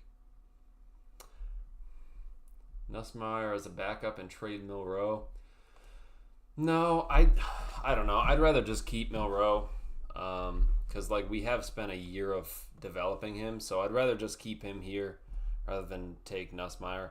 Rams trade up for C.J. Daniels. Okay, that's a nice pick. That's a nice pick by L.A. So I was right. They traded up. Probably looking to jump. Oh,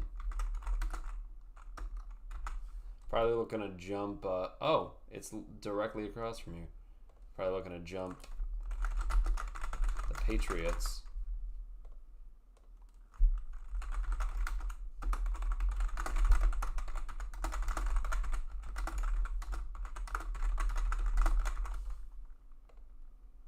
All right, I've got to change the color for the Vikings here.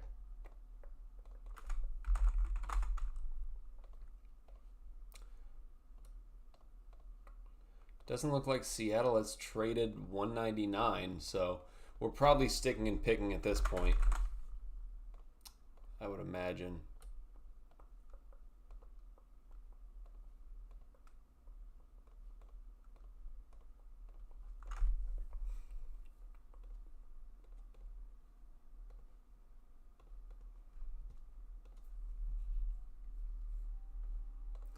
Vikings jump us for Claiborne? Okay. Vikings jump us for Claiborne. We are on the clock here.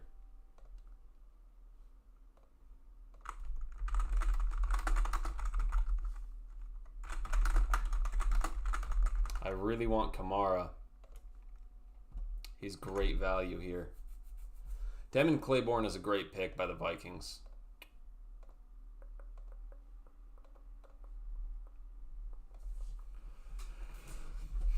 Come on, man. We also picked shortly after this at 216.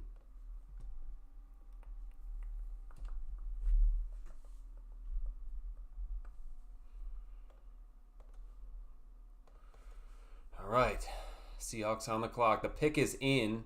That was fast. We took wide receiver Emmanuel Henderson.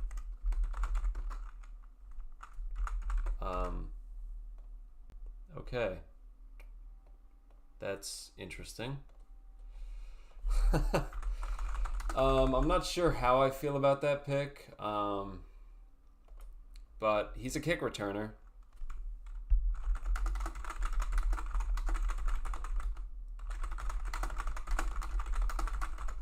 That's probably what he does for us, I'd imagine.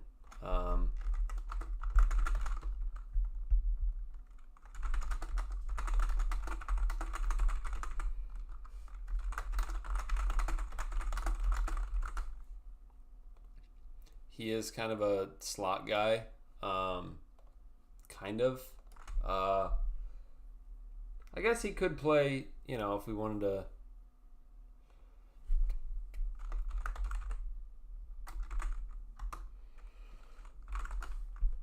I guess replacement for Cup, All right. So let me put Damon Claiborne here for the Vikings.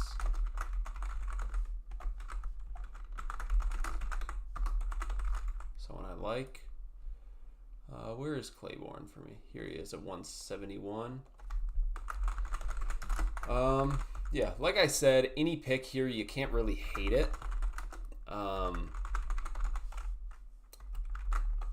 He's a wide receiver slash kick returner, which is big. Or actually a punt returner out of Kansas. Mainly a punt returner. Manuel Henderson Jr., here we go. Going to the Seahawks. All right.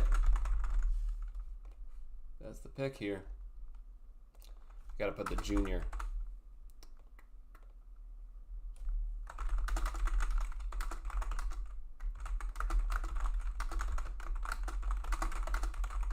He's probably our wide receiver 5 or 6. Yeah, he's on my board. He's in the 400s. All right, so let me do this. Let's see. DJ Campbell goes to Miami. That's too bad. That's really too bad.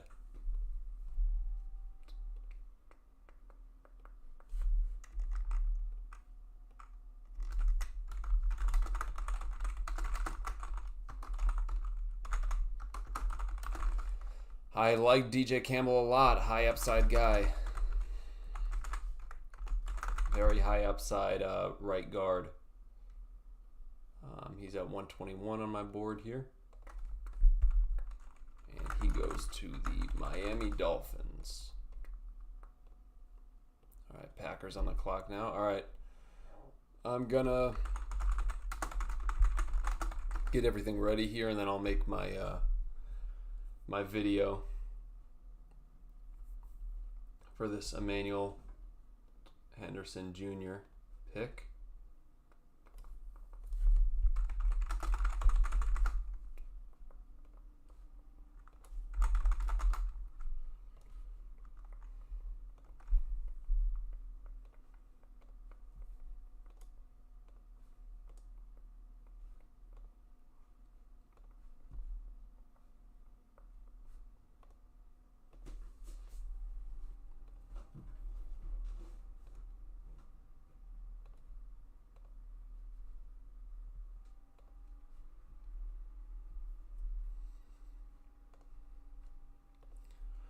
The Packers made their pick. They go with Damani Jackson, cornerback out of Alabama. Okay. That's a decent pick there. Where is Damani on my board?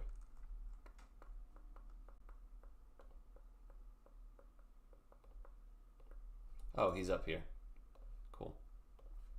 I knew that was about appropriate value. All right, Chargers on the clock now.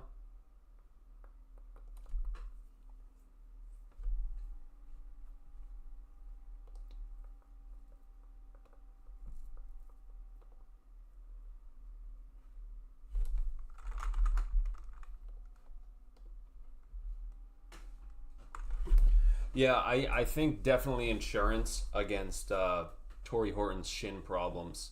I agree with you there, because Horton's injury issues,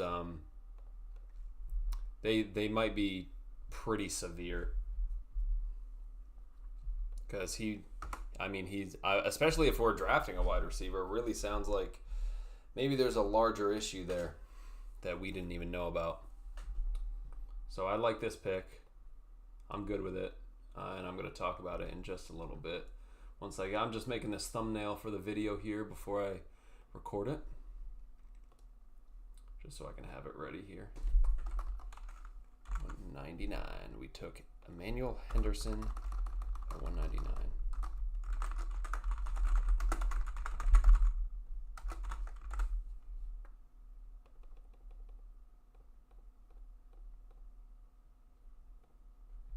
All right.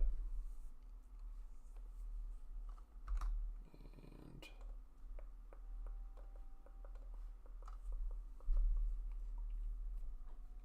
let's see if the Chargers have made their pick yet. They have not. things go from like really slow to then really, really stressful, sometimes. Once we make our pick, then things seem to move really fast. All right. Let me download this. All right. Thumbnail is downloaded here. Let me get my write-up up on Emmanuel Henderson Jr.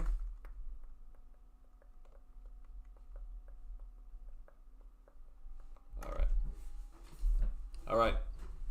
Here we go. We're about to do this pick. Let's make sure we don't have the Chargers pick here before we go, because I don't want to be too behind. Okay, Logan Taylor goes to the Chargers here. The Boston College guard.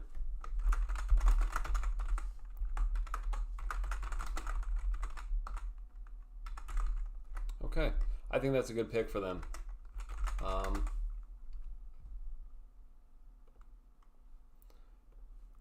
Logan Taylor here goes to the Chargers. All right, now we should have enough time where only one or two picks go off the board while we're recording this. So let's go. Here we go. All right, guys, the Seahawks have made yet another pick, and it was after another trade. We moved 188 to the Jets for pick 199 and pick 242. So we still have two picks left today, 216 and 242. And at 199, we've chosen wide receiver Emmanuel Henderson Jr. out of Kansas. This is a guy probably is going to strike some confusion in the fan base. But I like this pick. He is also a kick and punt returner. So he does give us kind of a backup punt returner, which we don't have right now, unless you want to throw Jake Bobo there, maybe. I don't know. But he does give us that backup, so I do like him. And he is fun as a receiver. He is a legitimate burner who can take the top off a defense. Like his long speed shows up consistently on deep overs, post routes, slot fades. He can stack cornerbacks really, really well. And he is deceptive at the line of scrimmage. His release looks identical between him running a hitch and a go route. So it's very, very hard for corners to read his intentions. And he was previously a running back. So he does kind of have those roots that can translate into yards after catch. He averaged, I think, 7 yards after a catch per catch at Kansas. And he runs with serious physicality. Even at his size, he's 6 foot or 6'1", 190, but he does not run like it. He's a lot more physical than his size. And, he does provide some rare special teams value, both as a kick and punt returner, but also as a gunner on punt coverage. So I think he will be on our punt team as a gunner. He is very, very nice, and that's a rare two-way skill set that you don't find everywhere. He has fluid body control. He has natural coordination, which allows him to adjust to off-target throws. He could track the ball very well, and he does have a pretty wide hand radius or catch radius, despite his hand size. And he did line up primarily outside for Kansas, which is nice. He's not a pure slot guy, but he can do both, work outside and in the slot. Has that versatility. He has legitimate big play ability, like deep downfield, which is something that Shaheed has. He's kind of, at this point, our backup Rashid Shaheed, both as a wide receiver and as a special teamer. And one thing I will give him that I don't really give to Shaheed is his blocking ability. Shaheed does block, but Henderson just has more willingness from what I've seen on film. He's not going to pancake anyone, but he gets out there, he shows consistent effort, and he never quits on blocking assignments, which is great. And some of my issues with him, his hands are a real concern. His drop rate at Kansas was very high. I think it was closer to 10%. But he doesn't consistently secure the ball through contact, which is rough. He has a limited route tree. His comeback in curl routes, he just wastes too many steps. And he just has some extra hitches in his routes. He does have a thin frame, so below average weight, I'd say. He's 185, 190. And I don't think he's someone that could put on too much mass without losing speed, which is kind of an issue for him. One big issue is that he only does have 1 year of production. He had 1 year. He was at Alabama for 3 years, didn't really see the field at all. And then just last season at Kansas was when he got on the field. He had 775 yards and 5 touchdowns. So he kind of only has 1 season of promising tape. Everything else, he hasn't really been on the field. And he really struggles against physical press coverage. He doesn't have the hand technique or the upper body strength to consistently disengage from jams. So he's someone that you're looking at kind of as a backup Shaheed. He does give you punt return value. He can be a nice gunner on the punt coverage unit as well. And he's someone that can win over the top, which honestly, in the mid-6th round, that's all you can ask for. So let me know what you guys thought down below. I think this is a great pick, and I will see you guys later. We have a couple more picks to go. Let's see how we do. All right, let's get that video up, and let's see what I missed here.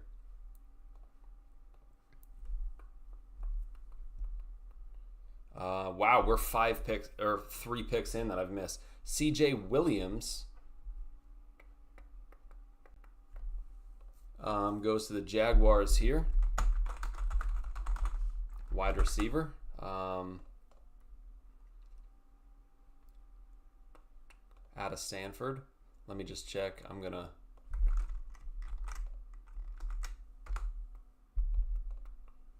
update this. And then Lions go with Skylar Gill Howard, DT out of Texas Tech. Nope, that's the Lions. Whoops. Well, we could just copy this.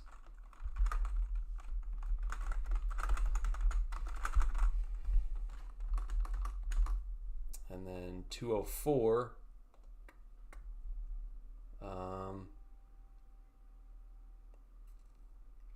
The Texans go with Lewis Bond. Okay, wide receiver out of Boston College. All right, and I will cross those off in a little bit. I just want to get this video uploaded.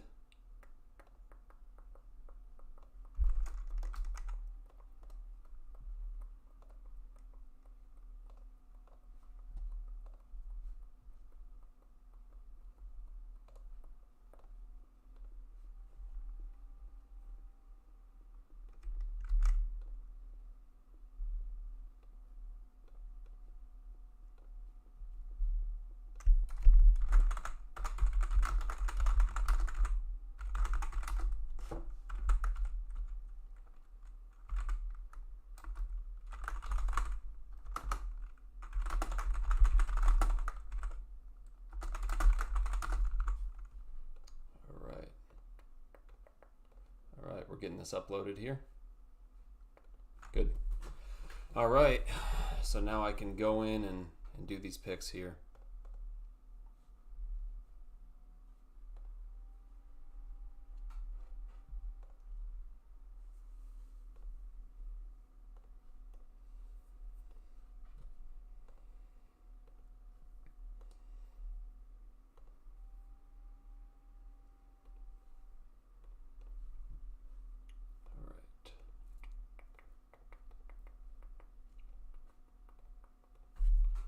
Now we can go.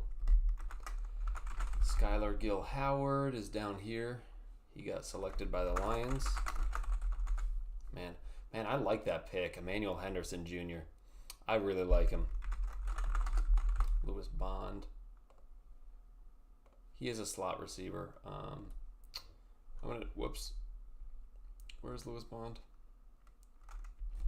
I'm gonna have to search him again because I just lost him. And he goes to the Texans. I have to look and I have to check on Lewis Bond. I can't remember. What I thought about him just off the name alone. And the Jaguars get C.J. Williams. I think C.J. Williams is a bigger bodied guy, if I'm remembering correctly. Let me check here. Check my notes. C.J. Williams out of Stanford. 6'1", 205. But he's another guy, only really 1 year of production. Let me check on Lewis Bond here, what I have with him. Oh yeah, he is a pure slot guy. Yep, I remember that now. Now looking at him, okay. Slot receiver. All right, Chargers are on the clock here, and they go with Alex Harkey, the Oregon guard. Okay.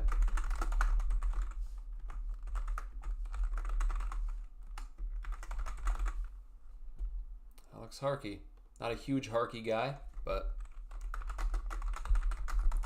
I mean, at this point, pick whoever. It doesn't really matter, And Seahawks are up pretty soon in about 10 picks.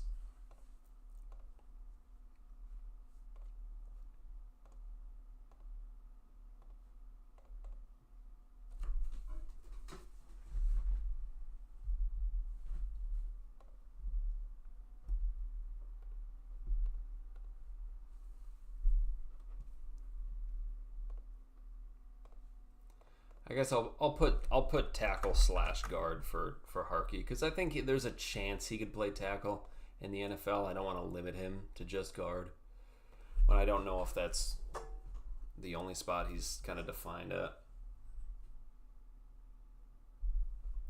Wow, Mariners Cardinals are tied 9-9.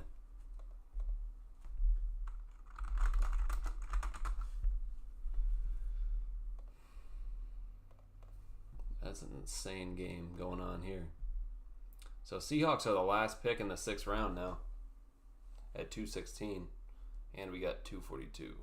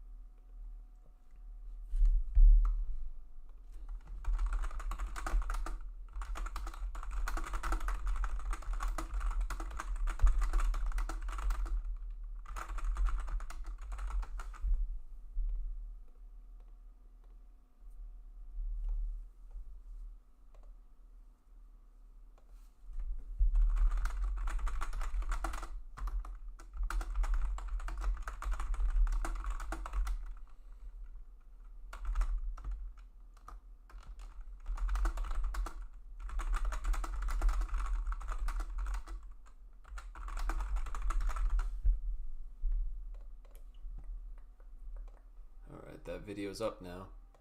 Nice.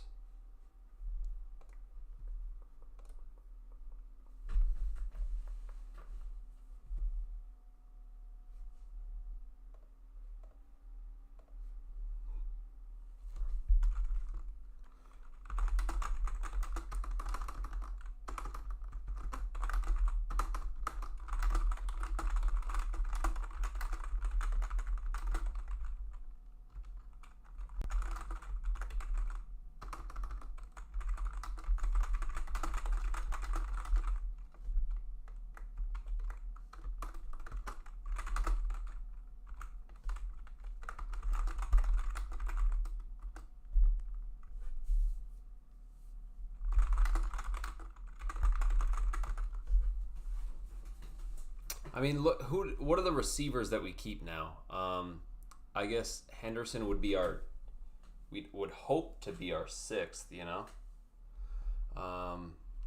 So we got JSN, Shaheed, Cooper Kupp as our 3. Then we got Torrey Horton, Jake Bobo, and Henderson as our 6th, I guess. And then Our practice squad would probably be like Cody White, Ricky White, Tyrone Broden, I'd imagine.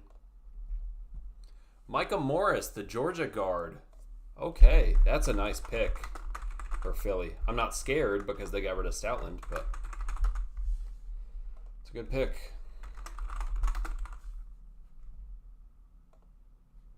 Micah Morris. I like that.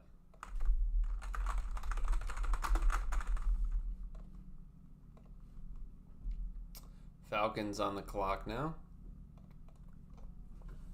Their pick is in.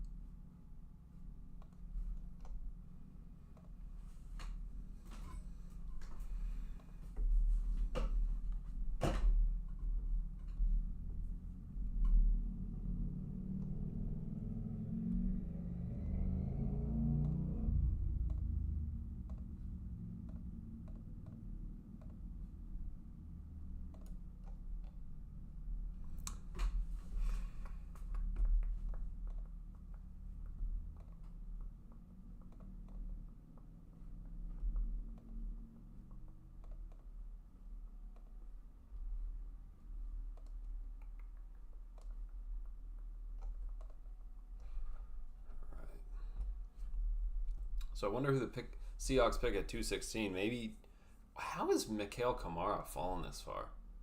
I don't get that. He's a really, really good player.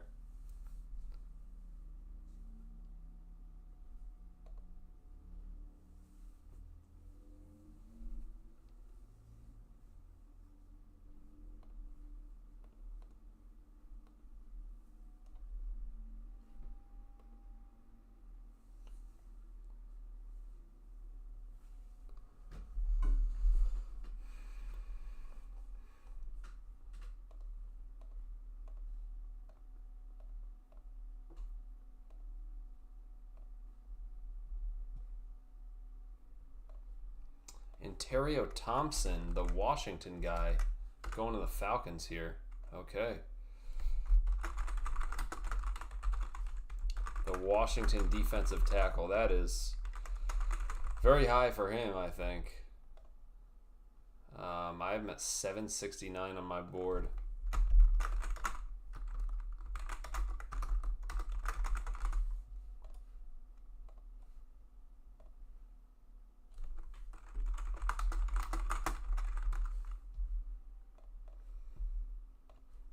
That's very early for him.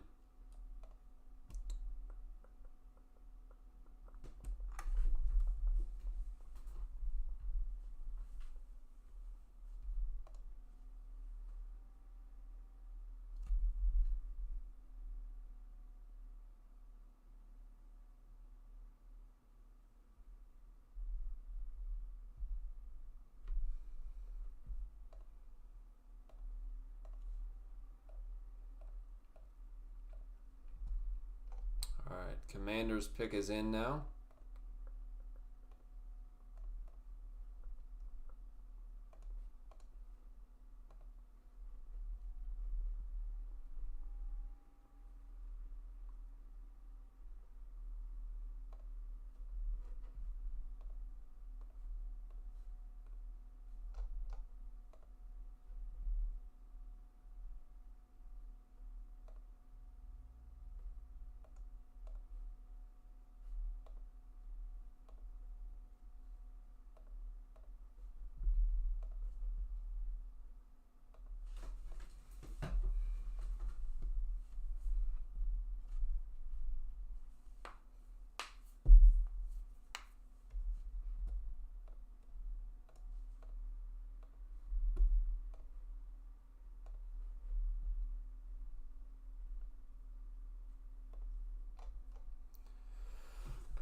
Commanders got to address their secondary here, right? They haven't taken a corner or safety at all in this draft.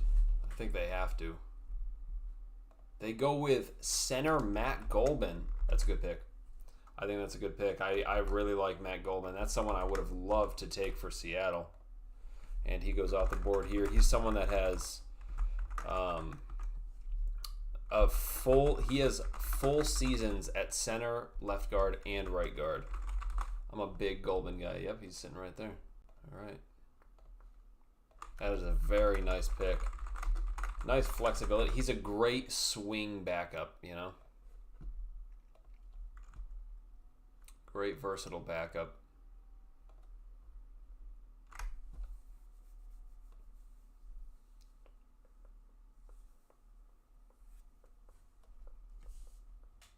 I think Emmanuel Henderson ran a 4.44 40.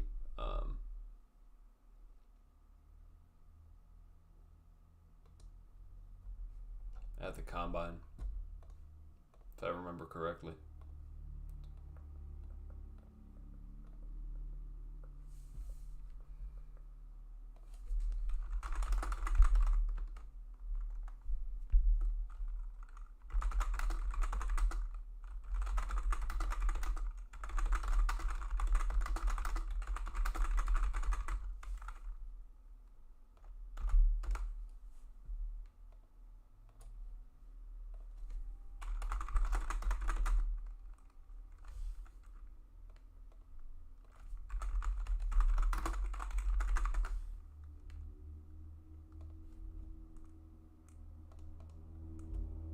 Pick is in for the Steelers here.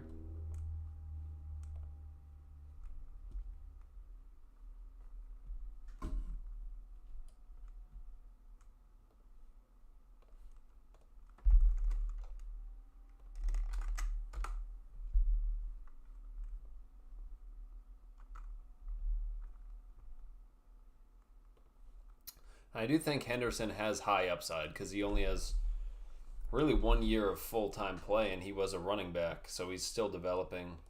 And I believe he's young, very young. Let me check here. Oh, he's 23. So not very young, but he is young.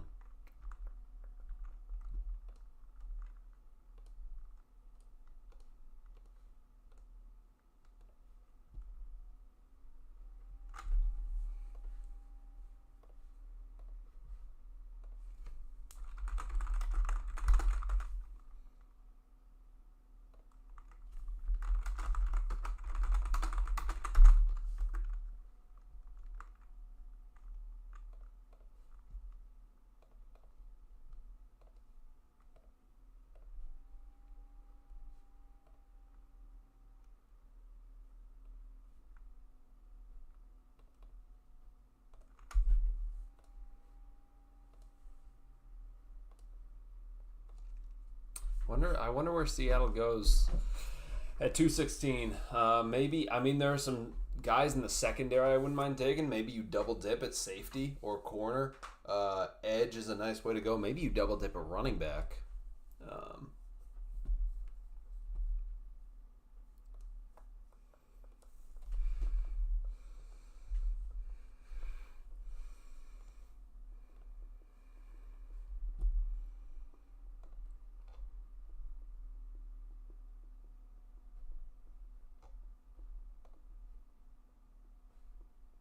Deion Burks is still available. Nussmeier's available.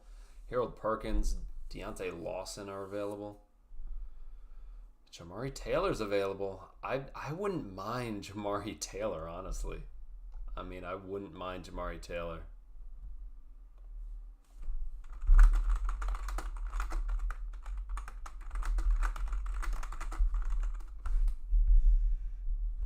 I think that would be a nice pick.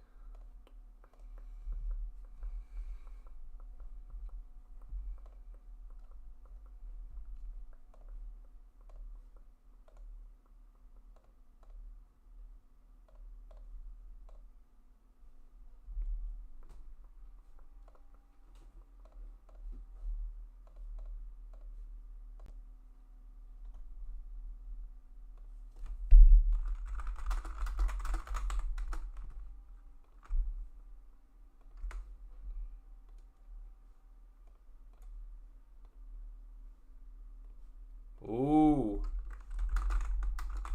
Wow. Mariners up 11-9, top of the ninth. Rivas singled. Crawford and Garvard scored. Wow. Gabriel Rubio. What? Gabriel Rubio to the Steelers. Okay. That's the Notre Dame DT. That's very interesting. I don't know about that pick for the Steelers.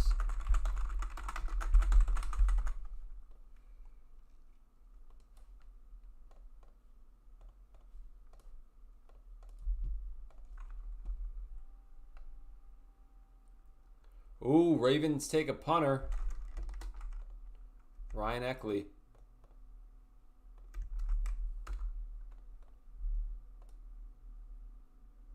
Wow.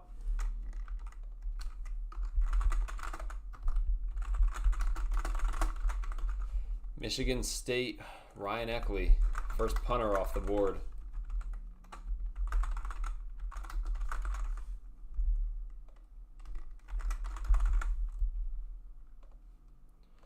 I did not think Eckley would be the first punter off the board, but all right.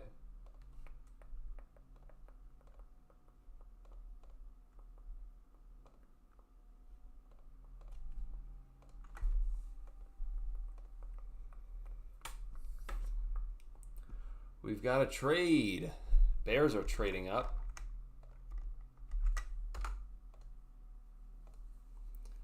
Bears are trading up to 213 here.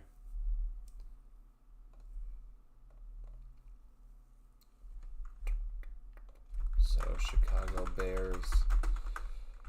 Yeah, Kamara is short, so I understand it. Why he's falling. And then we got 239, 241 go to the Bills.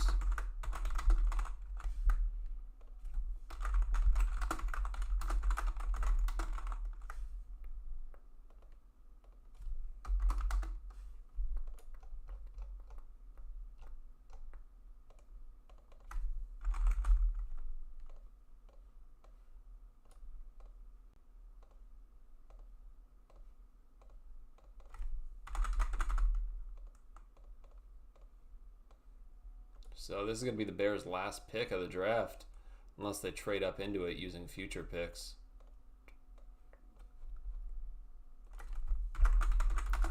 I might have to make some more room here.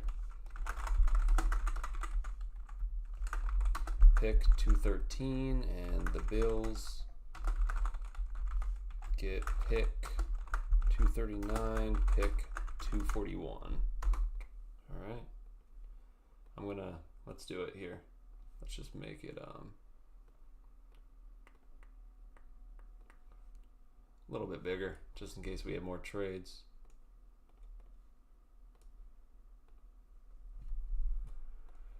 Patriots go with Nnamdi Obiazor. All right.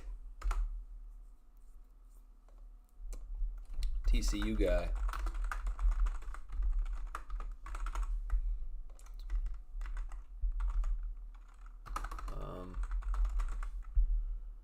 Nnamdi goes here.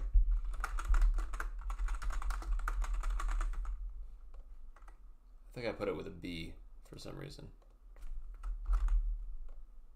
Whoops. All right, Bears here. Let's see what they traded up for. Once we get into the 7th, it should be 4-minute picks as well. So it should go a little bit quicker, which means we'll have less time to record the Seahawks pick videos.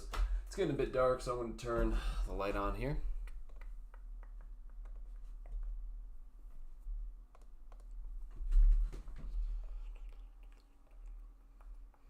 Actually, I feel like we don't need this one.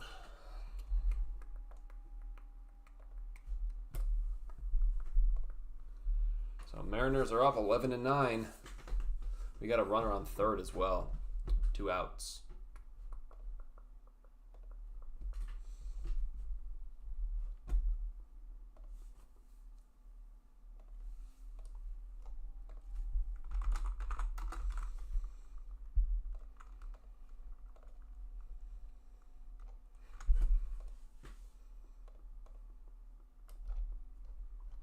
Pick is in for the Bears.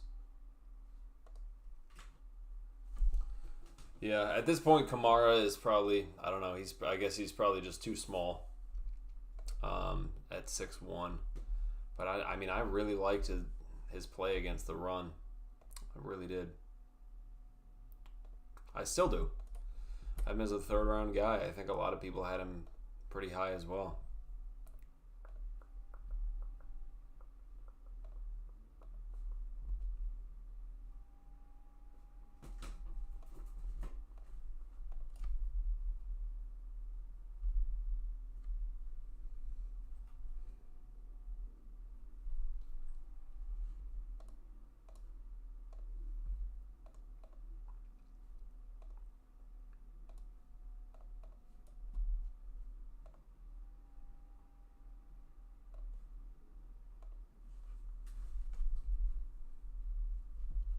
Jordan Vandenberg to the Bears. That's a phenomenal pick. That's a guy I would have gone with at 216 for Seattle. Wow. Georgia Tech guy here.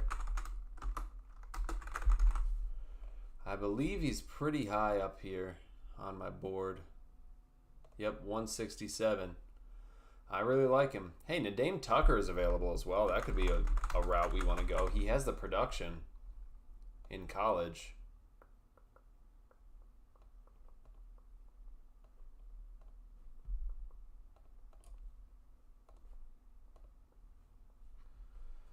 Vandenberg is so good. He has a career average depth of tackle of like negative 0.1 or something.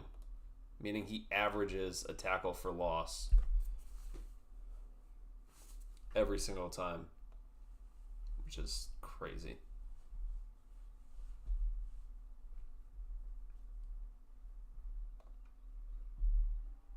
Raleigh gets intentionally walked here. So bases are loaded, 2 outs, top of the ninth. Julio's up to bat. Bases are loaded for a Julio strikeout here.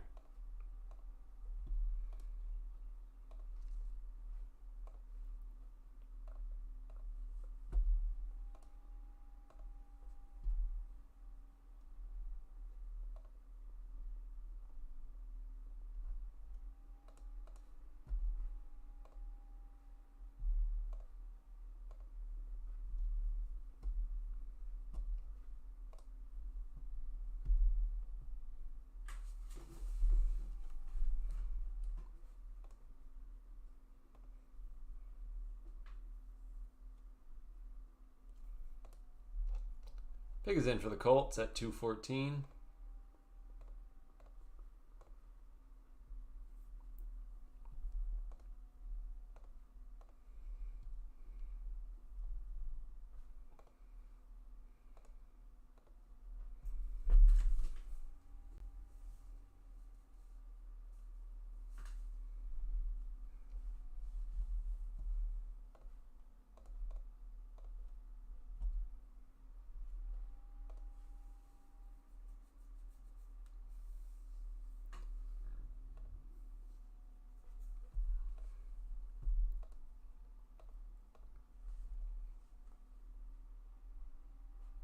Caden Curry to the Colts. Okay. There's a pick. There's a pick I would have liked for Seattle here at this point. I like Caden Curry. Where do I have him at? 191 on my board. Caden Curry feels like a Colts pick too. I like that.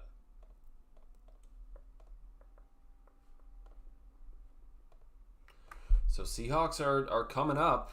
We're a pick away. Falcons are on the clock. And then Seattle's picking. I wonder if maybe...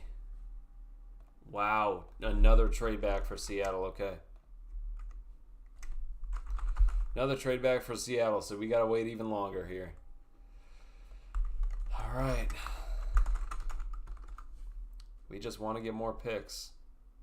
So Seattle is sending 216 to the Packers for 236 and 255. So that means we're going to have 8 picks here. So we get 236 here.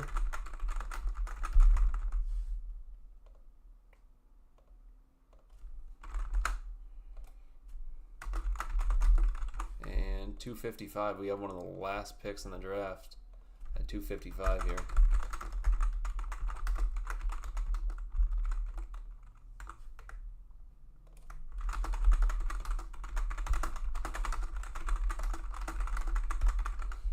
We clearly just hate all the players in this draft because we're moving back. Like, we clearly don't like anybody in this draft.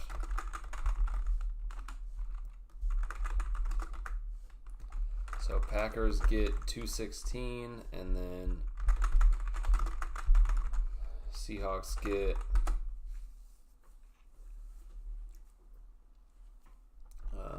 was it 236? 236, yep, and 255. All right. So now we've got 3 more picks. I mean, this makes it fun. This is more videos for me to make, which I like. More picks for me to talk about. Another thing I like. We now have 3 7th-round picks: 235, 242, and 255. That's going to be a nice, fun little run there. Because these picks are so close, 236 and 242. I might not even have time to make a video in between because 5-minute picks or 4-minute picks. That's fun. I like that. Let's see where the Packers go here. First, we got to see where the Falcons go. They go with Harold Perkins Jr. That's why we traded back.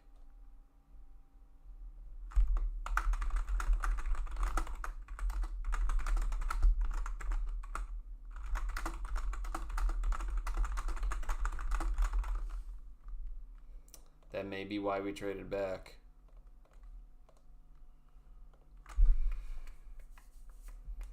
Because Harold Perkins is a great player. I would have loved to take him there. I have him pretty high up here at 110.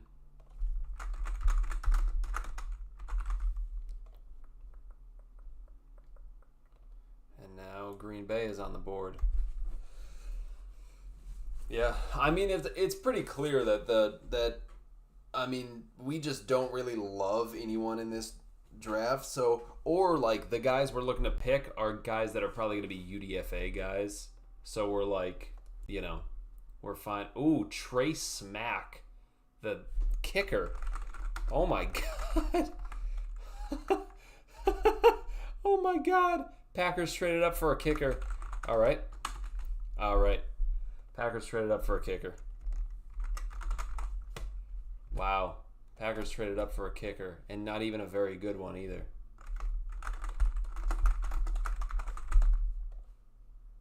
Wow. Now we're on to the 7th round. Final round of this draft. Cardinals are up.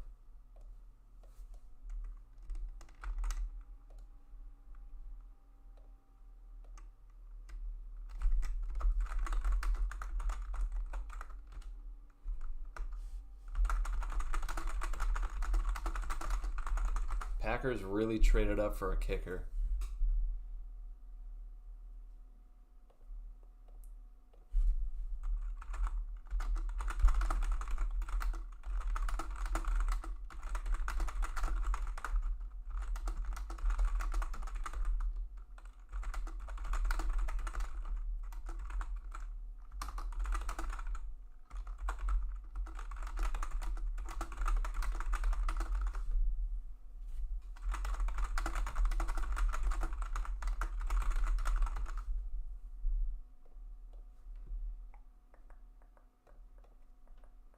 Pick is in for the Cardinals here. Top of the 7th round. It is Jaden Williams. Okay. Tackle.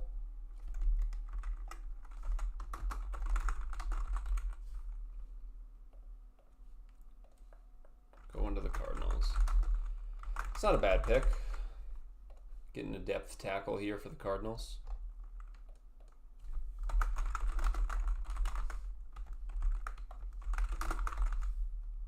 Cowboys on the clock now.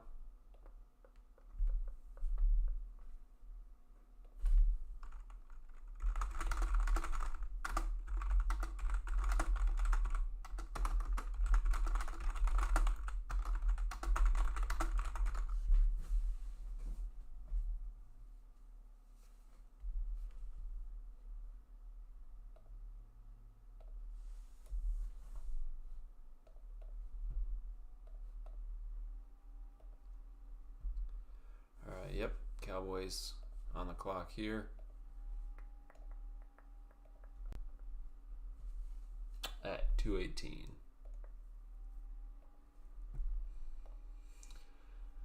Nussmeier is still here in the 7th. I mean, at this point, if we get to like 2:36 and we want to take Nussmeier, sure. Do that and then trade Milroe for a future 4th or something. Future 5th.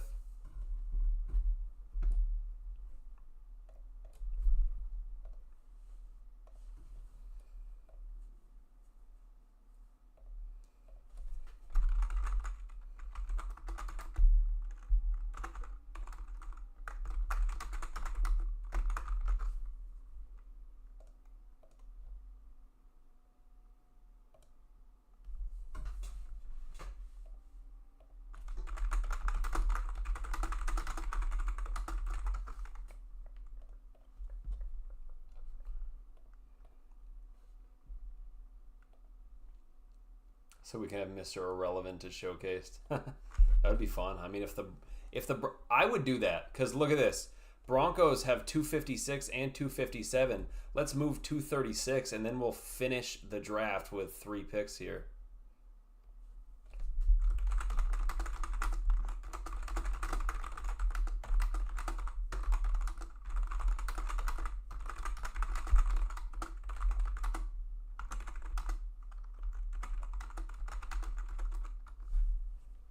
That would be awesome.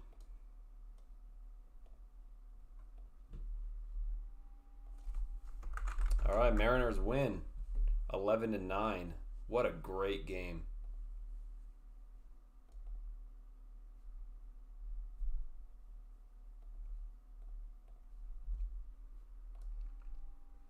All right, Anthony Smith, the wide receiver, goes to the Cowboys. All right. Not a big Anthony Smith guy. I think that's a big reach. But if at this point, there's really who cares about reaches? Because, like, just get him under contract, you know? Get him under contract and it's fine. You're getting him on especially a position of value, you know, you're getting him on a cheap 4-year deal.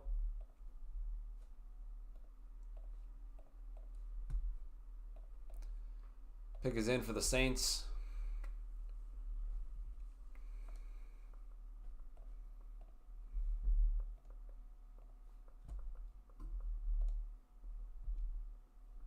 Xavier Harris is still here in the 7th as well. That's a guy I'd take a shot on. Bishop Fitzgerald is still here too. That's crazy. That is crazy. Wow. Can't believe Bishop Fitzgerald is still here. Let's check on some of these guys here. Wow. Isaiah World is here.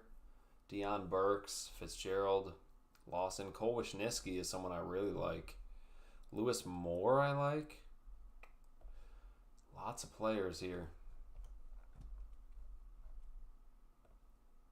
Lots of players I like here.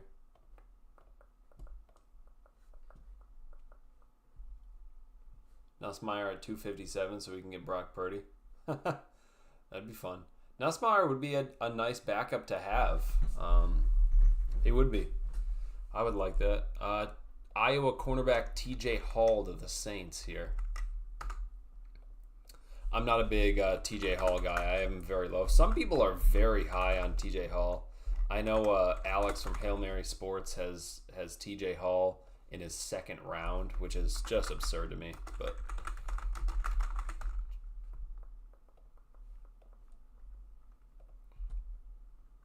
all right, Bills on the clock now.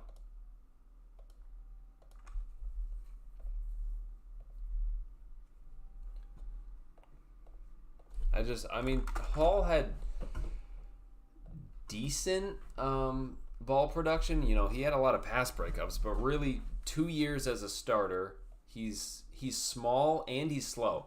He's he's 5'11", 190, but he's also really slow.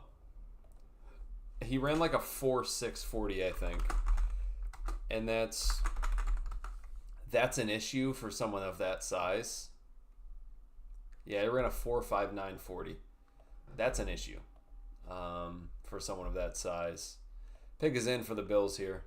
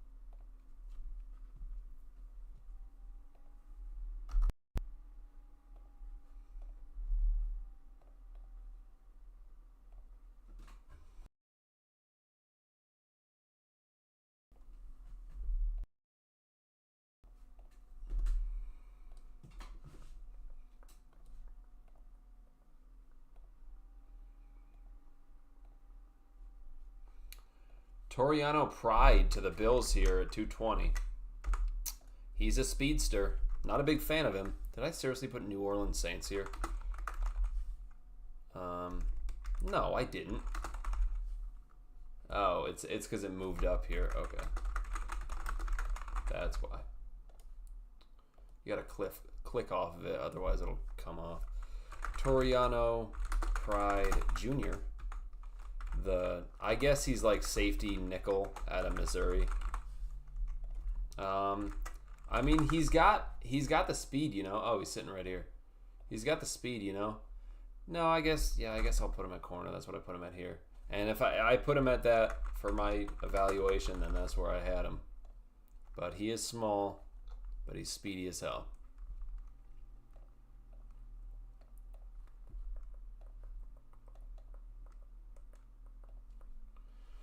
Pick is in for the Bengals at 221. Yeah, I really wouldn't mind Nussmeier at this point.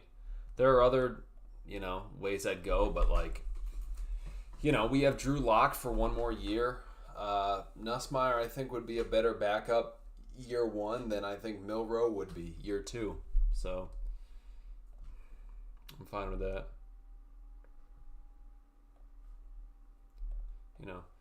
I mean, this is clearly acquiring these picks. It clearly just means that we have some priority UDFA guys that we just do not want to lose.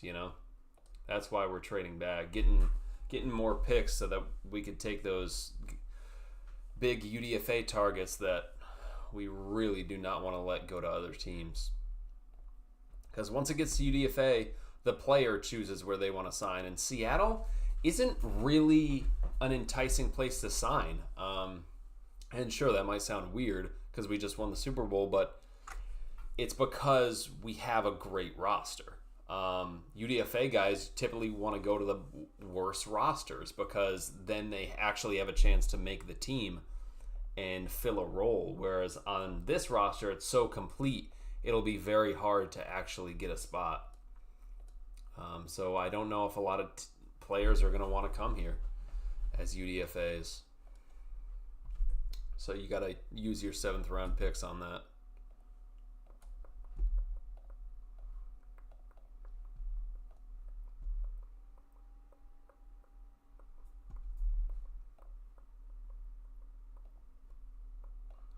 I feel like the best ender to the draft here would be Red Murdoch with one of these Bills picks. That would be just a great finisher to the Bills draft.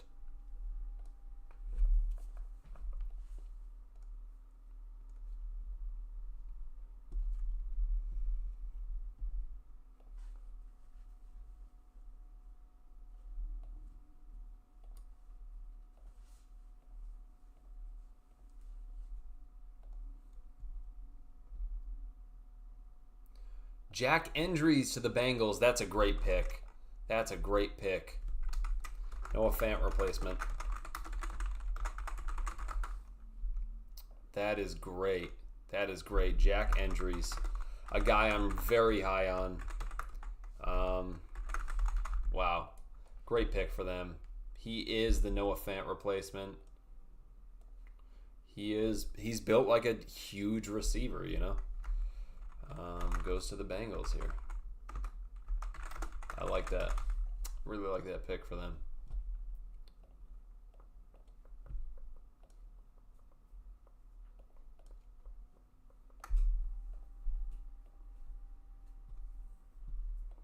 Now the Lions are up at 222.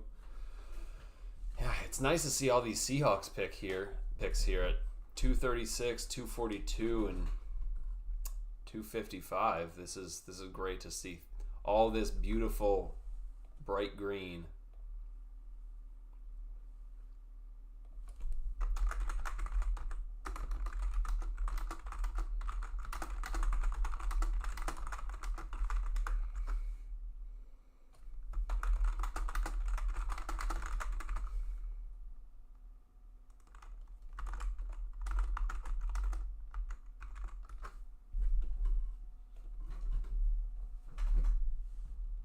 Ooh, Tyre West, the Tennessee defensive tackle to the Lions.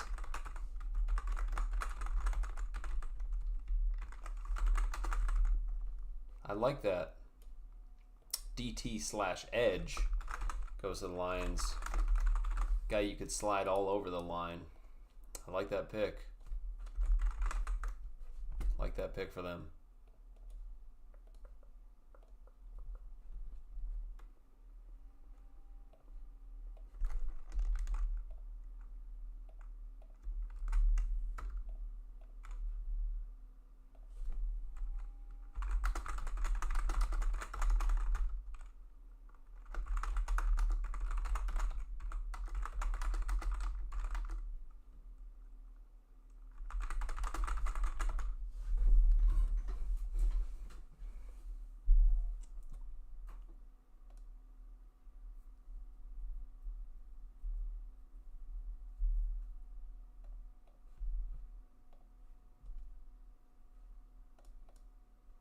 Take us in for the Commanders here.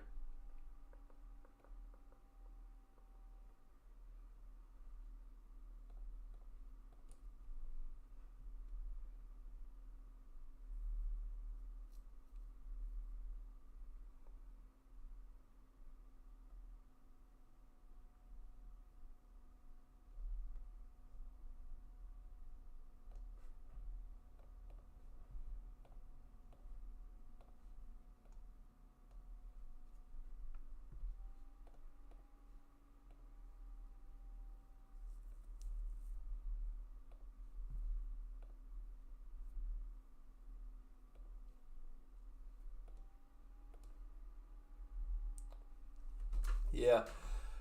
James Newby and Brandon Cleveland are probably going to be targets here.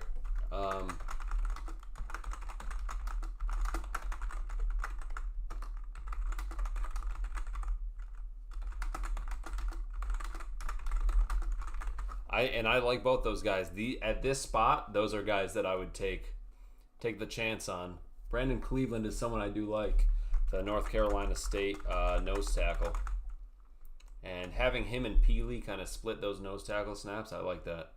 Brandon Cleveland is fun. He's a good run defender. I'd like to get him in the middle there. Oh my goodness. Athen Kaliakmanis goes over Nuss. Oh my God. Athen Kaliakmanis goes over Nussmeier here. What? The Rutgers QB. Oh, man. That is absurd. That is just ridiculous. Let me check my notes on him. Like, I don't remember liking him at all. Let me check my notes here. For QBs, I actually wrote it in my notebook here. Kelly McManus. Oh yeah, I wasn't. I mean, he gets the ball down the field, but really was not. He's got good size, 6'3", 212. But man, his turnover-worthy play percentage is not great. Yeah, I'm not a huge fan of him. He does push the ball down the field though, which I do like. And if you're the Commanders, I guess you want to develop someone like that. Might not be too bad.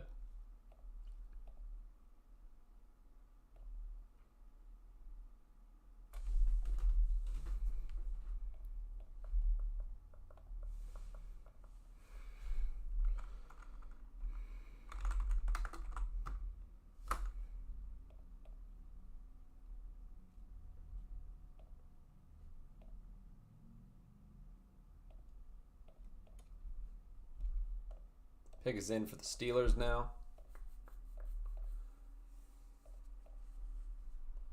Wonder where they go here.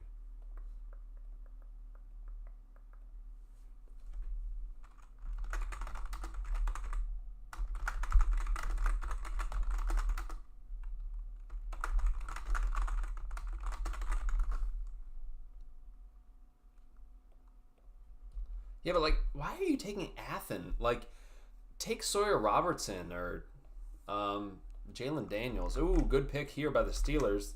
They go with Robert Spears Jennings. That's a nice pick.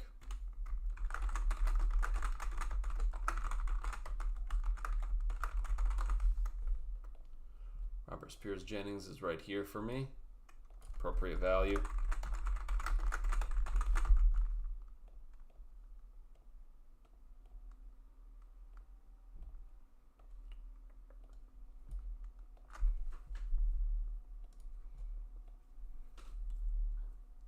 Titans are on the clock now. I'd imagine we won't see any more trades. Maybe one. If a team with like 2 picks is going to move up here, that would be the Eagles, Ravens, and Broncos if they wanted to move up. Maybe the Patriots. But Patriots have done trading back already, so I guess. And the Eagles already acquired these in a trade back, so I think it would be either Ravens or Broncos if there was going to be a trade up. It would be one of them. Pick is in for the Titans here.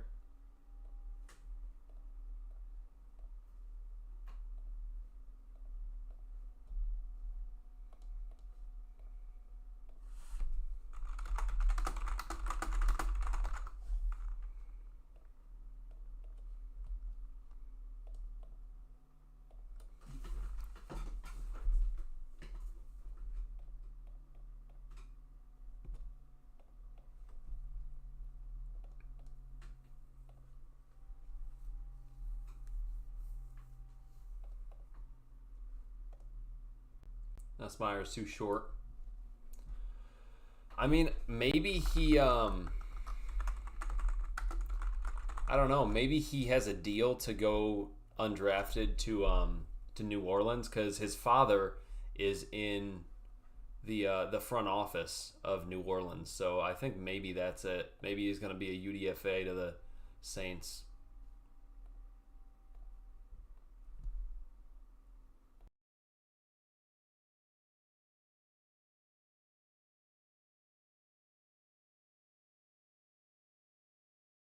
Oh my God. John Lynch just said he's still not trading Brandon Ayuk and hoping that someone will trade for him. Are we serious? Dude, nobody is trading for him. What?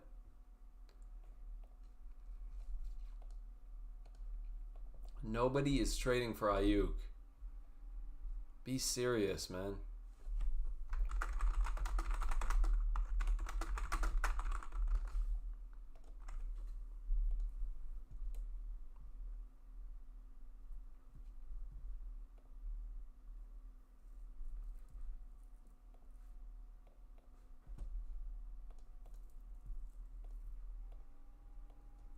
How is Deion Burke still on the board?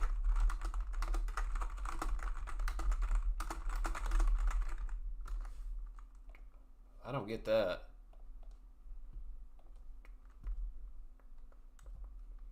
He's a nice receiver. I had him in the 3rd round.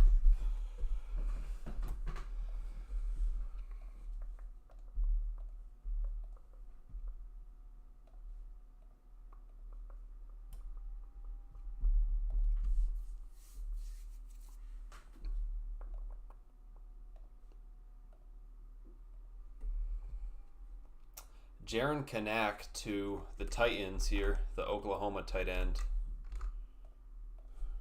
All right.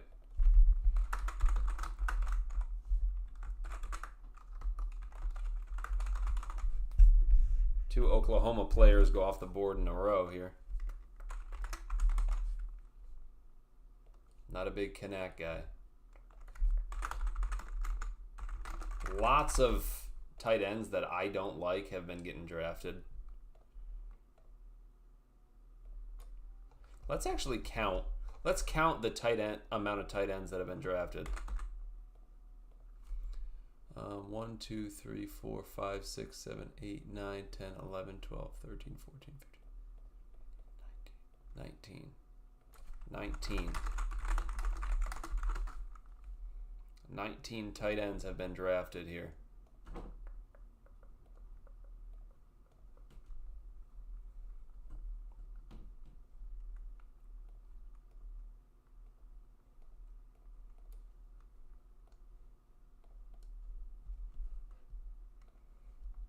Man, everyone is just searching for the next AJ Barner, man. We started a trend. Everyone is looking for AJ Barner now. Yeah, we started it, man. Everyone, we ran the barnyard, and everyone wants these athletic blocking tight ends now.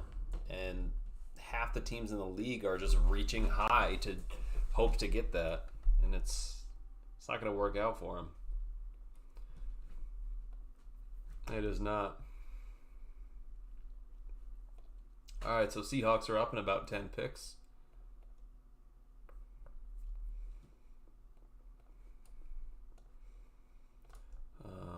Bengals pick still is not in, from what I'm seeing.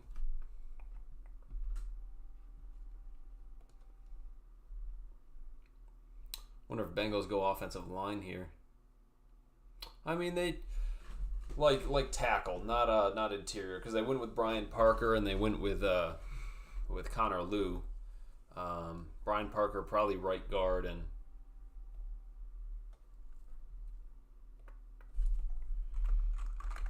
Lew at center.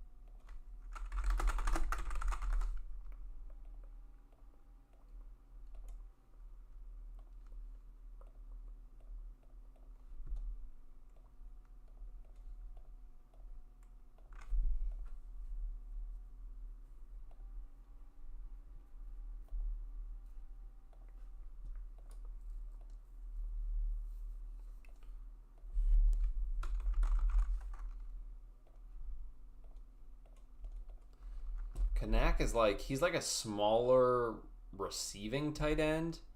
He had 530 receiving yards last year. He's not a blocker. He's very small. He's 6'2", 235. Very, very small tight end. So they're looking at him as a receiver. Most definitely.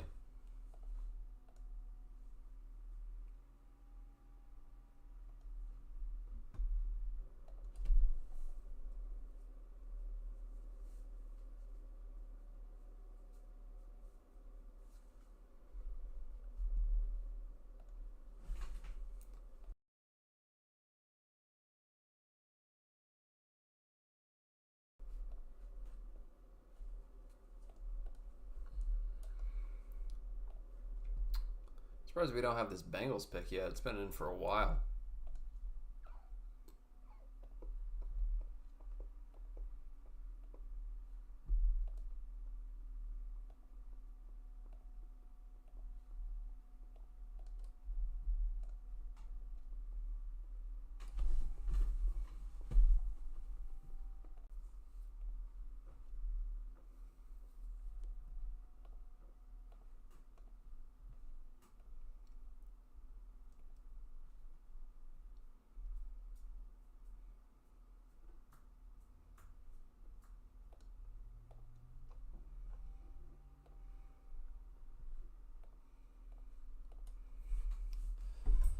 Maybe Bengals go with linebacker.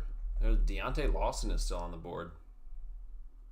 He's someone that I have as a 4th round grade. And he has not been selected yet. No clue why, but he has not.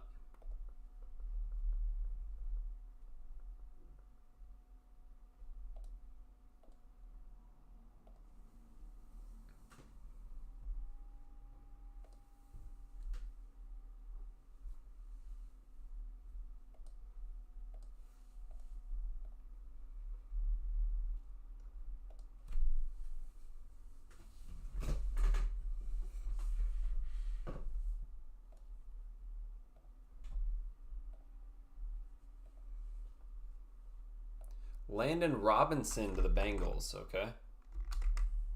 I'm not high on him. Some people have him very high.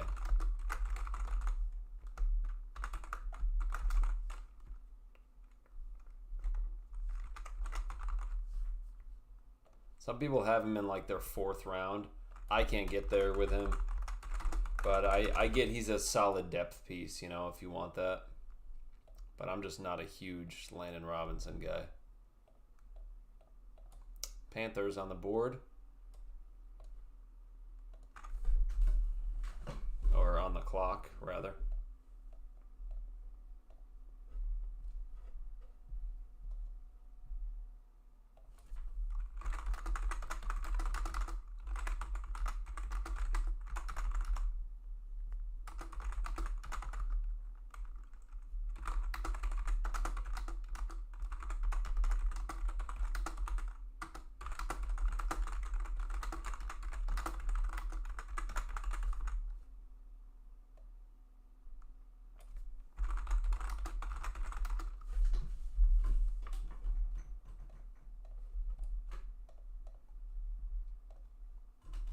Pick is in for Carolina, and they go with Jackson Kawach. Okay.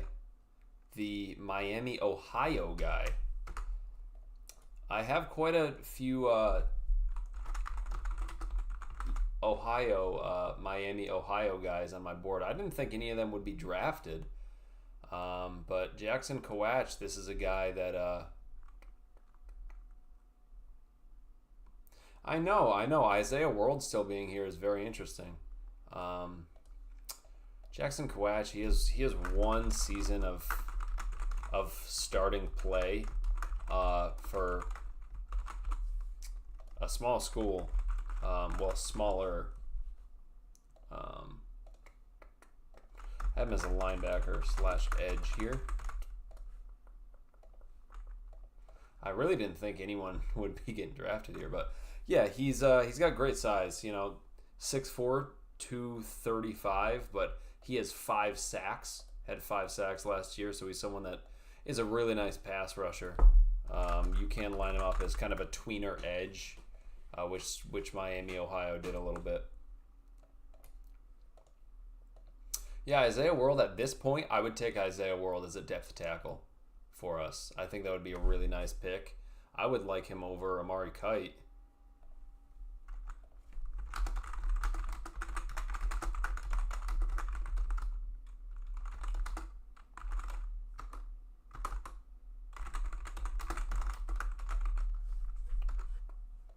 So I'd really like to pick Isaiah World if that's what we're looking at, you know.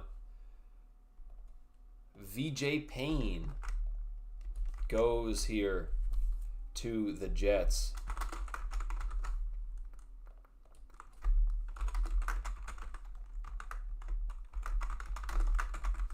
That's a good pick. I like VJ Payne quite a bit. I have him at 180 here on my board. And he finally goes off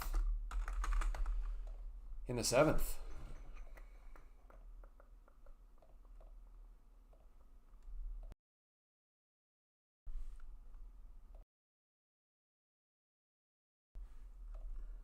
Yeah, I don't know why teams are passing on Isaiah World so much.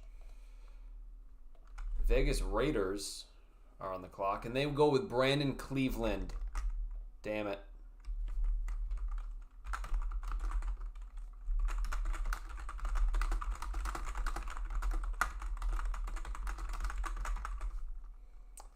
Brandon Cleveland goes off the board.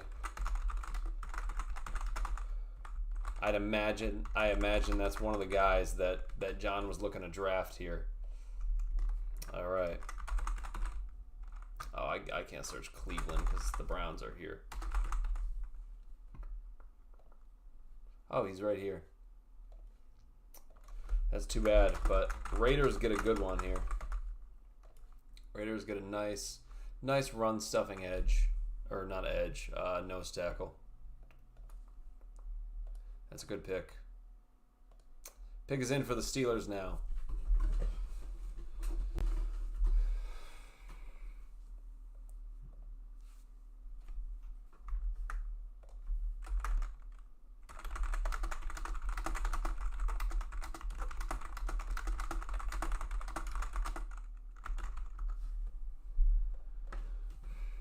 So currently, to show you how behind we are, how behind the NFL is, the Patriots are on the clock at 2:34 right now, but we don't even have pick 230 in.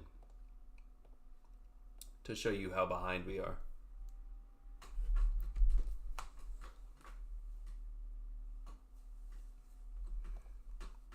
Which means once we're down here into these picks, maybe even the Seahawks pick, we're probably going to be seeing UDFA signings when the draft isn't even over for us.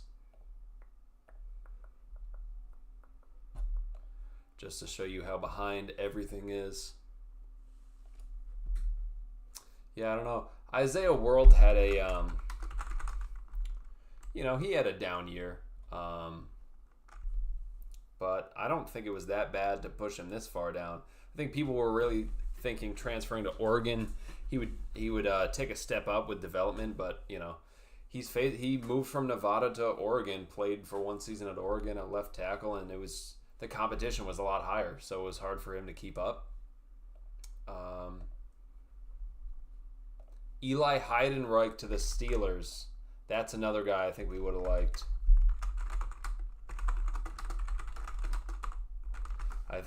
I really think that's another guy we liked. Eli Heidenreich. He's a running back, wide receiver guy.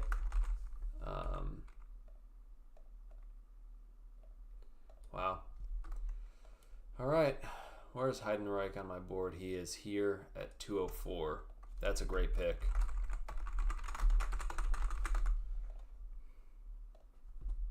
Falcons up next.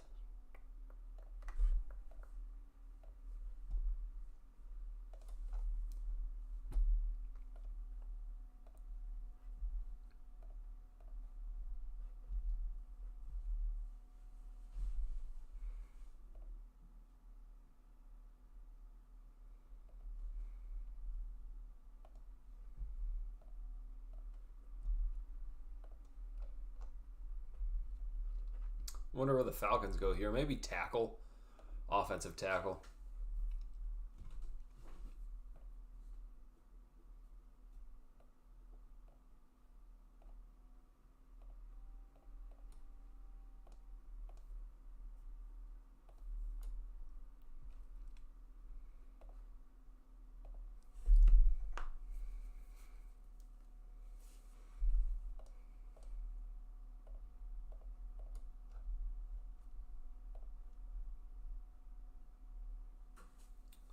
Yeah, Eli Heidenreich, he's really like a CMC type player, lines up at running back and wide receiver.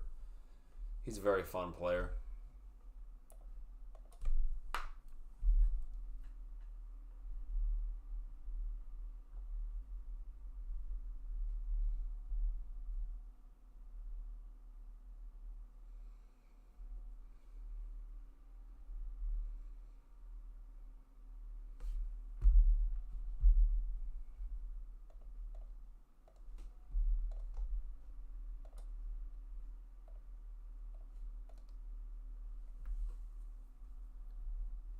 Yeah, I mean, we don't know for sure that Heidenreich and Cleveland would have been guys. I mean, for all we know, we met with Cleveland and we didn't like what we saw.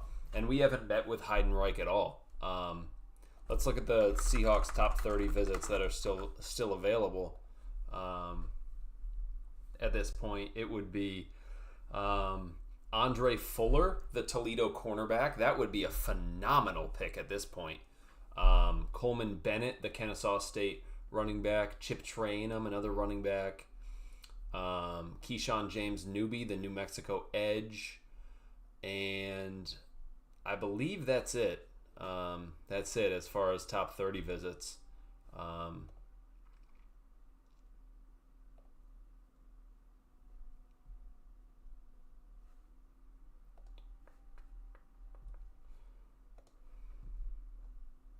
Pick is in for the Falcons here.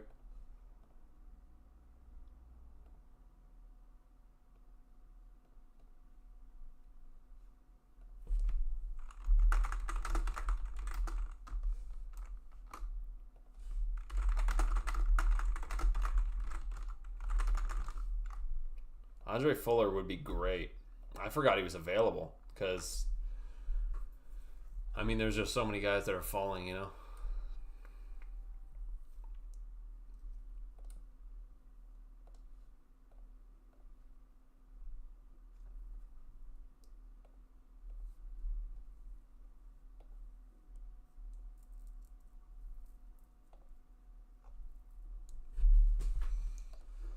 I think Isaiah World would be a good pick here for the Falcons.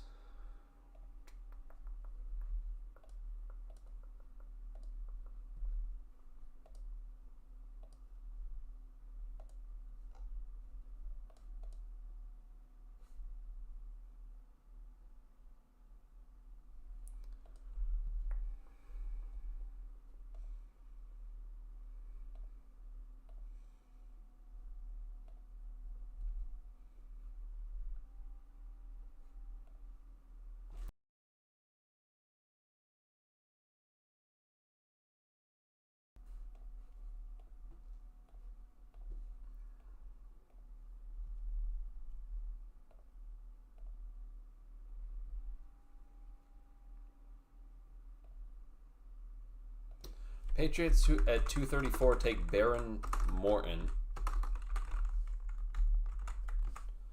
the quarterback out of Texas Tech. So that shows you how far ahead we are. That Jordan Schultz is updating that.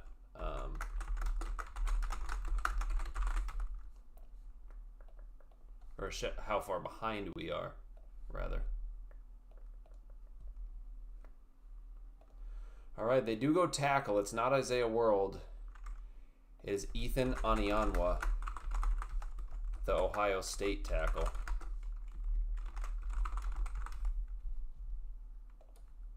I put him as O-line because I really think he can move anywhere on the offensive line. All right, Rams are up.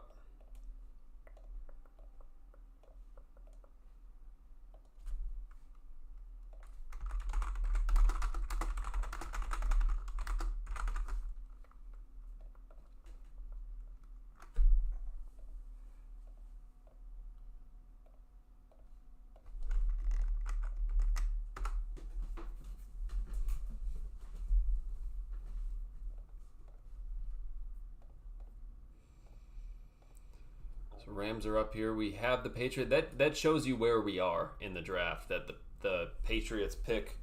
Jordan Schultz has it, but we don't have pick 232 or 233, but he has 234.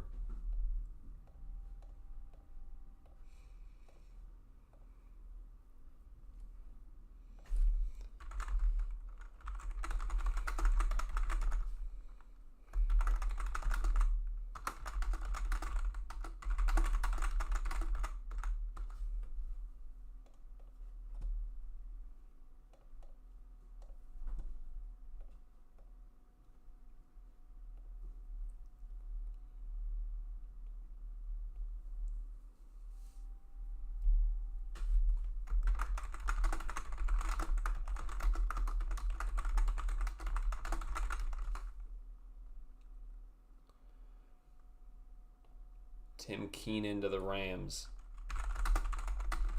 All right, Rams make a good pick finally in this draft. The Alabama nose tackle.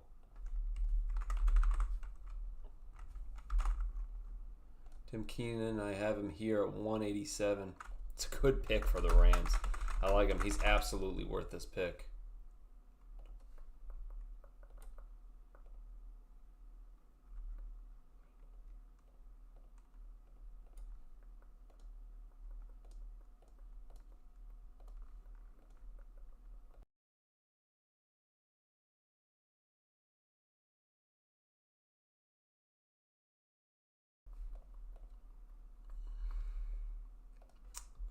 Yeah, I don't know if I would draft Luke Altmaier over over Nussmeier, but I don't know if I would draft a QB at all unless it's Nussmeier.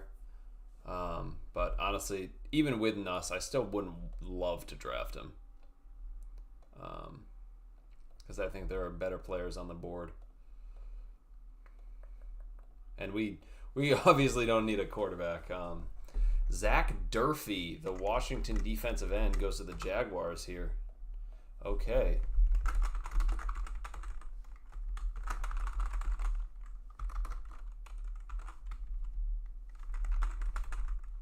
I have Zach Durfee at 859 on my board.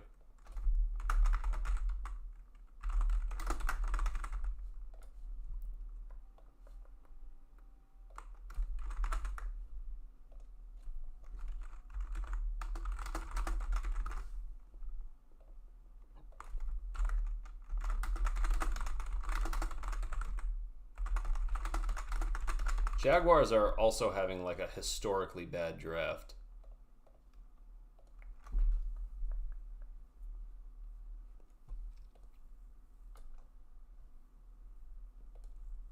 All right, so Vikings or Seahawks are on the clock now.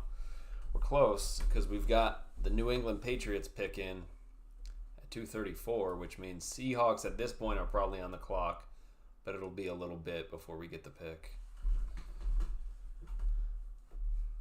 Man, Zach Durfee being draftable is insane to me.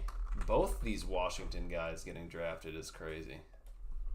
He's got decent size, you know, 6'5", 256, but like he has one season as getting snaps and he was okay.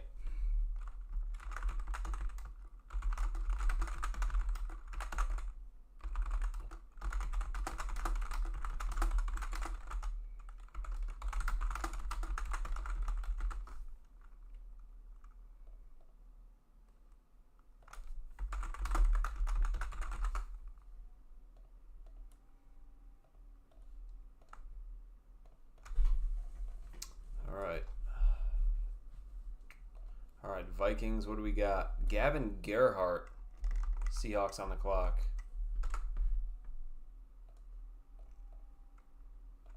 All right.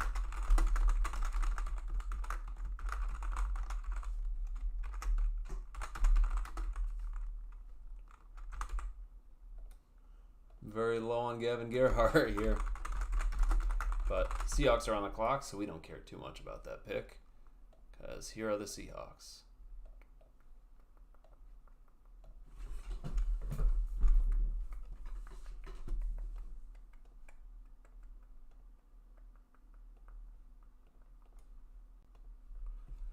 Let's see where Seattle goes here.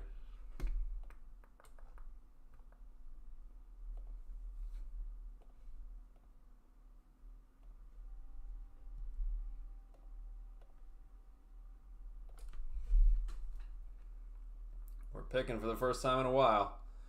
First time since 199. I love it.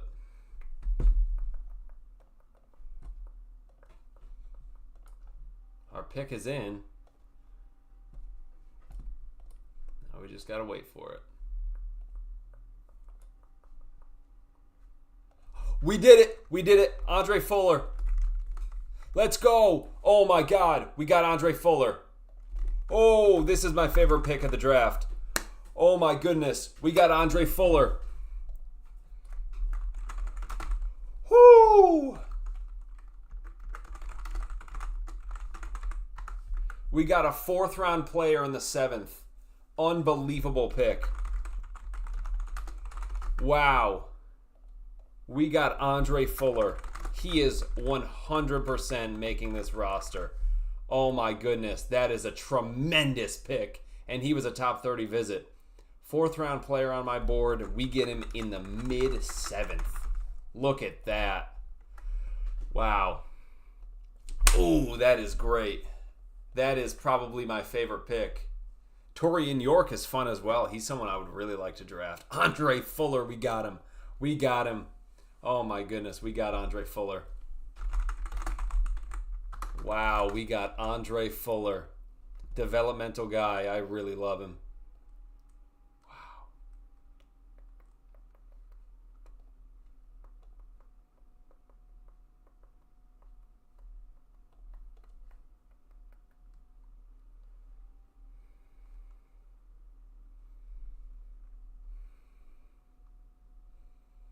Let's see if I have him on here. I might already. No, I don't. Okay.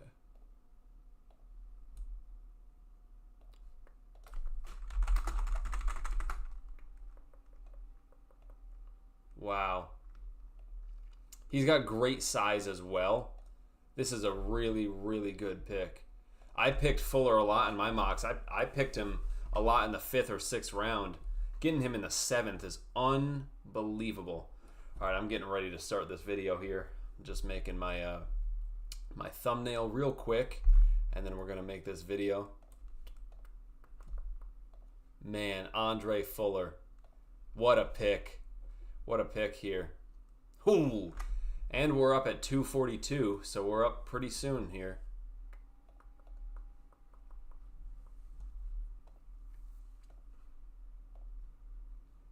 All right.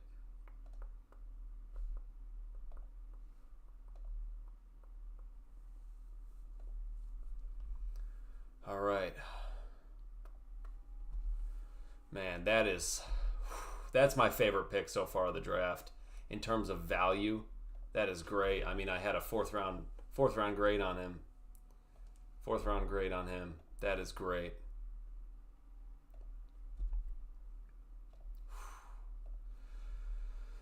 Whew.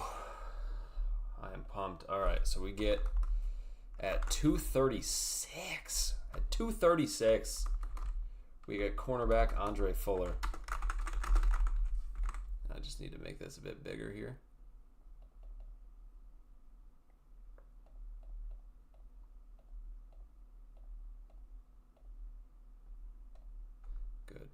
Good. All right. Send this back. Boom, boom. All right. Thumbnail is complete. And let's check and see who's gone off the board since I was doing that. To the Colts. Seth McGowan to the Colts. That's actually a nice pick for them. That's a really nice pick for them, Seth McGowan. All right. And let's make this video here. Let's do it. Let me get my write-up here.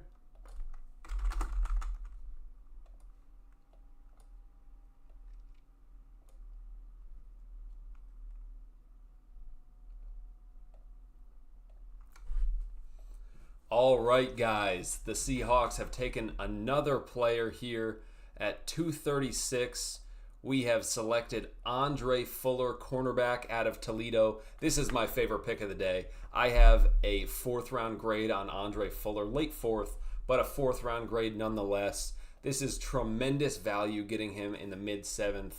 And man, our secondary is stacked now. We are filled with depth. And we're getting these big-bodied guys, which I love. Andre Fuller has tremendous frame for a boundary corner. 6'2", 200 pounds. Great arm length, which lets him control the line of scrimmage at the snap. And he is a serious threat at the catch point. He's consistently attacking the ball in the receiver's hands. He has a heavy, well-timed jam that reroutes receivers and disrupts their timing. He has excellent footwork and press. He stays balanced and he rarely bites on fakes. He has legitimate straight line and recovery speed. Like, this guy is a great athlete. and he is very strong against the run. He plays the edge very well, has extreme physicality. He fills the gap while setting the edge, and he could deliver huge hits to ball carriers. And looking at his tape, he improves every single year. So this is a guy that is a developmental player that you are going to get consistent improvement from year to year. He has a very, very high ceiling, and he provides great special teams value day one as a kick and a punt coverage player. So he is bringing immediate value to this team, brings immediate depth for our cornerback room. I think day one he's better than Pritchett. And Pritchett showed some flashes last year, but Andre Fuller, what he can do in press and just against the run year one, I think provides more than what Pritchett did for us last year. And he is such a high ceiling. Some issues with him. Sometimes he does have late hands and press, which can delay his transition. He has some hip stiffness on tape, which you could really see on tape. If he's asked to mirror complex route combinations, that's where you really see it, which makes him, susceptible to double moves, sharp breaks. But that's something that can improve. His ball tracking does need improvement. At the catch point, if he gets his hands up there, he's making plays. But he tends to play the receiver's body rather than finding the ball in the air, which is an issue. And his tackling technique does need improvement. He doesn't always wrap up. Sometimes he dives for the legs. But that's all of my issues with him are things that can get cleaned up. He has a legitimate ceiling to be a top corner in the NFL, and we got him in the 7th round. My pro comp for him is Kobe Bryant. I think he's someone that you can move to safety, can move to nickel, can keep on the boundary. He's someone that's very versatile and someone that I think in 2 years, we're going to look at this guy as an absolute steal in the draft. This is my favorite pick of the draft. Let me know what you guys thought down below. And we have 2 more picks, so hopefully we get some more guys that I am this passionate about. All right, I'll see y'all in a bit. All right, let's see what I missed. Yeah, he is a big guy, big, rangy guy. Love Andre Fuller. All right, let me upload this video here.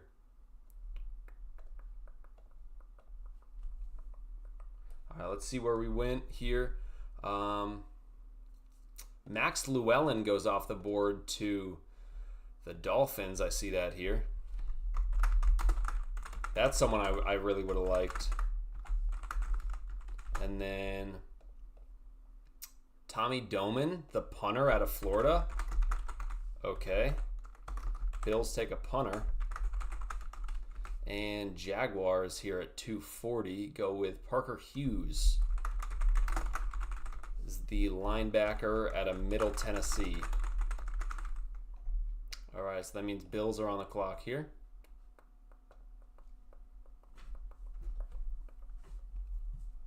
So let me get Parker Hughes off of here. Parker Hughes is not on my board. Okay, that's great. Tommy Doman.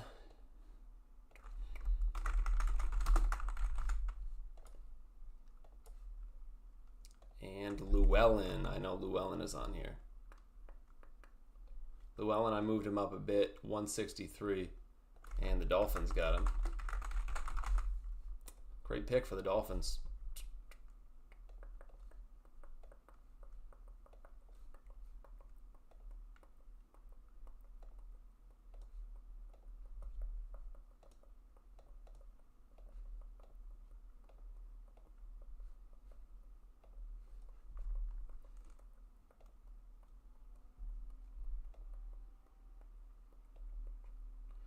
Dame Tucker is still on the board as well. Armaj Reed Adams to the Bills, which means the Seahawks are on the board. Seahawks are on the board here.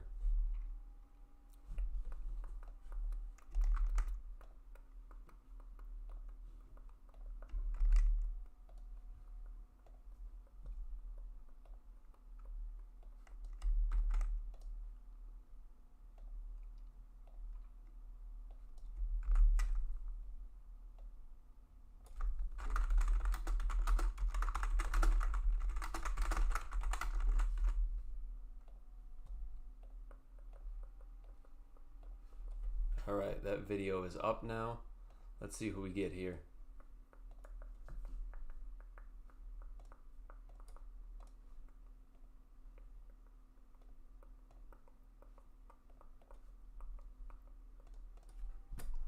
Come on, Seahawks. Pick us in for Seattle.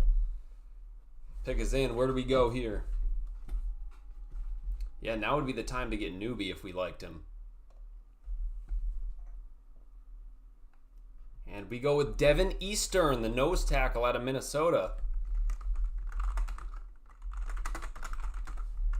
We got a nose tackle here. Devin Eastern, the nose tackle.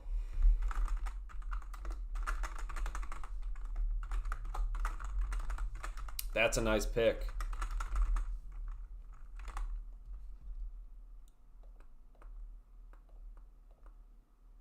Come on. I'm looking for Devin Eastern here. Nose tackle out of Minnesota. I like that. We got ourselves a nose tackle in this draft. That's nice. That's really nice. Oh, I love that. And the Bills went with Armaj Reed Adams. Right. Which I have up here, right?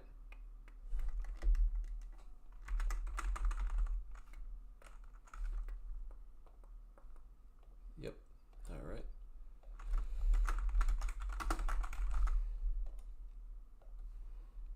All right.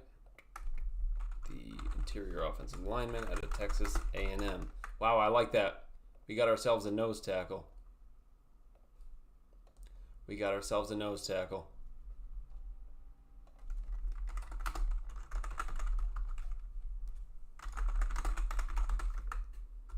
Whoo! Finally, man. Finally, man. I will make this video in a little bit. I just need to chill for a bit.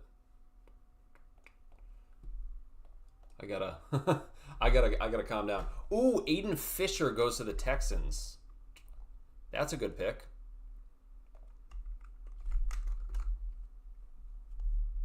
Aiden Fisher goes to the Texans here.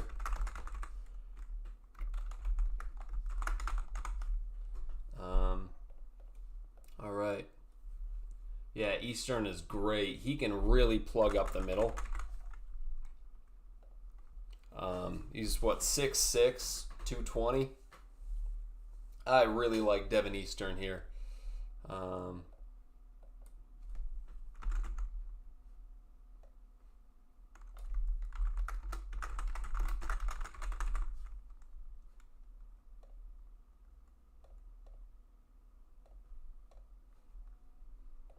right. Let me try to get this thumbnail up here. Devin Eastern, man, that's a great pick.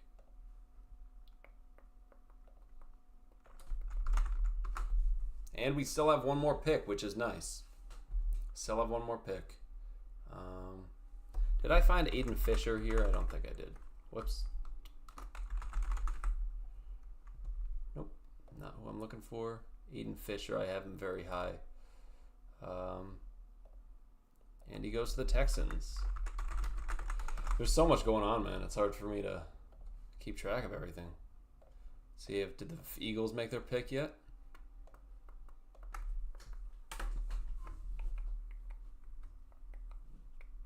Nope.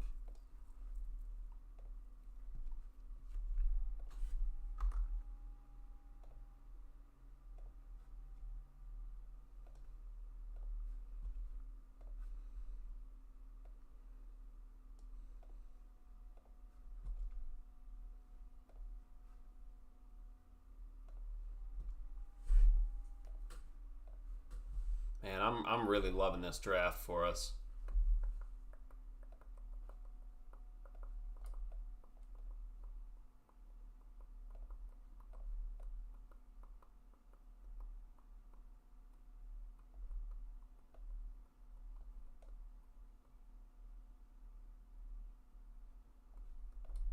All right.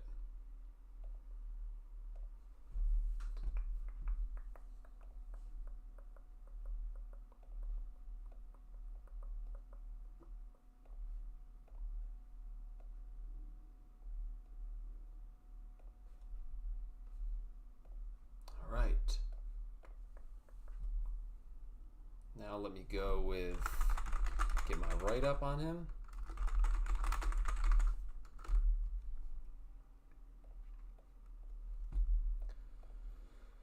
All right, let's see. Is the Eagles pick in yet? Eagles pick is not in yet.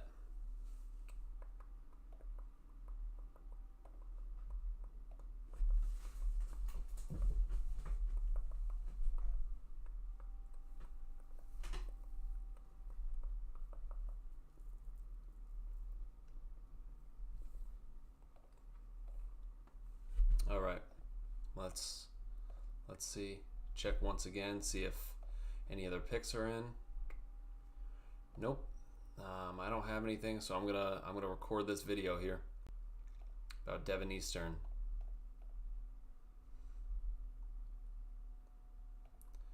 All right, guys, Seattle has made another pick at 242, nose tackle out of Minnesota, Devin Eastern. This guy is an absolute beast. 6'6", 320 pounds. Played for Minnesota for all 4 years of his college career. This guy is really nice. We haven't had a true nose tackle for a long time. We finally get one here. We do have Brandon Peely, but I think Devin Eastern is a better player. But I do think they will compete for snaps. Overall, I mean, Devin Eastern has great size and length for a defensive tackle. When he uses his hands to take on blocks, he has a ton of upper body strength, and he has pop in his hands so he can lock out interior offensive linemen, and he has his long arms to maximize his extension. He's solid at absorbing contact to avoid getting washed inside, and he does have a decent arm over move that he can use to escape blocks as a run defender, and he can win with occasionally as a pass rusher.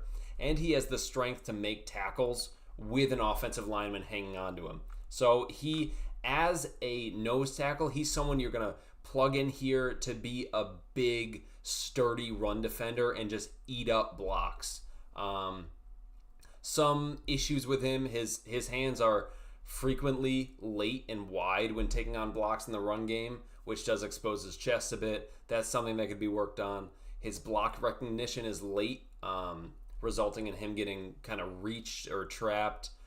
He does play with a high pad level and a narrow base sometimes, which gives him some anchoring issues against combo blocks or double teams.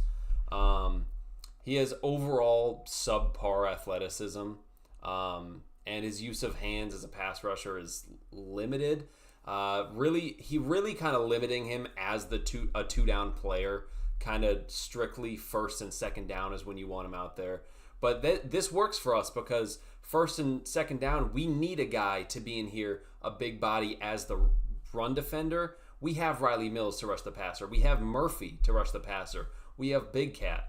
We don't need these pass rushing guys. We just need guys to help us out against the run, especially against the Rams, who have these big power offensive linemen. And, he does have a false step out of his stance. He does have a bit of a slow get off. So if he's bull rushing, but we don't necessarily need him to. Like I said, we're not going to need this guy to rush the passer. He's just a big body to sit in there and absorb blocks against the run that we could put out there on first and second down. He's someone that I think could get 5 to 10 snaps a game, and I think we'd be happy with that. This is a really nice pick. I enjoy it. Let me know what you guys think down below, and I'll see you guys probably one more time for our next pick. Later. All right, let's get this video up here.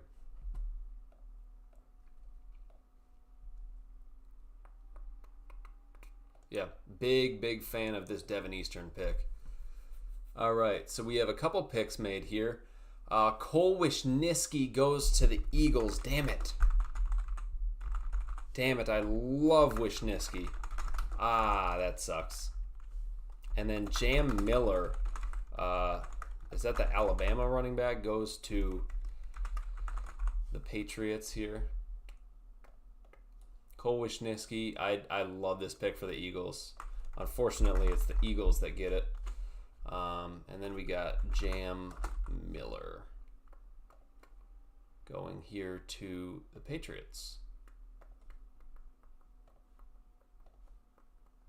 Nice, fun running back player here, running back prospect.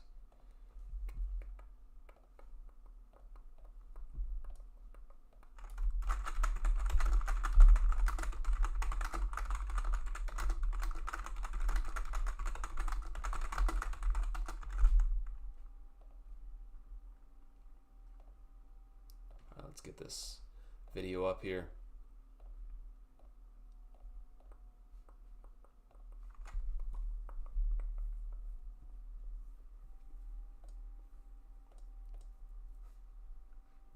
Oh yeah, for only starting with 4 picks, it turned out really well.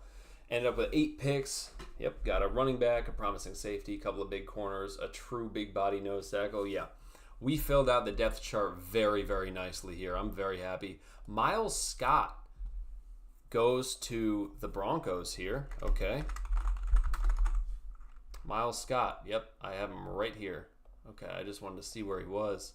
Going to the Broncos.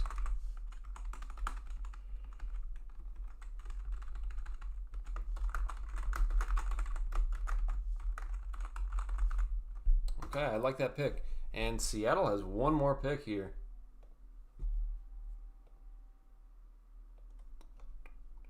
I'd love to get an edge here, man. Would love to get an edge.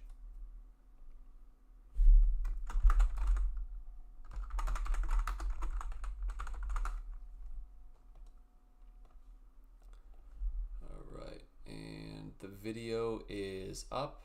I just usually let it wait. I wait until it's fully processed to SD and everything. Quintavious Hutchins out of Boston College goes to the Patriots here.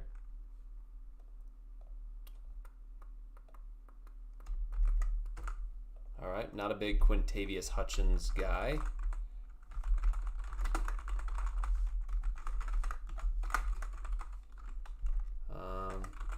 Where do I have Hutchins? I have him down here. All right, but he stays local, right? Stays local with New England.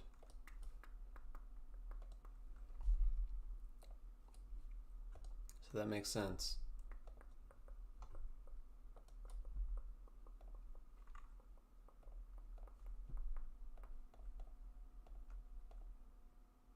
Mason Rager is still there, yep. Yep. Browns on the clock now. This is originally Seattle's. This was originally Seattle's 7th round pick, their native pick. Obviously not ours anymore.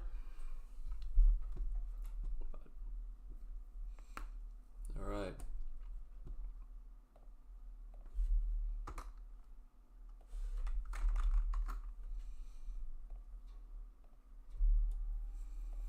I wonder where we go. Imagine we go safety and then we get 4 picks in the secondary here. That would be crazy.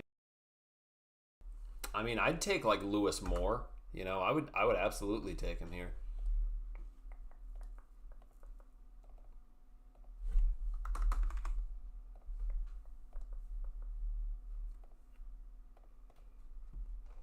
All right, Browns pick is in.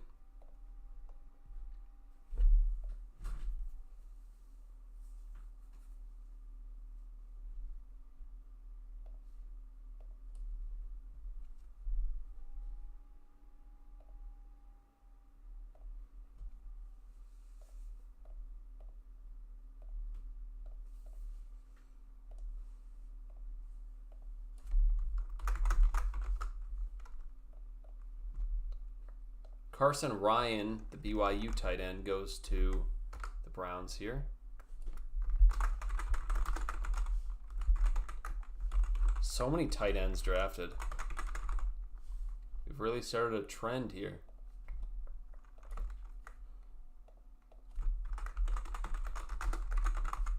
Man, I love our draft. I've liked every single pick that we've made, man. This is great. This might be the first draft that's happened. Like Jadarian Price, I wasn't huge on, but I still like it.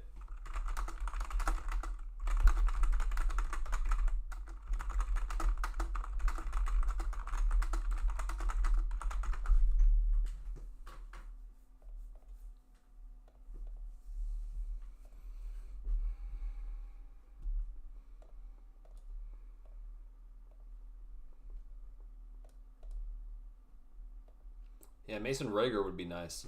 Honestly, any edge here would be nice. And we're close to UDFA, so I feel like a lot of the higher value guys that I have here are still gonna be available for us. And I feel like we'll sign one or two of them as well. And then that's great, because then it feels like you got a bonus draft pick or two whenever you sign a UDFA guy that you thought was worth a very high pick, or at least a pick.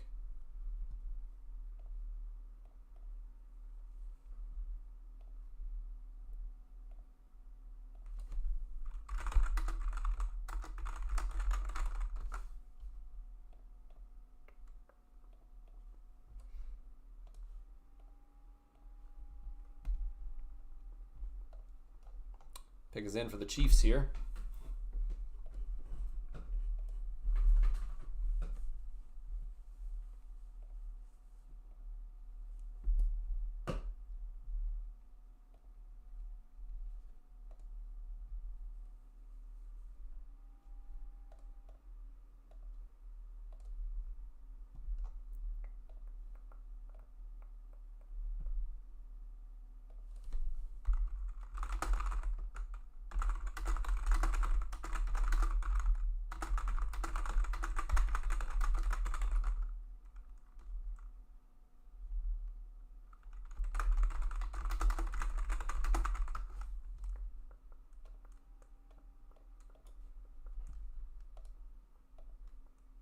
Nuss to the Chiefs.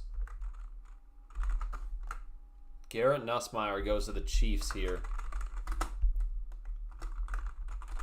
So he does get drafted. All right, Garrett Nussmeier, third round QB on my board, gets drafted here to the Chiefs. I do still have Torian York available. He is at 42 on my board. If we get Torian York here, I will be ecstatic.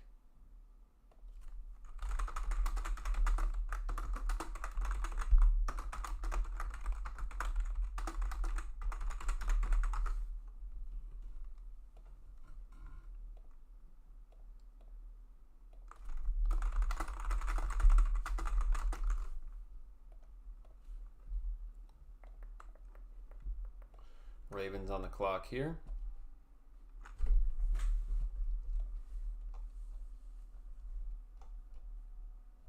Watch the Ravens like quadruple dip at wide receiver here. They're like, we can't miss on all of them. All right, we are 6 picks away, man. 6 picks away. Well, I guess not 6, because we're at. I was thinking 255. Well, 6 picks away from the Seahawks. I was thinking 6 picks away from the end of the draft. That is not true.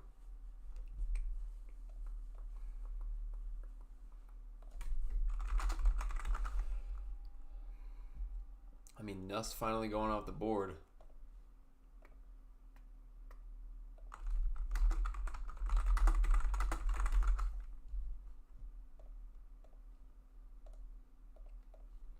Nussmeier does remind me a lot of Brock Purdy, and so I think this is a good Andy Reid guy.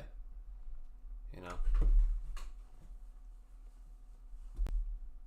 Brock Purdy, essentially Brock Purdy being developed behind Mahomes and with Andy Reid. He may just be the successor there. Rayshon Benny, the Michigan guy, to the Ravens. Where is Benny on my board? Yeah, I have him pretty high. I think that's a good pick for the Ravens. They needed defensive interior.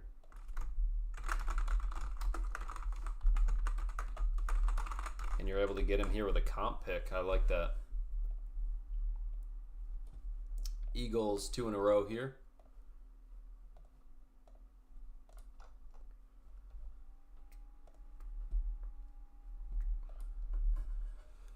Can't believe Eagles got Cole Wisniewski, man.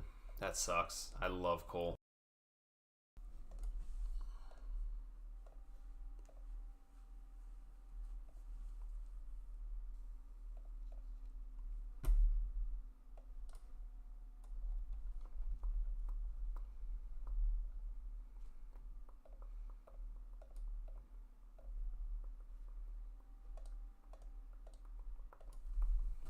Let's check.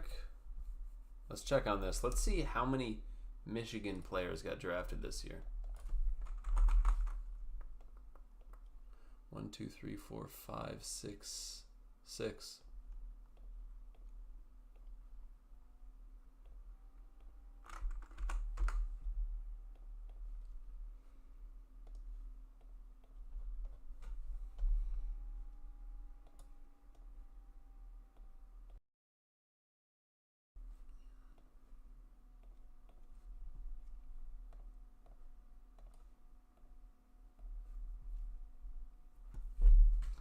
The Eagles just go like BPA here and just throw a wrench in whatever the Seahawks are planning on doing?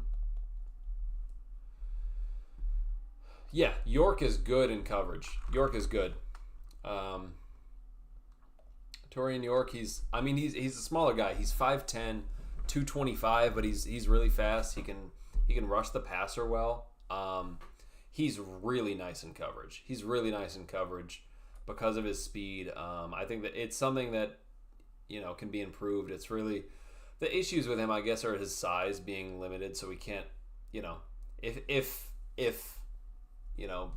blocks, if a block finds their way to him, he's not really going to get off of it. And he's not a great tackler, but he's a Mike McDonald guy because he has he loves football. He is a ball lover, and he just lives and breathes football.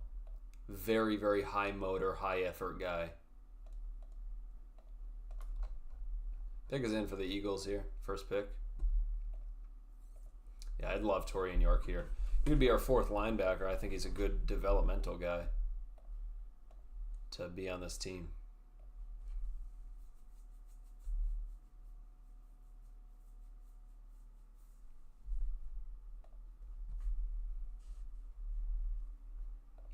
Ooh, the Eagles get Ewer Bernard.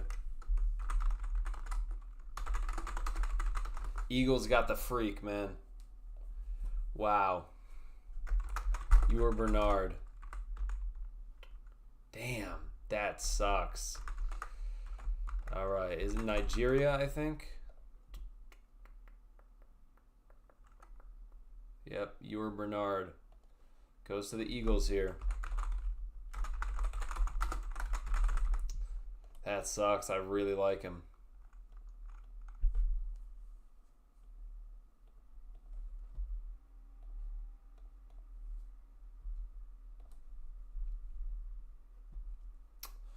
This guy's a freak. He ran like a 4.5 40 and he's 300 pounds. It's just absurd.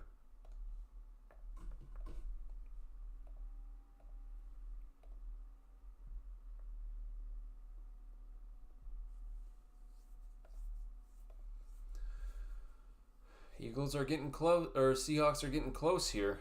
Only a few picks away.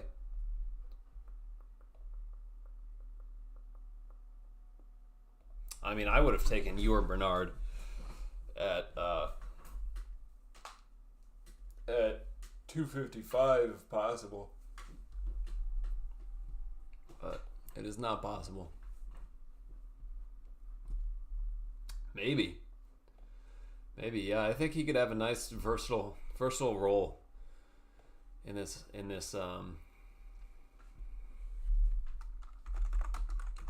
defense.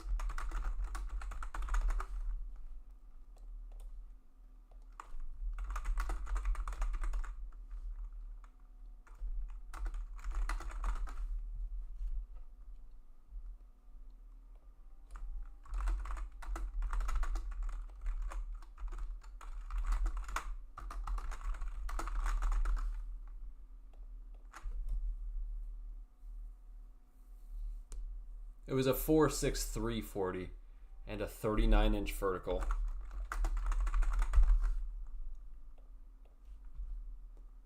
For Ewer Bernard. Unreal athlete.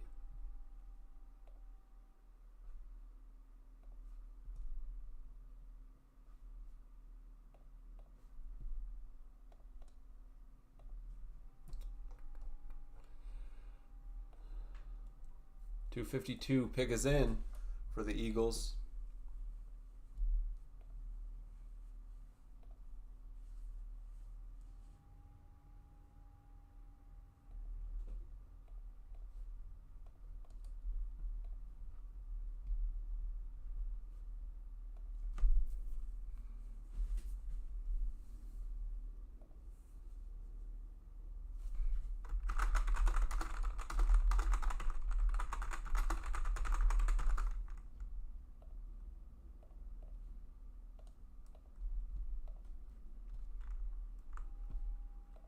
Oh, Keyshawn James newbie goes to the Eagles here.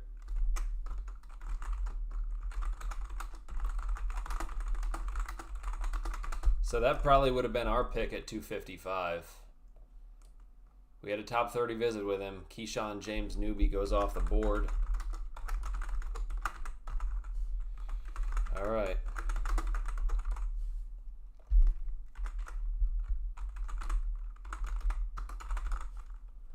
Keyshawn James newbie goes off the board to the Eagles here.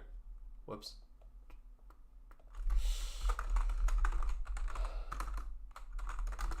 That's too bad. That's really too bad. I think he would have been our pick there. You know, I'm not a huge fan of him.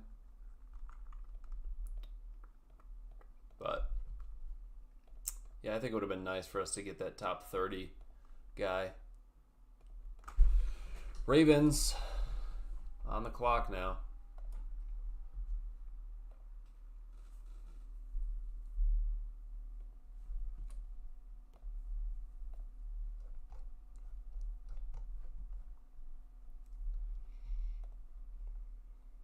I think Ravens need to draft a safety here. Lewis Moore would be nice.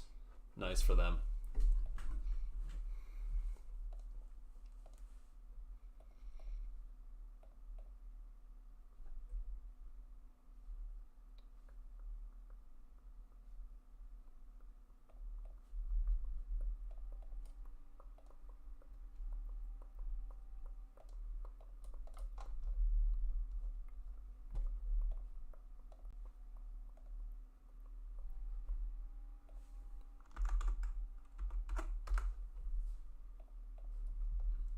We're so close to the end of this draft, and once it's the end of the draft, mayhem ensues.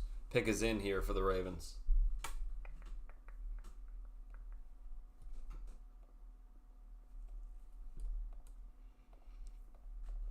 Mayhem ensues because of all the UDFAs.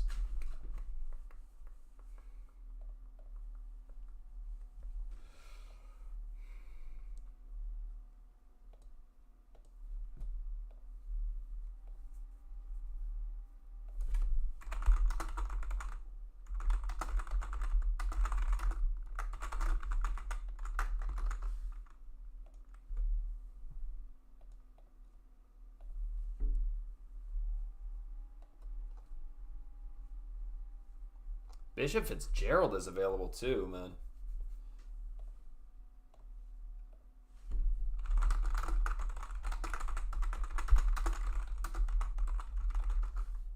I mean, he's someone that I would love to grab.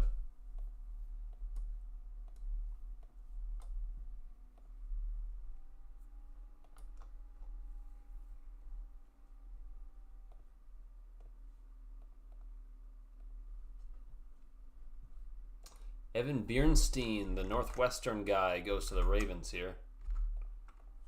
All right. I'm gonna see what I had him as here. Right guard, pure right guard, going to the Ravens. All right, getting their Daniel Falele replacement. Colts here. And then Seahawks are next up. Let's see what the Colts take, and let's see what we're left with here.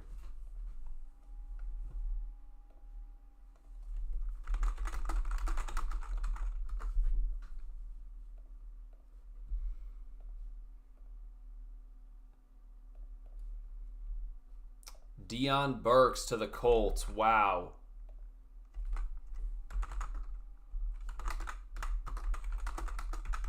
Deion Burks, he's a third rounder, man. He goes to the Colts here. All right, I will check him off in a bit, but I want to see what the Seahawks pick. So that's what I'm going to be checking here. Man, I can't believe Deion Burks fell that far.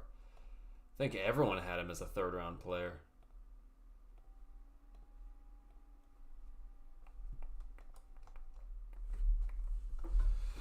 All right, pick is in for Seattle. That was fast. Pick is in fast. Pick was in very fast. We knew what we wanted. We ran that pick in.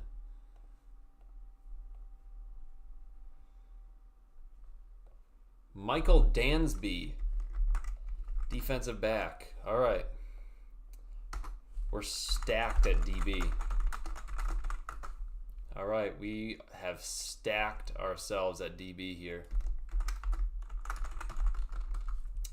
Arizona defensive back, Michael Dansby. All right. I like that pick. I like that pick. Let's see what I have Dansby at on my board. What? I know I looked at. I remember the name Michael Dansby. Is he not on my board? No, I remember looking at this guy. This is San Jose State guy. Yeah, he's a boundary guy. I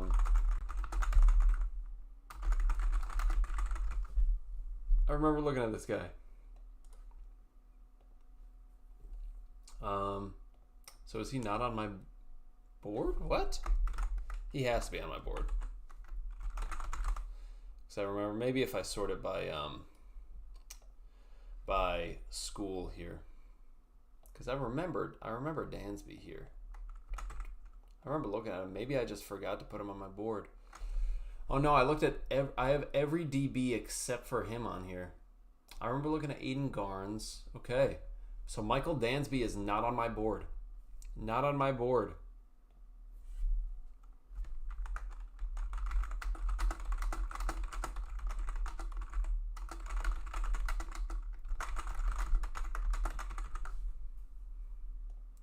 So Dansby not on my board.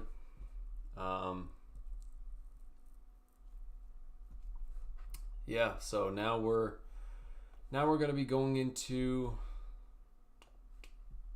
UDFA here. So, I don't know. I probably won't make a video on Dansby because I don't have a write-up on him. I do not have a write-up on him.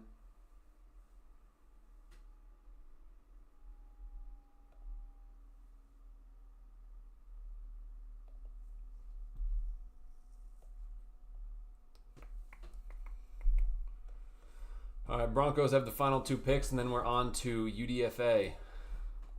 So we really went heavy in the paint here. So I'm not going to make a video on Dansby right now. What I'm going to do is I'm going to watch tape on him, and then I'll give a write-up on Dansby once I can.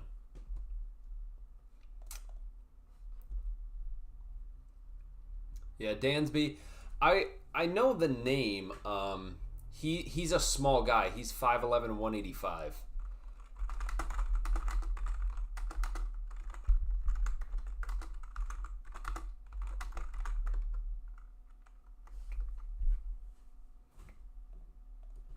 So he's a small guy. Like maybe we want to move him to safety or something. I don't know. But you know, from what I see about it, what I've seen about him, not a great tackler, but really, really solid in coverage. Wow, look at these numbers. Oh my goodness. Wow, Michael Dansby allowed 17 catches on 47 targets. That is absurd. 2 INTs and seven PBUs. Wow. So ball production is there for sure. Ball production is there for Dansby. That's fun. Yeah, I mean, when I look at the Arizona secondary, Dansby was, I mean, clearly Dansby was the last guy I looked at. Look at my Arizona DBs that I have here. Let's go to Arizona. Should be right down here. Yep. Arizona, I have Traden Stukes, Genesis Smith, Dalton Johnson, and Aiden Garnes. I have 4 Arizona defensive backs on there. Mike Dansby is not one of them. So clearly the others jump out more than he does. Dallin Bentley, the tight end, goes to Denver. I think that's actually really nice value. I think that's really nice value.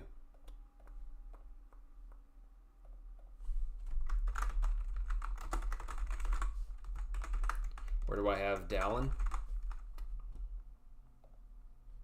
Here. Oh, yep. Basically right here. Denver Broncos and Utah. And then one more pick, and then we got the UDFA. All the UDFA stuff.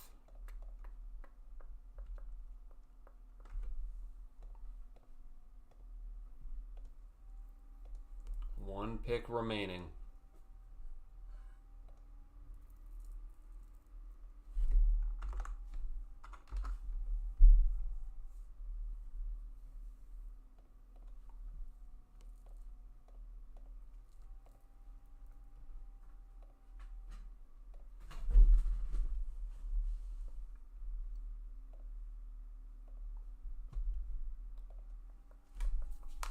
So I think our defensive back room is just set. Like, I don't think we're going to have to address DB at all next year.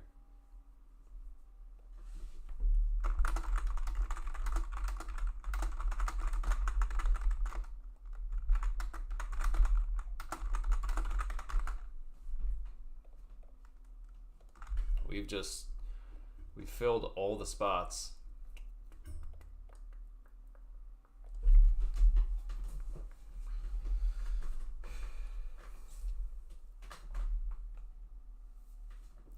So it took about 7 hours for this draft to wrap up. Started at noon. It is 7:04 Eastern here. So just over 7 hours.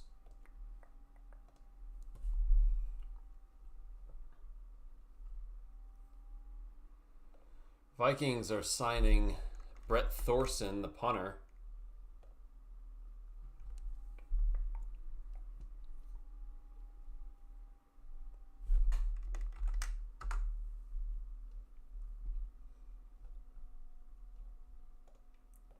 Let's get this last pick in here, and then we can focus on that.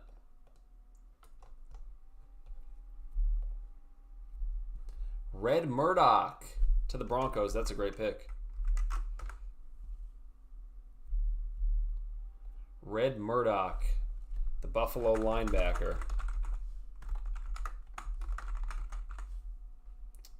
Going here.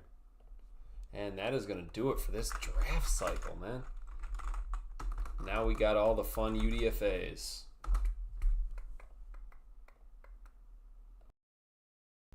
Let's see where we go with this. All right.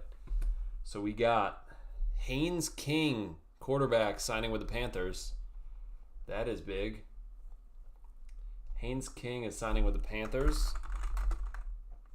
Oh, this is not bold. Whoops. I'm going to have to bold all of this.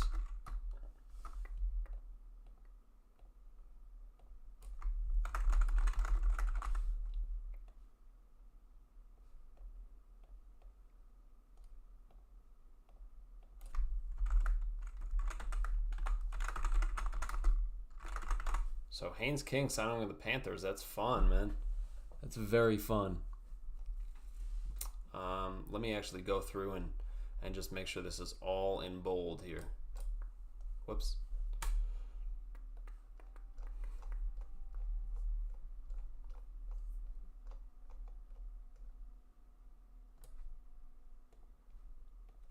All right. So Haynes King goes off the board. Signed by the Panthers. And then I put an asterisk so we know that they signed them. He wasn't drafted. Jalen Daniels is signing with the Buccaneers. Another great pick here, or a great signing. Where's Jalen Daniels? I feel like he's pretty high. Yep, Jalen Daniels at 172 on my board.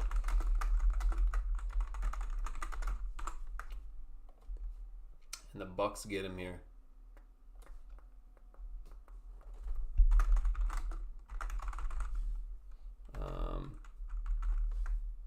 I should put it. This is the ranking, not the school.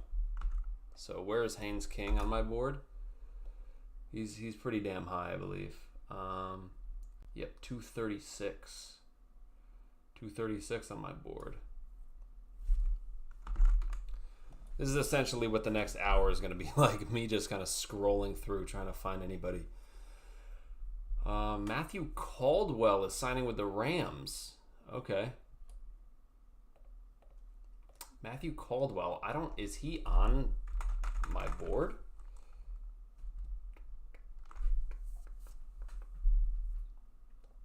The Texas quarterback, yeah.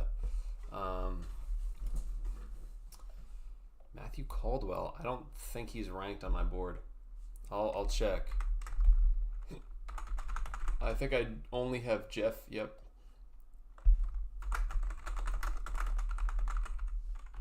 So unranked Matthew Caldwell signing with the Rams. Brett Thorson is signing with the Vikings. So he's at 681 on my board.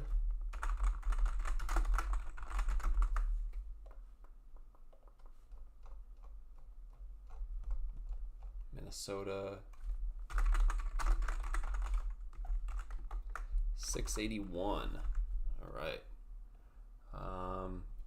Ooh, Jack Strand is going to the Falcons. Wow, the NFC South are signing all the QBs, man. NFC South are signing all the QBs. Jack Strand, I really like Jack Strand.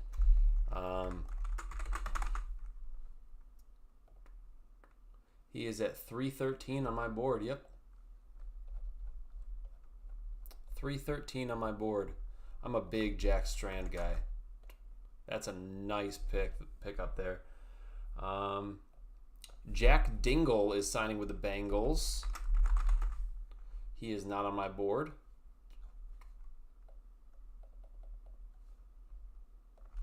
But he's a linebacker. Unranked. So what I'm going to do is with... Thank you. Hey, I appreciate you being in here, Red-Tailed Hawk. It means a lot. Thank you for all your support through this draft process. And yeah, hopefully I see you in future videos. Yeah, I'm going to make a video on the whole UDFA class that we have. So stay tuned for that video. I'll be putting that up once I, hopefully we sign a bunch of guys that I've already watched, which I have a very lengthy board, but guys like Dansby, I'm going to watch tape on, and then I'll make a video after. So stay tuned for that one. But yeah, thank you for stopping in. I appreciate you being in here for so long. It means a lot. All right, let's go in here and get... So... Jack Dingle. He is a Cincinnati linebacker, so he stays local. All right. Ooh, Dylan Bell is signing with the Vikings. That's a big one.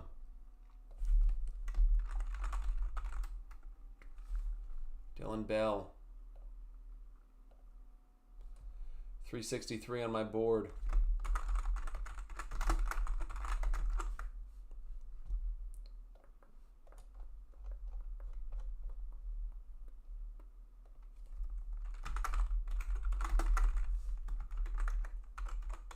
That's a very nice signing there. All right, Rams have signed a lot of players here. Oh my goodness, let's check this out. Rams have signed, wow, look at all these. So let's go up and put all these guys in here. Jalen Logan Redding, DT. Nazir Forkurian.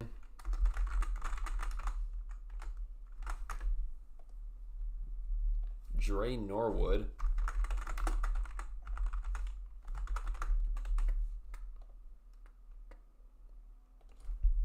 Austin Blask, offensive lineman.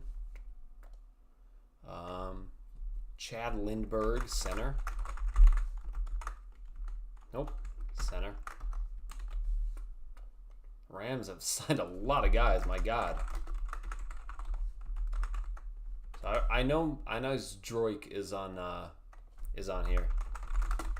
Because I remember watching him. He's the Air Force guy. Dean Connors is a nice signing by the Rams. I hate to say it. Dean Connors is a nice signing.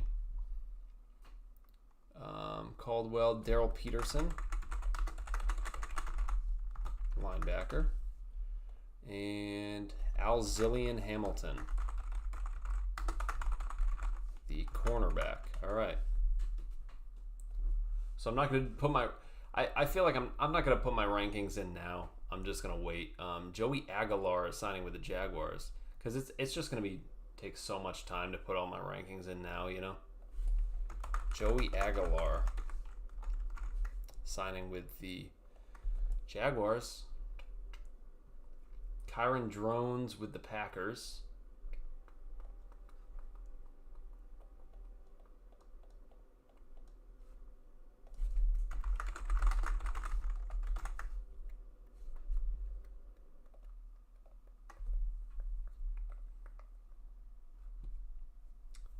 Ooh, Jack Stonehouse to the Texans. That's a big one.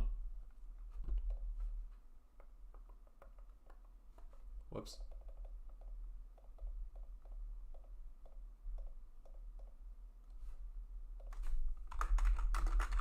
He's the top punter in the class.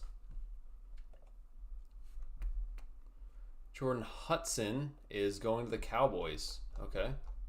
It's a nice signing there.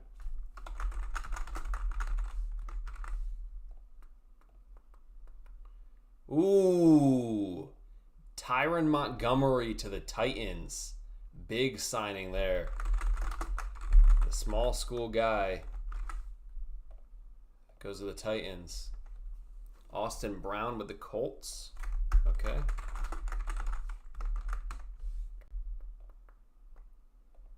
Colin Lacey to the Jets. That's fun. Ooh, Le'Veon Moss with the Dolphins. Okay.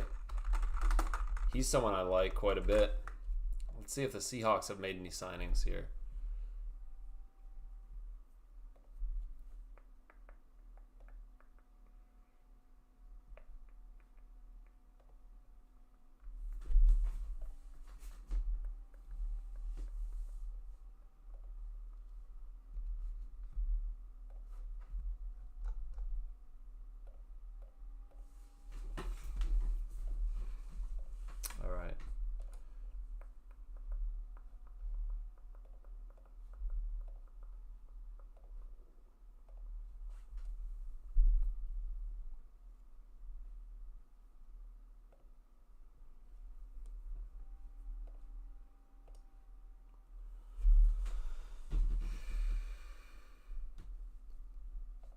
Renee Conga signing with the Dolphins.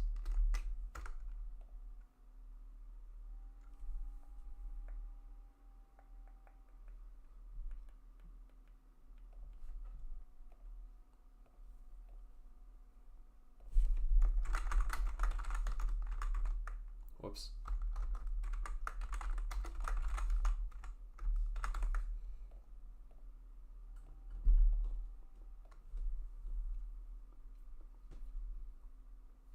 Ooh, Alex Wolschlager goes to the Saints here.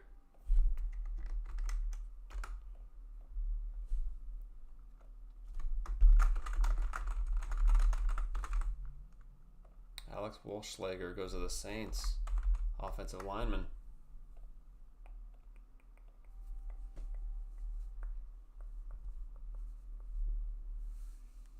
Jaron Kump to the Bears.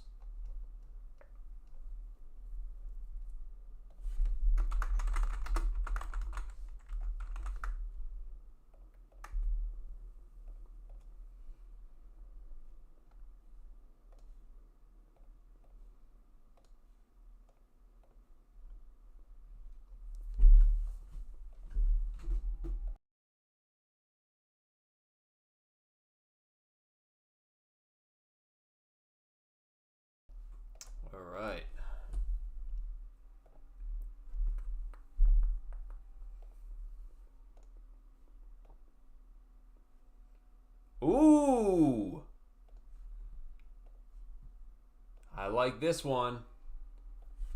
Ooh, we got a UDFA signing for the Seahawks. Devian Dial, the TCU edge. The TCU edge. Oh, yeah.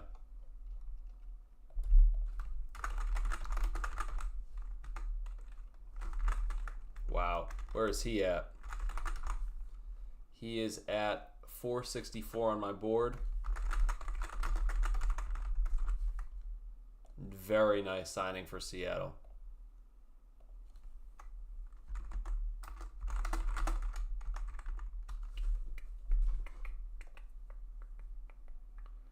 So he's at 464 on my board. That's nice.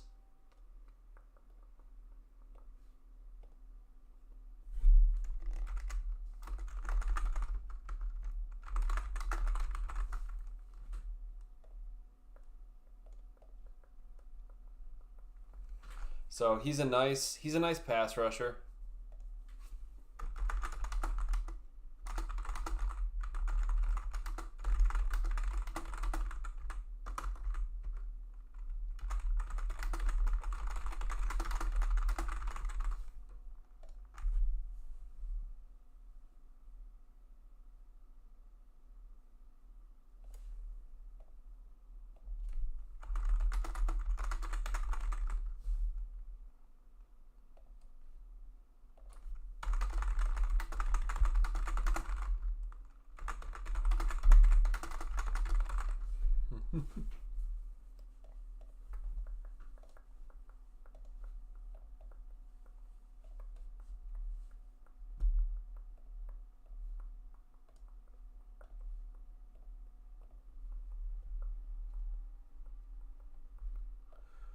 Latrell McCutcheon Sr. signing with the Titans here. Lance Mason being signed by the Seahawks. Lance Mason, Seahawks signing. I like that. I'm at 541 on my board.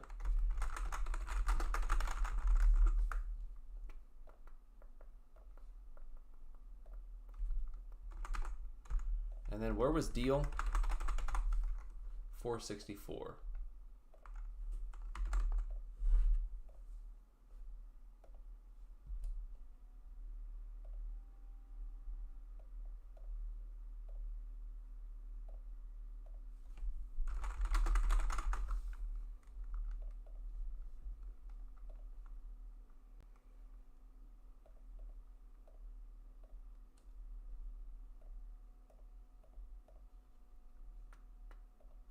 So Latrell McCutcheon Sr. Gotta add him to the Titans down here.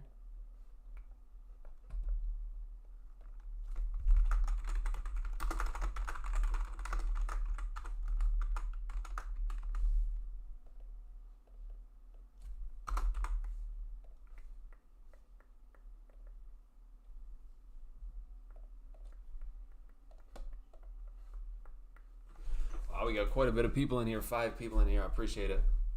How y'all doing? It's funny we get the bump of people here at the after the draft is over. Caden Barnett signing with the Bears offensive lineman. Caden Barnett to the Bears. So Bears have already gone with a couple offensive linemen here.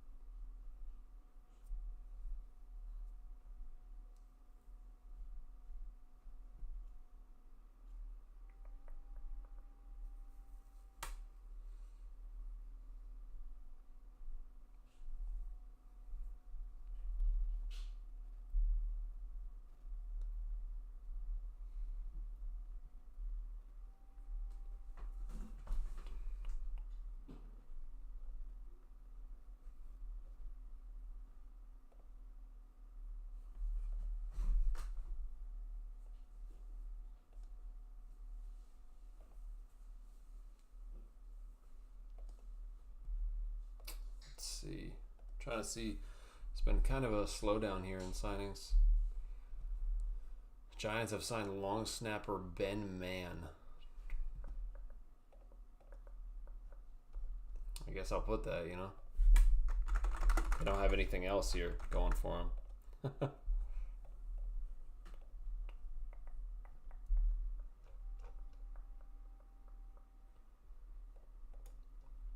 Miller Moss signing with the Bears. That's fun.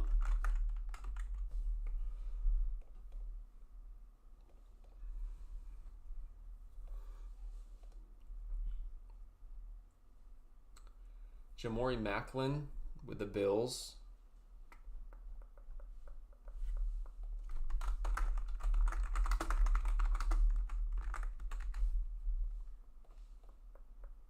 Ooh, Jalen Gilbro with the Panthers. I like Jalen Gilbro.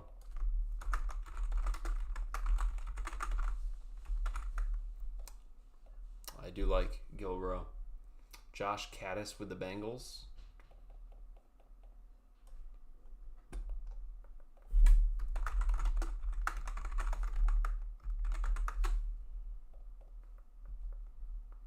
Carlos Allen with the Falcons.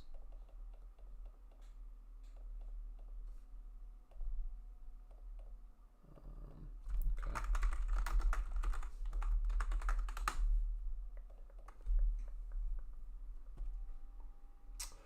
Oh, that's fun. Jaron Bradley is going to the Chargers here.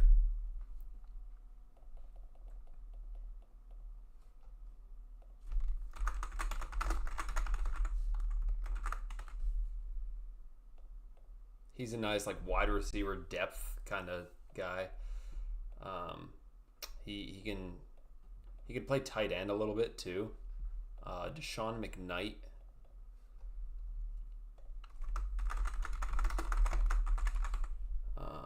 To the Buccaneers. He's a defensive tackle.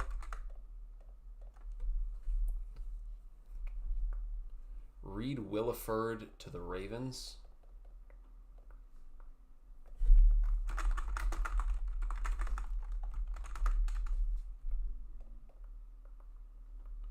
Deshaun Rucker, cornerback, to the Lions.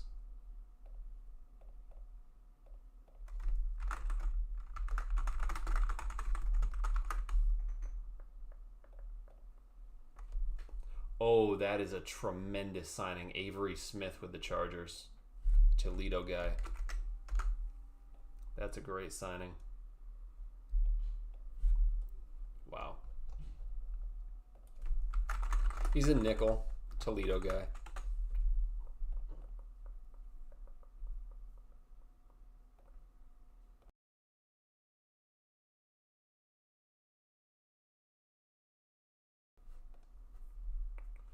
Ooh, Anthony Hankerson signing with the Dolphins.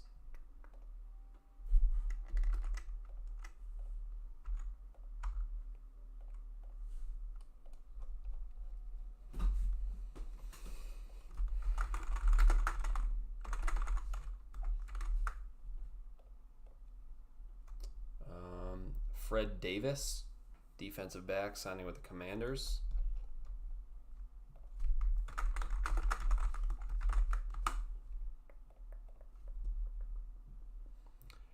TJ Quinn is signing with the Packers, linebacker.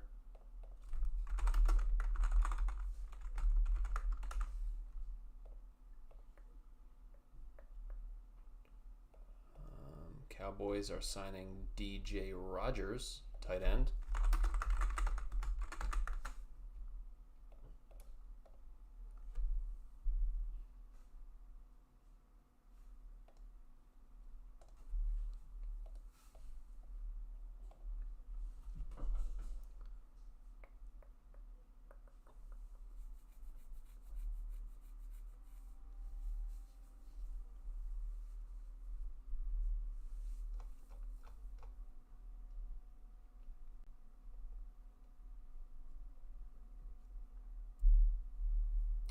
Jaden Ott to the Chiefs. Okay.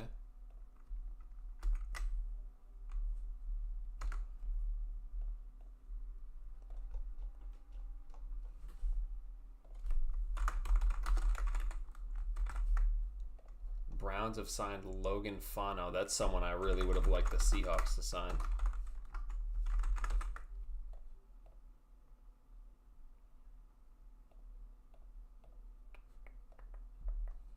But they did get Spencer Fano as well, so that's fun.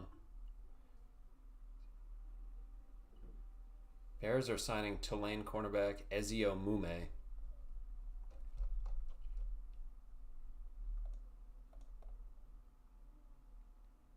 KC Ezio Mume.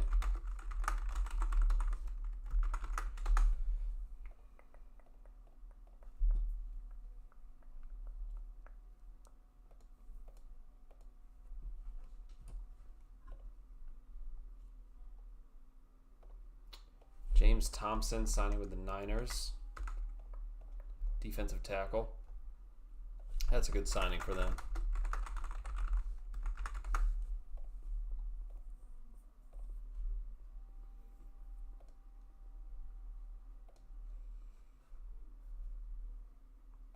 Ooh, Panthers are signing Devontae Smith.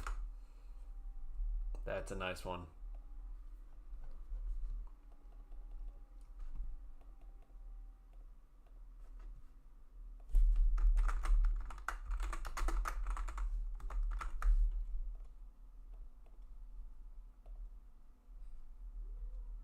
Chiefs are signing Jeff Caldwell.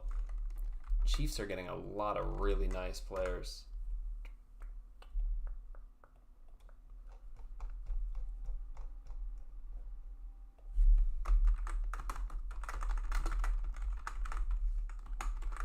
I mean, they got Nussmeier at the end of the draft. Like, come on now.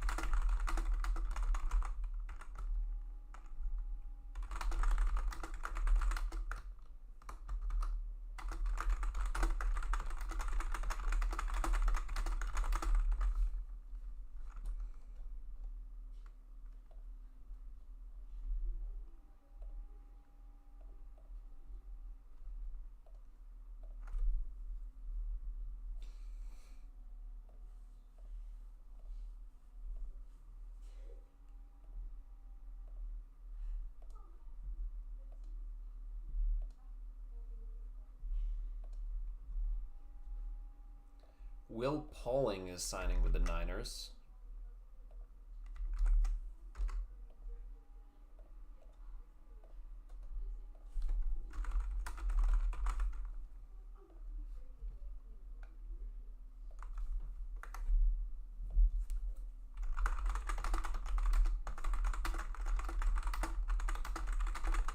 He's a pure slot guy, so I doubt he makes their roster.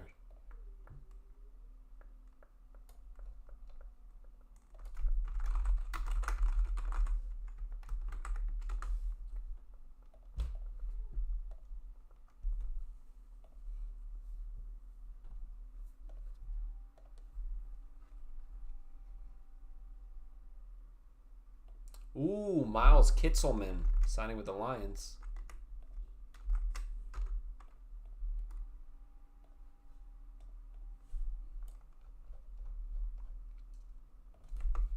He might stick on their roster. He's someone I really like.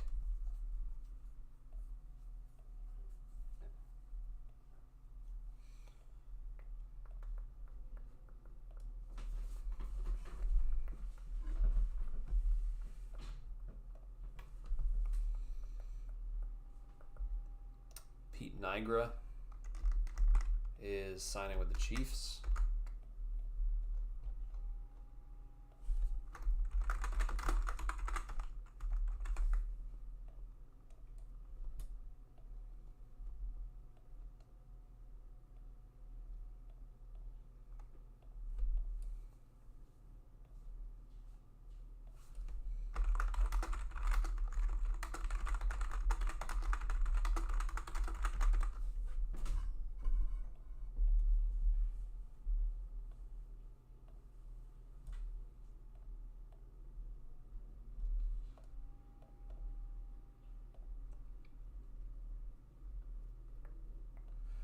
Kelvin Gilliam, defensive tackle, signing with the Cowboys.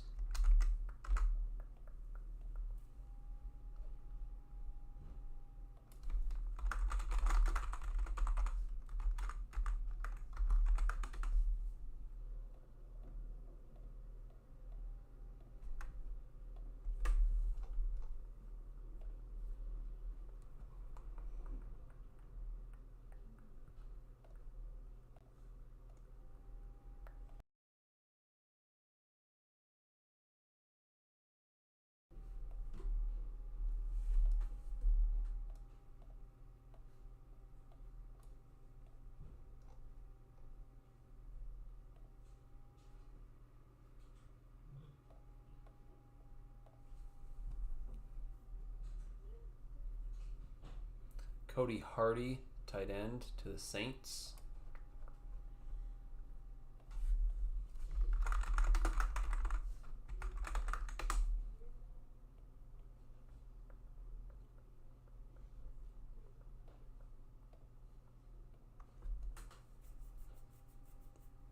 Malik Rutherford is signing with the Falcons.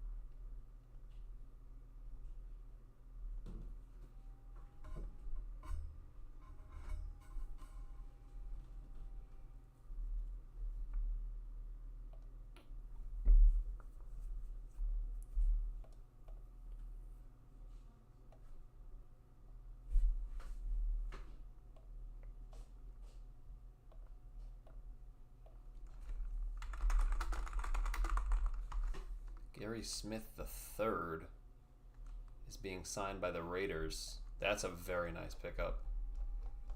He's a fun nose tackle. Seattle wouldn't have picked him up, I don't think. But fun UCLA nose tackle. Big-bodied guy.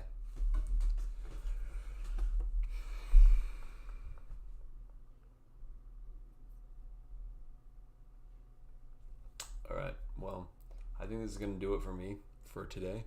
I'm going to end this, and I'm going to keep tracking all the UDFAs. So in the description will be, wait, let me check, make sure. In the description should be, yep, my my draft order spreadsheet. So you guys can keep that. It's in the description of all of my videos, and you can check out all the UDFAs on there. I will keep it updated as much as I can. So thank you everyone that's come out for this. This was a tremendous draft cycle, and it's still ongoing. It's still ongoing right now. But look out for my videos on Michael Dansby and all the UDFA signings. And I believe when the schedule is released in a couple weeks, I'm going to do a full prediction stream there. Or what I'm thinking is maybe I'll do a video for all 32 teams, just kind of ranking their draft and their off season, and then I will go into the schedule and my predictions for that. So that's probably what I'll end up doing. So look out for that as well. So that's going to do it. Later.